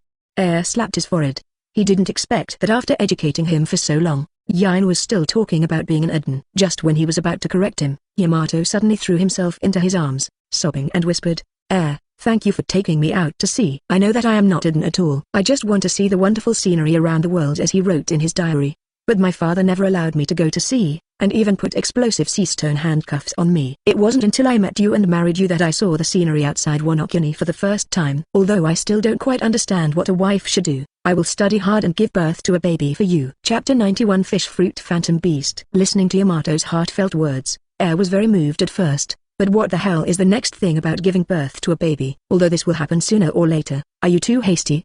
Smiled, hugged the two women into his arms, and whispered, I am lucky to have met you. I feel extremely happy to have you by my side in the days to come. The three of them cuddled together, and the scene was very warm. After that day, the relationship between the three of them took a further step, and the two women became more open-minded. Yamato pulls around every day, saying he wants to give birth to a baby for him, which makes very tired every day. Not to be outdone, Garrett said that the Charlotte family has the most say when it comes to having children. It was during these days that saw the unique use of butterfruit. Yamato also revealed the form of the Phantom Beast Oguchi Shingo for the first time, although it was used to speed up and restore physical strength.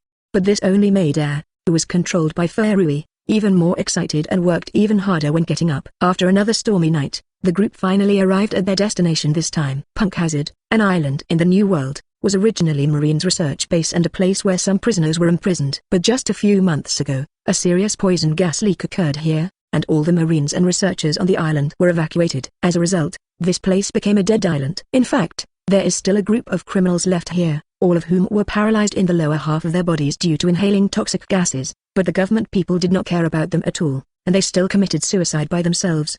After Air controlled the spacecraft to the nearby sea area, he held his breath alone and came to this island full of poisonous gas. Although he didn't think that the poisonous gas would be harmful to him due to his physical condition, it was always right to be careful. Without disturbing the group of criminals, Air sensed the only remaining research institute on the island, and was guided to a laboratory by his knowledge. His whole body was wrapped in flames, easily melting the iron door, and Air stepped in. We have found the failed product that Vegapunk calls the artificial devil fruit made from Kaido's blood factor, the fish fruit phantom beast species, the pink dragon fruit, saying that the peach color reminds people of a certain disgusting garbage. Breaking the glass container and taking out the pink devil fruit inside, Air said to himself excitedly. At first, after Air saw a kid using his ability to turn into a dragon from an animation, he really thought it was a failure. It wasn't until later that he learned that the failed product was just because the color was wrong, and the perfectionist Vegapunk didn't like it.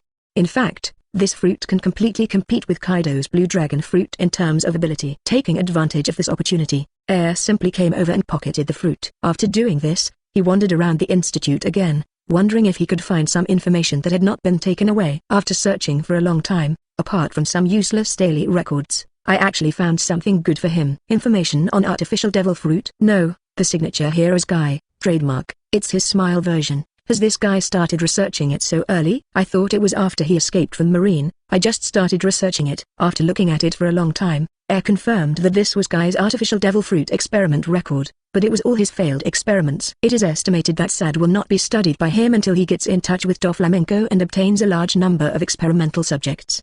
Come out. However, this was still somewhat useful, and Air carefully collected these records. After checking carefully again to confirm that no other information had been pulled down, Air left the place in a flash. The next step was to rush all the way to Alabaster. When passing the Holy Land, Air found that it was much quieter than before, but he still enthusiastically gave them a few rotten seaside ink. During this period, in addition to the major events caused by Air, there are also some hot topics that people are talking about. For example, Ace, whom Air has been paying attention to, entered the New World not long ago. After visiting the red-haired Shanks of the Four Emperors, he launched a challenge to Whitebeard. Please give me flowers. However, he was stopped by Shikibukai Jinbei, so the two fought for 5 days and 5 nights and ended up tied. Finally, Ace joined the Whitebeard pirates, giving up his dream of becoming the Pirate King, and instead helped Whitebeard become the Pirate King. Air just smiled and put it aside. He was not interested in the famous Ace or Whitebeard, who was known as the strongest in the world. The only one who could make him pay attention was Marshall, who was still dormant in the Whitebeard pirates. Deach. This guy is Air's serious enemy. In more than a year, he will take action against Team 4 Captain Saki, snatch the dark fruit, and then betray the Whitebeard pirates. Afterwards, a series of chain reactions will occur. Air just waited for him to muddy the water, and then fished in the muddy water to take advantage of it. But it's still early for these things to happen. What Air is most concerned about now is how to deal with the 4 menacing women in front of him. Rewatching a play. See Circle Calendar 1518, December 9th at p.m. Air, who had been wandering outside for a long time, finally returned to his loyal Alabaster. He had just stepped off the spaceship, and before he could stand still, a powerful and heavy tempest kick swept towards him. Air waved his hand to disperse the attack easily, looking towards the direction where the tempest kick came from. He saw Ain slowly lowering his leg. Beside her, Hina, Vivi and Nasha were looking at him wolfishly. Only Ru came over, gave him a warm hug, and whispered in his ear, "Be careful, they are quite angry." Gyuda Air swallowed and looked like Ru looking for help. But she didn't pay attention, just smiled and waved and walked away. At this time, Garrett and Yamato also jumped off the boat. Looking at the murderous 4 girls opposite, they subconsciously stood beside Air and became vigilant. His Fujitora. Hina was still full of momentum as the royal sister. She held one hand in front of her, looked at Air with a cigarette in her hand and asked coldly, "Don't you want to explain it to us?" This. Chapter 92. Shura Field. Air stood there, hesitating and not knowing how to answer. Yamato next to him started to question first. "Who are you? Do you want to fight?" Ain laughed angrily at her words. She pointed at Air, raised her head, and said arrogantly, "Ask that guy yourself who we are. Didn't he tell you?" Garrett and Yamato both looked at Air with doubtful eyes, waiting for his explanation. Air scratched his head, laughed awkwardly, and quickly pulled the 2 of them to his children and introduced them. "Garrett, Yamato, this is Hina, the former Colonel Marine, and this is Vivi, the Queen of Alabaster. This is Ain, a classmate from the same recruiting camp as me. This is Nasha, my Deputy 943 officer when I was in Marine, and the one just now is Ru, the Princess of the Germa Kingdom." After all the names were introduced, Air whispered under the fiery gazes of the women, "Well, they are all my fiancé." As soon as the words came out, neither Garrett nor Yamato had any unusual reactions, but greeted the girls enthusiastically. Yamato doesn't care about her fiancé, as long as she knows that these people are not enemies but friends. But Garrett was beyond Air's expectation. He originally thought that Garrett would not be able to accept it. Looking at Air's strange look, Garrett smiled and said, "Don't forget, my mother has had 43 husbands. Although I didn't expect you to have so many women, I can still accept it." As soon as these words came out, let alone Air, even Hina's children who wanted to see Air's jokes were fooled by her. Vivi glared at him, smiled and started chatting with the 2 girls. The other girls also joined in and introduced themselves to each other. For a while, Air became the ignored one. "Really, do you have so many brothers and sisters?" It turns out that Katakuri, one of the 4 generals, is such a good brother. "I really can't tell." "Hey, have you been imprisoned by your own father for so many years?" "It doesn't matter, we will be your family from now on." "Wow, Yamato, are you also a user with the ability of the Phantom Beast Seed Fruit?" "What kind of ability is it? Can you show me?" Looking at the 7 girls who were chatting with each other, Air could not help but breathe a sigh of relief. "Fortunately, I finally got through it." Just when he thought this, the 7 girls all cast their captivating glances. Air couldn't help but take a step back, and asked in a trembling voice with inexplicable fear, What's wrong?" Hina stepped on high heels and came to Air, grabbed his tie, and said while walking back, "Come, follow me back to the house." The other women behind him also followed suit. Arriving at Air's bedroom, Vivi told people not to disturb her. Ain locked the door, Nasha closed the curtains, and Zijiu took out the rope. A few minutes later, the happy thing did not happen, but Air was tied up like a rice dumpling. Although he was able to break free, he did not do it desperately, but quietly waited for the girls to surrender. "Arsehole, every time you go out, you bring back several women." "I forgive you this time, but what about next time?" "Tell me, do you have any other women outside?" Vivi condensed water into a whip, and the air she whipped made a crackling sound. Looking at her expression, she seemed very excited. Air shook his head and hurriedly swore on his dead parents that he would never leave any romantic debt outside. After hearing that he swore on his dead uncle and aunt, the other women breathed a sigh of relief and believed him. But at this moment, the phone bug in Air's clothes rang. Hina loosened the rope a little and took out the phone bug to answer the call. Moses, is this Air?" "Miss Stussy wants to talk to you, and the Pirate Empress Shikibukai also asked someone to find me and said she wanted to meet you. I asked Newsbird to take their phone bug to you, so I hung up first." The voice of Morgans, the Birdman, came from the phone bug. He seemed to be in a hurry, so he said these words in a hurry and hung up the phone. Seeing the cannibalistic eyes of his children, Air tearfully apologized to his parents in heaven, and then became more determined to kill Guggins. "I said I didn't know, do you believe me?" "What do you think?" Hina said with a sneer, taking off her gloves as she spoke. Garrett thought for a moment and added, "On the wedding day, I seem to see Air chatting with Miss Stussy." "Oh? That means there are still witnesses." "Thank you. I would have forgotten if you didn't say it." With tears in his eyes, Air was beaten severely by his children, led by Hina. Finally, Gout, Yamato, Andrew also found it interesting and joined in. In the end, they kicked Air out of the room and warned him not to enter the house until they forgive him. Helpless, Air had no choice but to buy some things to please them and beg them to give him another chance. At this moment, Ru was considerate and took the initiative to help Air persuade his children, and then they let him go. However, in order to warn him, he was forced to pay the public food for one night. It was not until the next day that his bones were almost falling apart, and he was let go by his children. Rubbing his waist and walking out of the room, Air sighed. By the way, Yamato looks a little weird in 3.1. Why does he always like to hang out with Hina? Shaking his head and putting the matter behind him, Air went out and found Vivi, who had been kicked out early and was now handling government affairs. Seeing him come in, Vivi turned away her head angrily, moved a chair to sit next to her in a funny way, and Air comforted, "You are still young, those things are too early for you." Vivi pouted and said angrily, "Humphrey, you are all bullying me." Sister Hina said so, and so do you. Just wait, I will be an adult in 2 years. Okay, I know. But you haven't done it yet, haven't you? Tell me about the situation in the country during this period. Chapter 93 Actual Combat, Attacking a Certain Country. Seeing Air change the subject, Vivi snorted in displeasure, but still told him in detail about Alabaster's latest situation in the past few months. The whole country plus the islands you brought have a total population of 11.2 million. In the national competition held some time ago, we discovered many capable newcomers. Some of the most powerful people were even recruited into the re-unit by Lin Enti, allowing them to learn the 6 moves from the regular members. There are also many young but talented children who have joined Ru's youth training camp, Rua, with the permission of their families. In other matters, Bell followed your instructions before leaving and captured Wapol, the king of the Drum Kingdom. Dr. Andy studied the Wapol metal he fused and found that it was indeed a shape that had never appeared before. Memory alloy. 2 weeks ago, Dr. Andy sent news that a new flight power engine had been successfully manufactured, and he applied to carry it on a ship for flight experiments.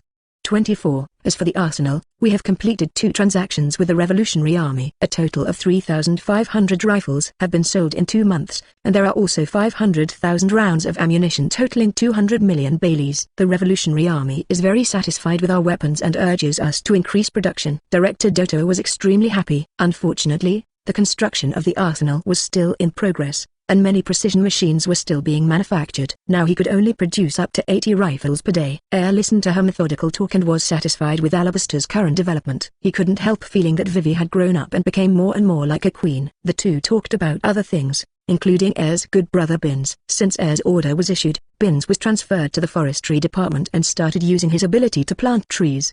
He must have been unwilling at first, thinking that he should fight bravely on the battlefield to kill the enemy. If it was not possible, it would be fine to let him become a 6-style instructor. But unfortunately, this was the original brother's order, so he had to comply with the boss's order. As a result, this time he really made a name for himself. The big trees that were originally going to be planted one by one, now just need to scatter the tree seeds, and then let him go over to dance and use his abilities, and the entire desert will instantly turn into a forest. Binz's reputation in the country suddenly rose, and many people admired this pioneer in improving the environment. Seeing that he had so many admirers, Binz immediately became excited and began to feel that the job was not bad, so he worked harder. Recently, there was news that he found the right girl. It is said that he stayed in the desert and did not plan to come back. After listening, Air silently gave him his blessing, and after discussing with Vivi, gave him a piece of land and the title of Earl. After understanding the situation, Air spoke to Vivi and came alone to the Ru troop camp where Lin was located. Nowadays, in addition to the official members of Ru, there is also a camp for Ru members composed of Ru members and children. Linen is now a colonel in the kingdom, responsible for the selection and training of personnel in important protective areas throughout the central region. It can be regarded as the most important history in Air's hands besides Hina's children. Air came to him today to inspect the training of the troops, and the most important thing was to hand over the Phantom Beast Pink Dragon Fruit to him. Fantasy beast species. Can I do it? Lin looked at the fruit handed to him and asked unconfidently. Take it, I prepared this specially for you. You are my most capable subordinate. The stronger you are, the more helpful you will be to me. Air handed the fruit to his hand and affirmed. Lin looked at Air with enthusiasm. He was so touched by his idol's recognition that he ate the whole fruit in a few mouthfuls without hesitation. Air didn't even rush to stop him. He had already swallowed the fruit and closed his eyes to feel the changes in his body. Not long after, with a dragon roar, a dragon more than 50 meters long appeared above the training ground. Perhaps due to lack of skill, the dragon flew crookedly and could fall down at any time. Lin released the transformation, landed safely on the ground, looked at his hands and said in disbelief, What a powerful force. I feel that I am more than 10 times stronger now than before. Okay, you are not yet fully familiar with the abilities this fruit brings to you. When you master it or even awaken, this fruit will truly show its power. Lin En nodded excitedly and swore loudly that he would work hard to develop it and not let him down. Now that the fruit has been eaten, asked another question that he was more concerned about. How do you think of the Haki training manual I gave you before? It's been almost a year. Have you mastered Haki? This, said Haki. Lin En shook his head in disappointment and said, I am the only one who has barely cultivated the armed color, and the others have not yet entered health at 10 o'clock. It's okay, Haki, there are things that countless people will never learn in their lifetime. It's normal to have no clue for the time being. You geese should share more experiences with each other. If you have time, you can also teach other people in the Ru unit to see if they have any experience. The gift of learning. After speaking, thought for a while and added, Haki still needs to rely on actual combat to gain more understanding. If you contact Theodore and the others, it's time for you to go out and exercise. Actual combat. Lin En became excited immediately after hearing this, and he quickly asked, Your Highness are we finally going to go out on a mission? Is it to assassinate the leader of an enemy country, or to spy on confidential information? Angrily, slapped him on the head and lectured, What are you thinking about? What you are talking about is the work of the SAS, Special Assassination Unit formed by Your mission this time is to attack a country. Attack the country? Do you just rely on us? Idiot, of course not. This time, the entire Air troops, as well as a small number of the King's army, will participate in this operation. Then told him about this goal. Chapter 94 Air and Space Battleship. The Kingdom of Tomtoa has a land area of more than 1 million square kilometers and a population of more than 4 million. It is a major tobacco growing and exporting country. Even the cigarettes usually smokes are produced in this country. Logically speaking, this should be a wealthy country where the people are happy and the country is prosperous. But since the current king came to power 10 years ago, domestic taxes have been mentioned again and again. In addition, it is a member country of the government and has to pay a high amount of heavenly money. As a result, the people of this country are miserable. And there have even been several rebellions in the country. But because King Marlow III spent a lot of money to build a powerful army, all rebellions were extinguished, and those who dared to resist were massacred. This was the news that was reported back not long ago by a member of the SAS force, the assassination team composed entirely of vampires that had sent to various parts of the world. After learned about it, he thought about letting the guys from the Ru army go out to practice their skills, and he just happened to get this country with good conditions in all aspects. After giving the general information, he asked Lin En to contact other people immediately and ask them to gather in the capital in 5 days. After giving the instructions, also left the Ru troop station and flew towards the experimental base affiliated to the Academy of Sciences. As soon as they approached the experimental base, there was still some distance to go, but saw the small spacecraft flying in the sky at a glance. Is this a success? With doubts and joy, quickly accelerated and boarded the spacecraft in a flash. The engine is running stably.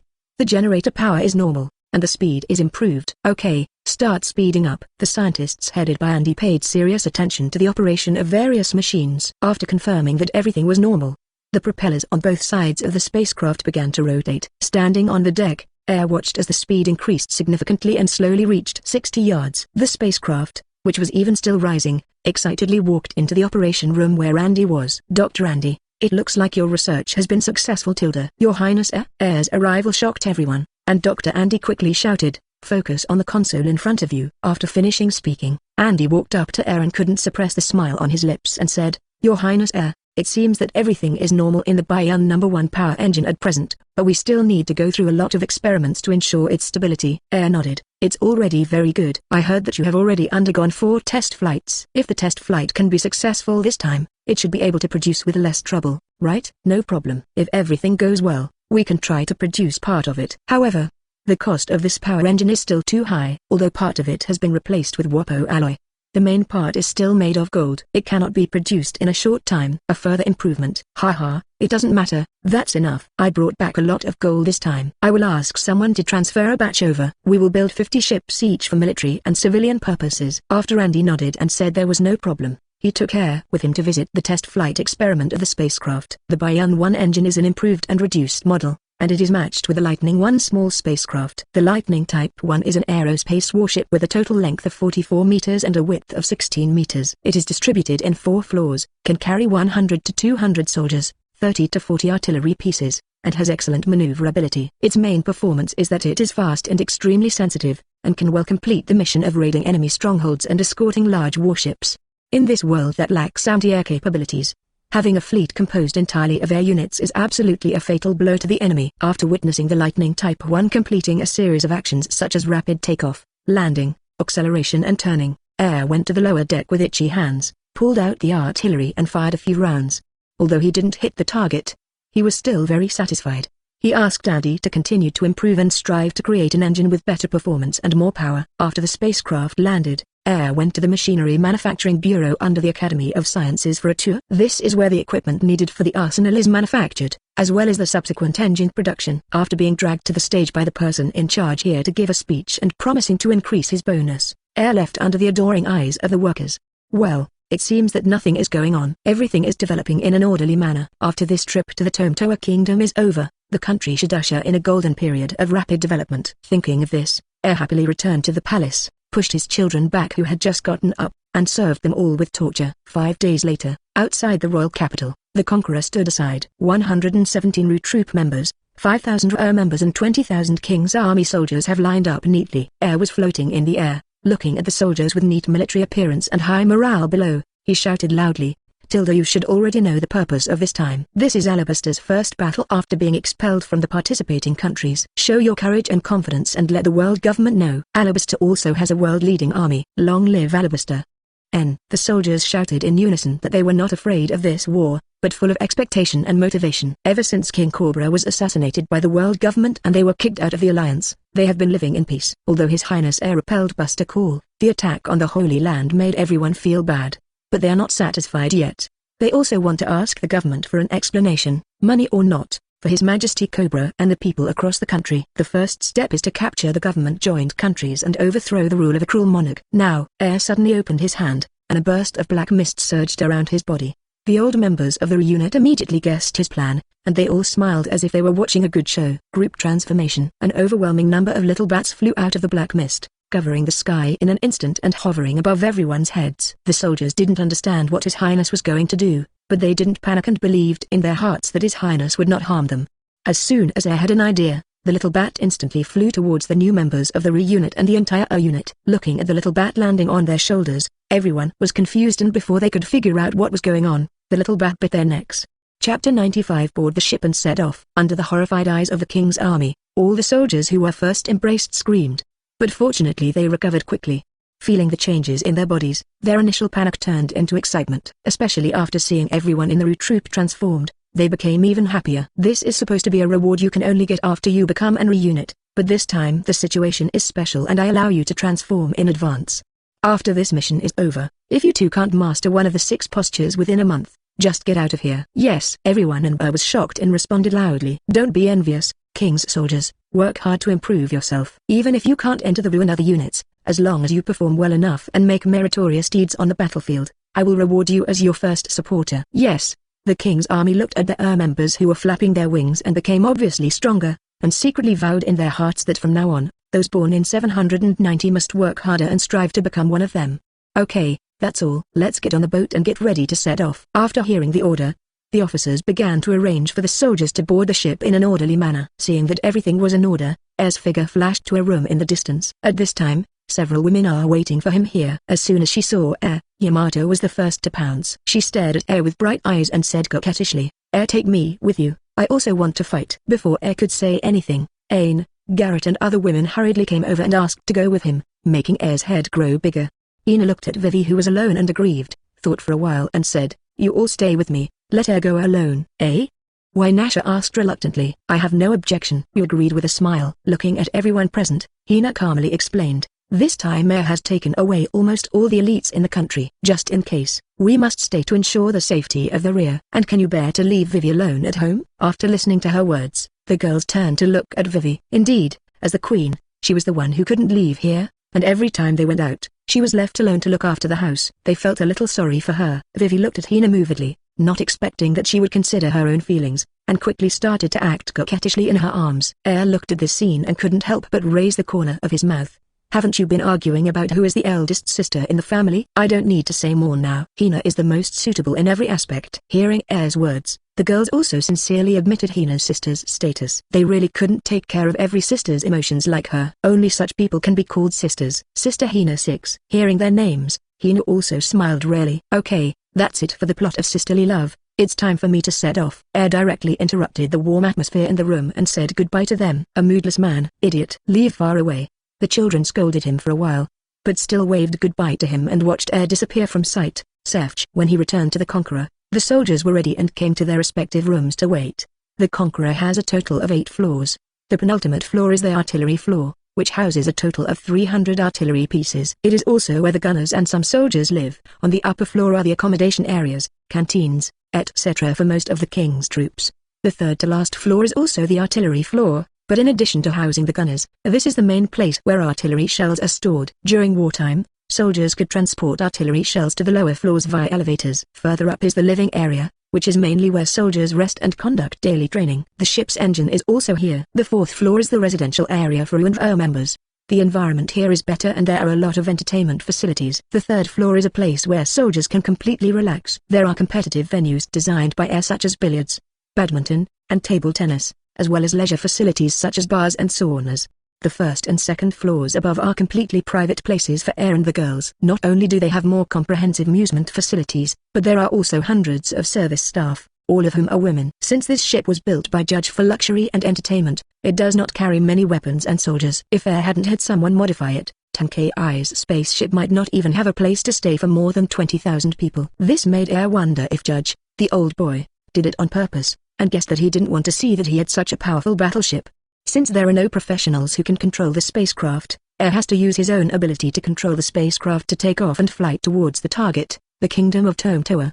Grand Line, not far from the waters of Sabadi Archipelago, where the Kingdom of Tomtoa is located. At this time, King Tomtoa, Babbitt Milo III, was entertaining a distinguished guest. Zania, are you still used to living here during this time? If you are not satisfied with anything, I will ask the servant to relieve you immediately. Opposite him, the woman named Zania shook her head with a smile, and said with a moved face, "Thank you, Marlowe. The Holy Land now stinks and is attacked from time to time. It is no longer safe to live in. Fortunately, you took me in, otherwise I would have nowhere to go." "Don't say that. It's an honor for you to come and stay with me temporarily." "I should thank you."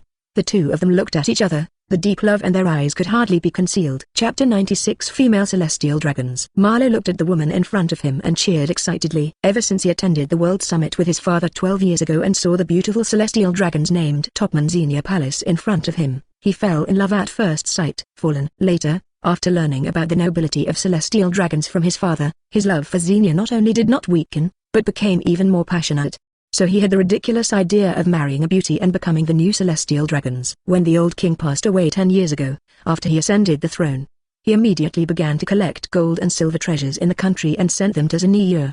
Unexpectedly, the noble Miss Xenia actually wrote him a reply. Although the letter only thanked him for his kindness, Marlowe mistakenly thought that he had been recognized by the other party tilde. So he searched for money even more intensively. After the treasury was emptied, he immediately asked people to increase taxes, just to please Xenia. In this way, at the World Summit 2 years later, the two met for the first time. Xenia thanked him in person and expressed a hint of love. After the elated Marlowe returned to China, he immediately promulgated more stringent tax laws, which caused ordinary people to take out the last bit of Beli in their pockets. It was like this for 8 years. The two exchanged letters frequently and met frequently during the 2 World Summits. During this meeting, Marlowe felt that the heat was almost up and formally proposed to Xenia. Xenia, however, did not immediately agree because her parents did not agree to their marriage. But Xenia sincerely promised Marlowe that she would do her best to persuade her parents to facilitate this marriage and let him become a celestial dragons. Although Marlowe was a little depressed, he happily agreed and immediately returned to China to prepare gifts for his father-in-law and mother-in-law. But what he didn't know was that Xenia was just looking at the large amount of gold and silver jewelry he sent, and Tuan wrote a few words of thanks. Unexpectedly, he later sent more and more money. Xenia, who guessed what the other party was thinking, simply followed the trend, seeking money while also satisfying her bad taste. Then it got to this point. Just when Marlowe proposed marriage and Xenia casually teased him and thought it was time to get rid of this toy, air came. That flood from the sky not only destroyed a lot of buildings, but even took away one of her celestial dragon's best friends. Xenia was frightened out of her heart and felt that she could no longer stay in the Holy Land. Who knew whether the madman would come again? As a result, Air really threw something down every few days. Although the powerful men in the Holy Land later took precautions and no celestial dragons died, injured celestial dragons abounded. After half a month of trembling with fear, Xenia finally remembered her number 1 dog, Marlowe, so she wrote him a letter overnight, packed up her belongings, and ran here to take refuge despite her parents' dissuasion. Marlowe greeted her for a while, fearing that Xenia would be impatient, So he ordered someone to take care of her and left. Soon, I will be able to marry Xenia and become celestial dragons. Speaking of which, I have to thank the fire dragon even more. Thanks to him, my plan went so smoothly. Thinking happily, Marlowe came to the throne room. In the throne room, his right-hand men, former pirate captain and now military minister Walker, and finance minister Yerkes Cyril were already waiting here. Marlowe sat on the throne, looked at the two people below and asked calmly, Walker, how are you dealing with those rioting untouchables? Your Majesty the King, your men have just received news that the untouchables have been suppressed and the leader of the rebel army has been executed in public. Walker looked at the soon-to-be celestial dragons. Marlowe lowered his head and said respectfully, ha ha ha, you did a good job. This is the price for disobeying me. Marlowe was quite happy. Counting this one, all 4 rebel armies in the kingdom had been wiped out, and he could make money safely again. But before he could be happy for long, Finance Minister Cyril reported bad news to him. Your Majesty, we have purchased a large amount of luxurious furniture, clothing, jewelry, etc. for the Xenia Palace in the past few days. There are not many Belis in the treasury. We can no longer afford this with soldiers' military pay. Please give me flowers. Military pay? Speaking of this, Marlowe calmed down. Although he was fascinated by Xenia, it did not mean that he was a fool. He knew very well that soldiers were the guarantee of their own rights, and no one should be wronged by them. Otherwise, if they come armed to ask for wages, I won't be able to bear it. Monsieur thought for a while with his chin raised, and Huilu suddenly showed a weird smile. The rebels must have the support of ordinary people behind them, otherwise it would not have been possible on such a large scale. Then shouldn't these untouchables also pay a price for this? Walker also smiled evilly after hearing his words. 0. What do you mean? Tell the soldiers that I allow them to collect military expenses in the rebel areas, and 70% of the money received will be handed over, and the rest will be given to them. Yes, I thank His Majesty for your kindness on behalf of the soldiers. Ha ha ha. With a wave of Marlowe's hand, the order was conveyed. The soldiers were of course very happy when they found out they couldn't hold it any longer. Under the leadership of their commanders, they began to smash doors from house to house and rush in to snatch all valuable items. The ordinary people here are really unlucky. Their husbands, fathers, brothers, and sons have just died on the battlefield. They haven't had time to grieve, and now they have to face the burning, killing, and looting of the soldiers. In a small town, a soldier kicked open the door and called several brothers to rush in together. Soon the sound of smashing and the owner's pleading came from the house, and soon the man's begging for mercy and the woman's wailing and shouting came to mind. But with the sound of a gunshot, the man's voice suddenly disappeared, leaving only the heartrending screams of the women and the excited laughter of the soldiers in the room. And scenes like this are happening in every corner of the town. In an inconspicuous dilapidated hut, a dark figure observed the situation outside the window, then turned around and went to the back room, opened a small door on the floor and walked out. Chapter 97 SAS members take action. In the basement, 4 SAS members gathered together and waited anxiously. Seeing the figure coming down, he quickly stepped forward to surround him and asked, Captain, how is the situation outside? The man called the captain was named Beli. He pushed aside a few people, sat down at the small table, lit a cigarette, and remained silent. Captain, please speak. I can hear screams and wailing in the basement. What is happening outside? Beli took a puff of cigarette. The smoke covered his face, and he said hoarsely, it was all in chaos. The whole town was in chaos. Countless soldiers were destroying everything in the city, killing, setting fires, robbing, and raping. They committed all kinds of evil, and the townspeople suffered heavy casualties. One person opened his mouth in surprise and shouted in disbelief, what's going on? Aren't they soldiers who protect the country? Why do they kill the civilians they are supposed to protect? Idiot, be quiet. Another person yelled at him. Then he lit a cigarette and said calmly, do you think that all countries are Alabaster, and that all leaders are benevolent monarchs like His Majesty Cobra, His Majesty Vivi, and His Majesty Air? Don't be stupid, newcomer. This kind of garbage king is the norm in this world. Be more open-minded. Newcomer Garden gritted his teeth and asked unwillingly, then we are just going to watch like this? Isn't His Highness Air coming with his army? Where are they? In response to his question, the others remained silent and did not speak. Just then there was a bang and a lot of dust fell from the ceiling. Everyone was shocked, and they all heard the sound of cannon. What's going on? Are they crazy? They're using cannons in the city. I'll go out and take a look. After saying that, Beli hurriedly ran up again, and after a while he came back with a dark face. The remaining rebels in the city organized a resistance, and those bastards directly brought artillery, intending to eliminate the rebels together with the resisting people. What? The 4 people exclaimed in unison. Garden couldn't sit still at all. He pulled out his long knife and rushed out to kill those bastards. Others quickly grabbed him and told him not to act rashly. Just when the 4 people were in a mess and pushing each other, they heard Beli yelling, calm down, everyone.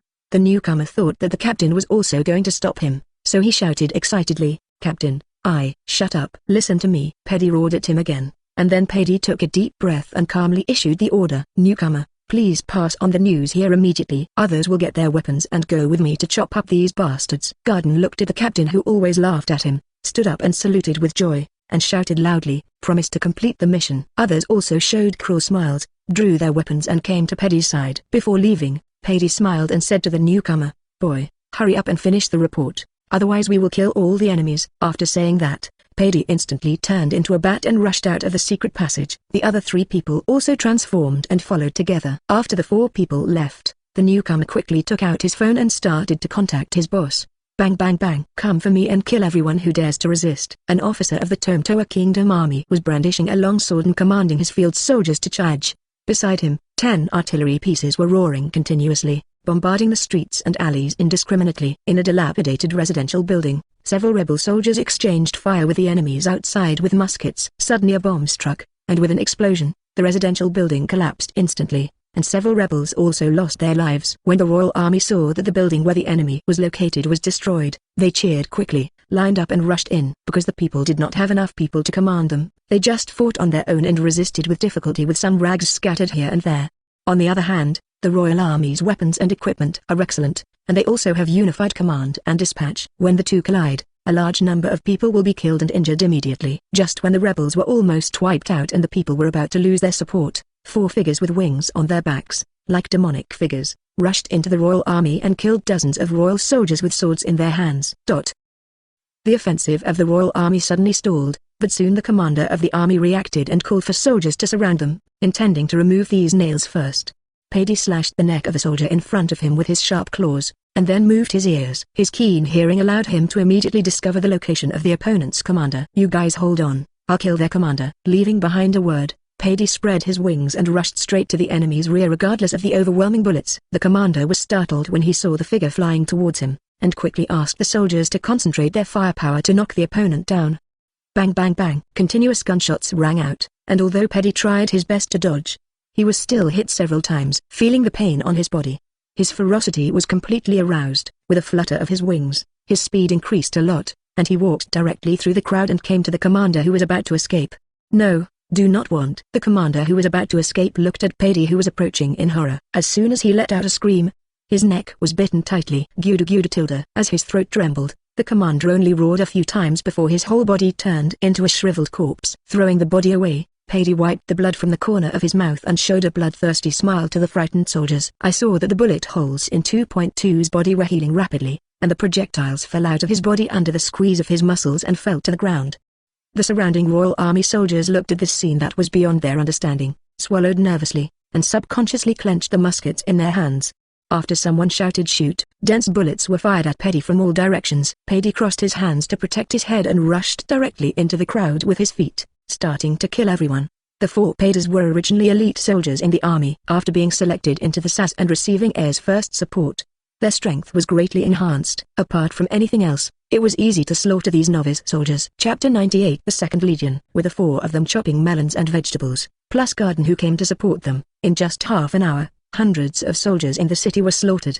This was after the other party ran away and several people spent a lot of effort to find him. After dealing with the enemy, the 5 people gathered together to discuss. Then Paddy came alone to the street where the people were hiding and shouted, "Everyone, I am here to help you, you are already safe." His words reached the ears of every citizen on the street, but no one dared to respond after seeing that they had just killed people in all directions. At this time, a window of a house was opened, and a little girl stuck her head out and asked curiously, "Uncle, are you a rebel?" "Uncle, it's my brother," Paddy cursed, and just as he was about to answer, the little girl was dragged back into the house by her mother, and even the window was closed. He sighed and looked back at his teammates. They shrugged helplessly, indicating that they couldn't cope with it. Seeing this, Paddy had no choice but to shout again, "We are not rebels, but soldiers of Alabaster. Please rest assured that I will not hurt you." Alabaster? Never heard of it. Isn't that the country where the world's most evil criminal, the Fire Dragon Heir, lives? What? Then we'd better not go out. Anyone who has anything to do with the Fire Dragon is definitely not a good person. What do you know? It's a slander by the government. Didn't you read the previous newspaper? The Fire Dragon Heir is a marine supernova, synonymous with justice. Then the newspapers now say that he is the incarnation of evil, a pervert murderer who attacks the Holy Land. Paddy's super hearing allowed him to hear everyone's whispers, just when he regretted saying those words and making the people panic even more. The little girl just now ran out of the house, came to Paddy, looked up at him and said, "I know Fire Dragon." Dad collected all his newspapers and said he was a heavenly hero. Lily, the little girl's mother, ran out in panic and quickly hugged her in her arms, too scared to look at Paddy. Paddy raised his hand and took a few steps back, indicating that he would not do anything. Then he smiled and said to the little girl, "Your father is right. His Highness Heir is the hero of the entire Alabaster. He not only captures pirates, but also helps ordinary people in need. It also improves our country's environment so that there will never be a drought in Alabaster. It has also implemented many policies so that children can receive education and citizens can receive good medical treatment. Even more so when His Majesty King Cobra was murdered by the government and betrayed by Marine, who had served for many years. He single-handedly repelled Buster Call, defeated Marine Admiral, and saved tens of millions of citizens." Speaking of Air, he seemed to have 3 days and 3 nights to talk about. He listed all the policies implemented by Air and all the advantages he thought were the advantages one by one. Even if Air came in person, he would be confused. Listening to his heartfelt narration, some people who had seen the Air news and were willing to believe him came out and approached him cautiously to talk to him. Paddy looked at the people who were finally willing to communicate with him and let out a long sigh of relief. After discussing with the residents, he quickly waved over the other 4 people, assigned each of them to lead a team, and began to search for survivors in the city. Fortunately, the firefight just now was only concentrated in the west of the city, and the people in other places were not greatly affected. But even so, many people were killed because they resisted when soldiers forced their way into the house. There are also many women who are half-clothed and dying with many scratches all over their bodies. Paddy and others suppressed their anger and quickly organized people to carry those who were still breathing for treatment, and took the dead outside the city for burial. While they were rescuing the wounded and mourning the dead, the commander of the Royal Second Army, General Alex, received the news from his subordinates.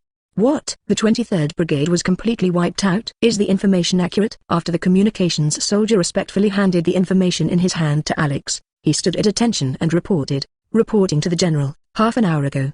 The 26th Brigade received the other party's request for help. Just when the 26th Brigade packed up its luggage and prepared to go to support, the 23rd Brigade could no longer be contacted. Just in case, the commander of the 26th Brigade reported the situation to us and asked for your next instructions. Half an hour?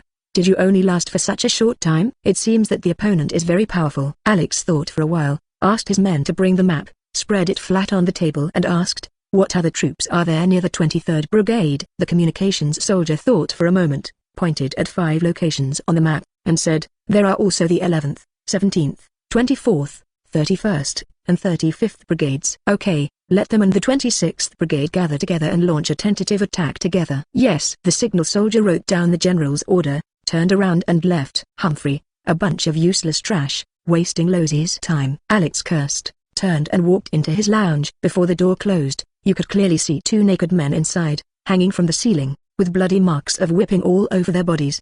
After spending a day and a night, Paddy and others finally cleaned up the town. All the injured have been gathered together and resettled, and those who can still move spontaneously organize a team to help take care of the wounded and find food.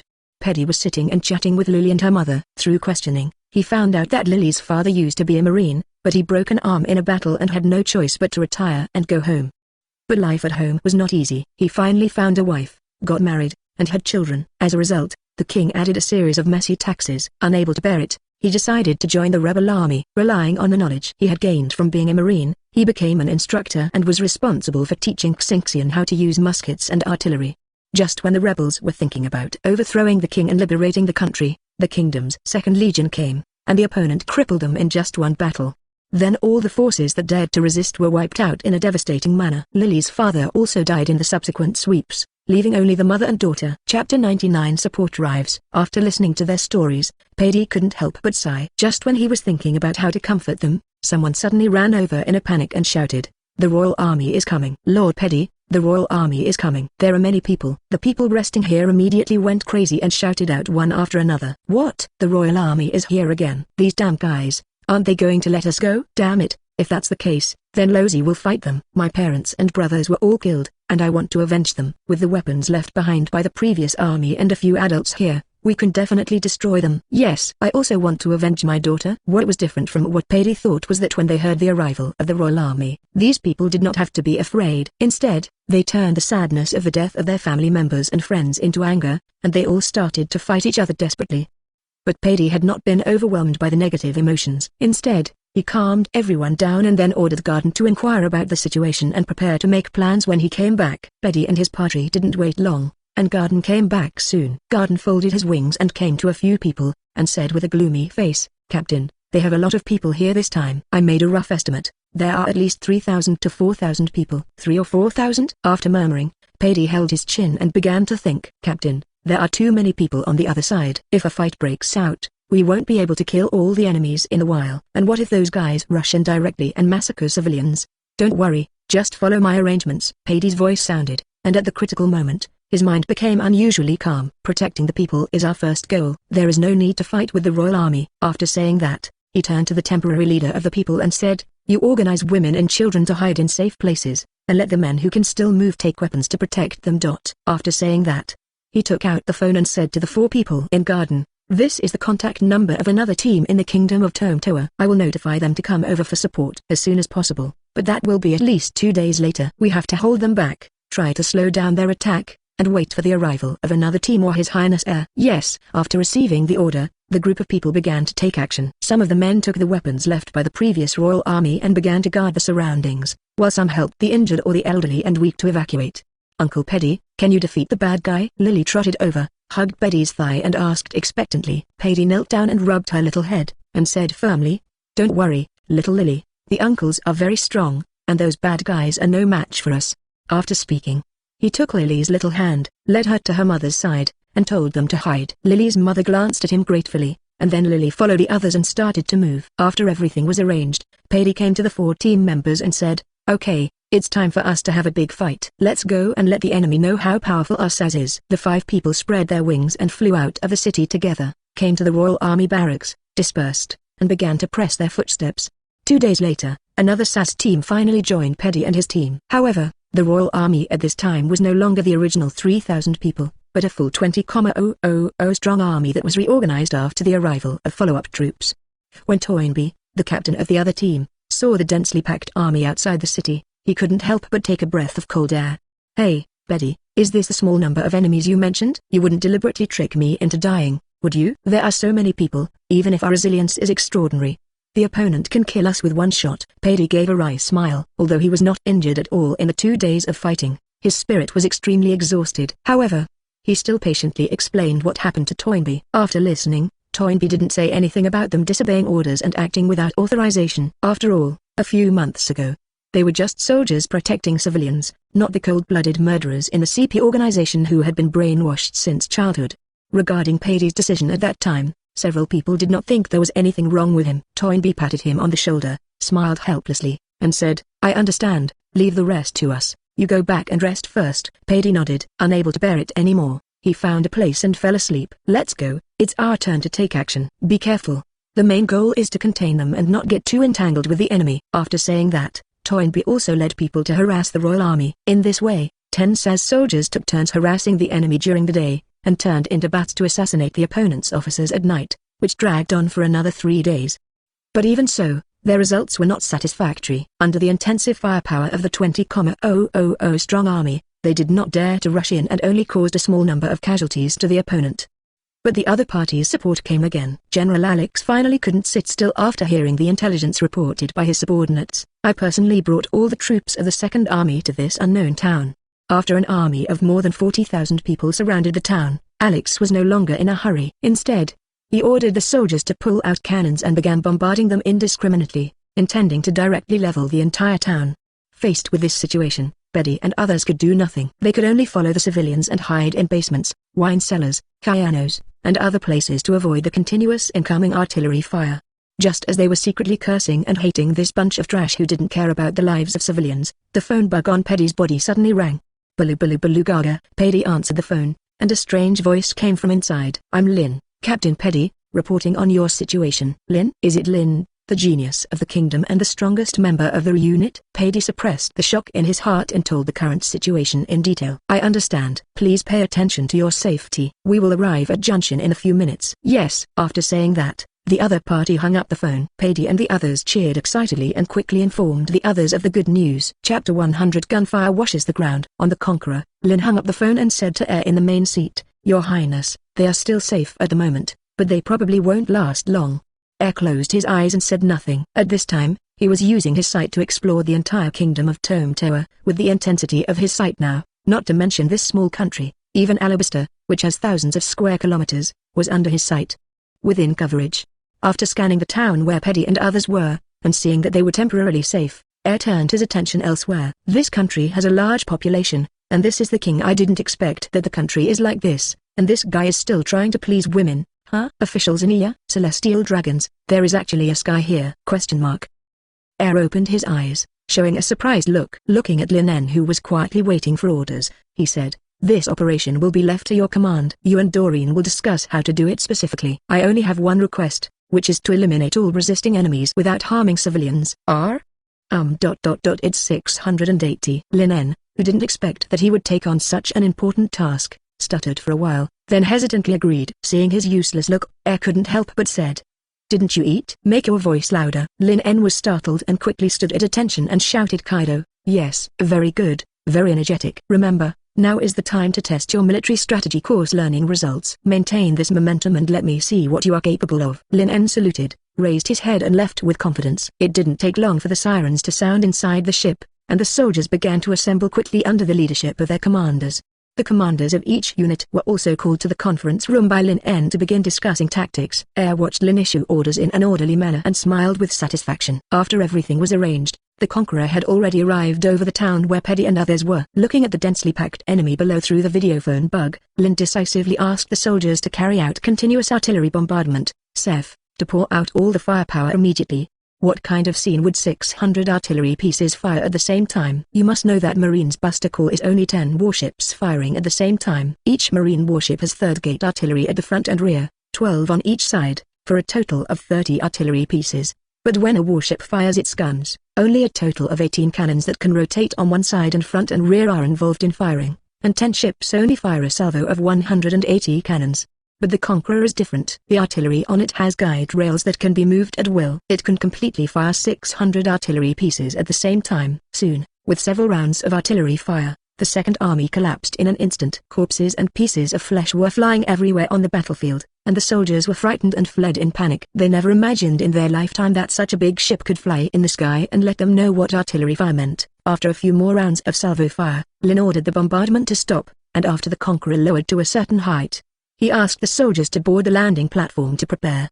The landing platform is connected by several iron cables and can send 2,000 soldiers down at one time. Soon the soldiers were landed on the landing platform in batches, while the members of Ruined Air spread their wings and flew down. By the time Air came down, the soldiers had completed their assembly. Petty and others also ran out of the dilapidated town and came to Air to salute immediately. Air patted his shoulder and said, "Well done, you are a role model for soldiers. When I go back this time, I will promote you to squadron leader." "Yes, thank you very much." Petty felt the clapping hands on his shoulders and shed tears of emotion. There is nothing more exciting than being recognized by your idol. After praising the other 9 SAS members, Air nodded to Lin and turned into lightning and rushed towards the capital. At this time, King's Road in One Meadow was furious. What's going on? The entire Second Army has been dragged outside a small town for so long without any results. Military Minister Walker listened to the king's rebuke, wiped the cold sweat from his forehead, and said, "Your Majesty, please give me a little more time. I believe that General Alex will definitely eliminate all enemies. Maybe he will have it done as we speak." Walker racked his brains to explain and calm Marlowe's emotions. Seeing that the king was about to become celestial dragons, he did not want to leave an incompetent evaluation in the other party's mind at this juncture. At this moment, the phone bug on Walker suddenly rang. He was so happy that he quickly took out the phone bug and said to Marlowe, "Your Majesty, it must be General Alexius who has sent good news." Marlowe finally lost some of his anger and asked him to pick it up quickly. Walker nodded repeatedly, picked up the phone and asked expectantly, "Have the enemy been defeated? Report your results quickly." But the other party's answer made Walker feel like he had fallen into an ice cave. "Sir Walker, our army was attacked by unknown enemies and has suffered heavy losses. General Alex has also died in the battle. Please save us quickly." "Impossible." Walker interrupted the other party's words with an angry roar. He couldn't believe it. At this time, one of the 3 major legions of the kingdom was defeated in such an inexplicable way. "Are you kidding me? The Second Legion is the kingdom's standing army, with a total strength of 50,000 people. How could it be defeated?" The soldier on the other side didn't believe the boss when he saw it, so he quickly explained anxiously, "It's true, Mr. Walker, I didn't lie to you." The other side had a spaceship that covered the sky. They only conducted a few rounds of bombardment, and General Alex was killed. The army was also bombed and collapsed. In order to increase the persuasiveness of his words, Xiaoping also said an important message. "By the way, I remember that the opponent's 2 flags are a sun surrounded by 8 Magatama, and a giant dragon surrounded by lightning.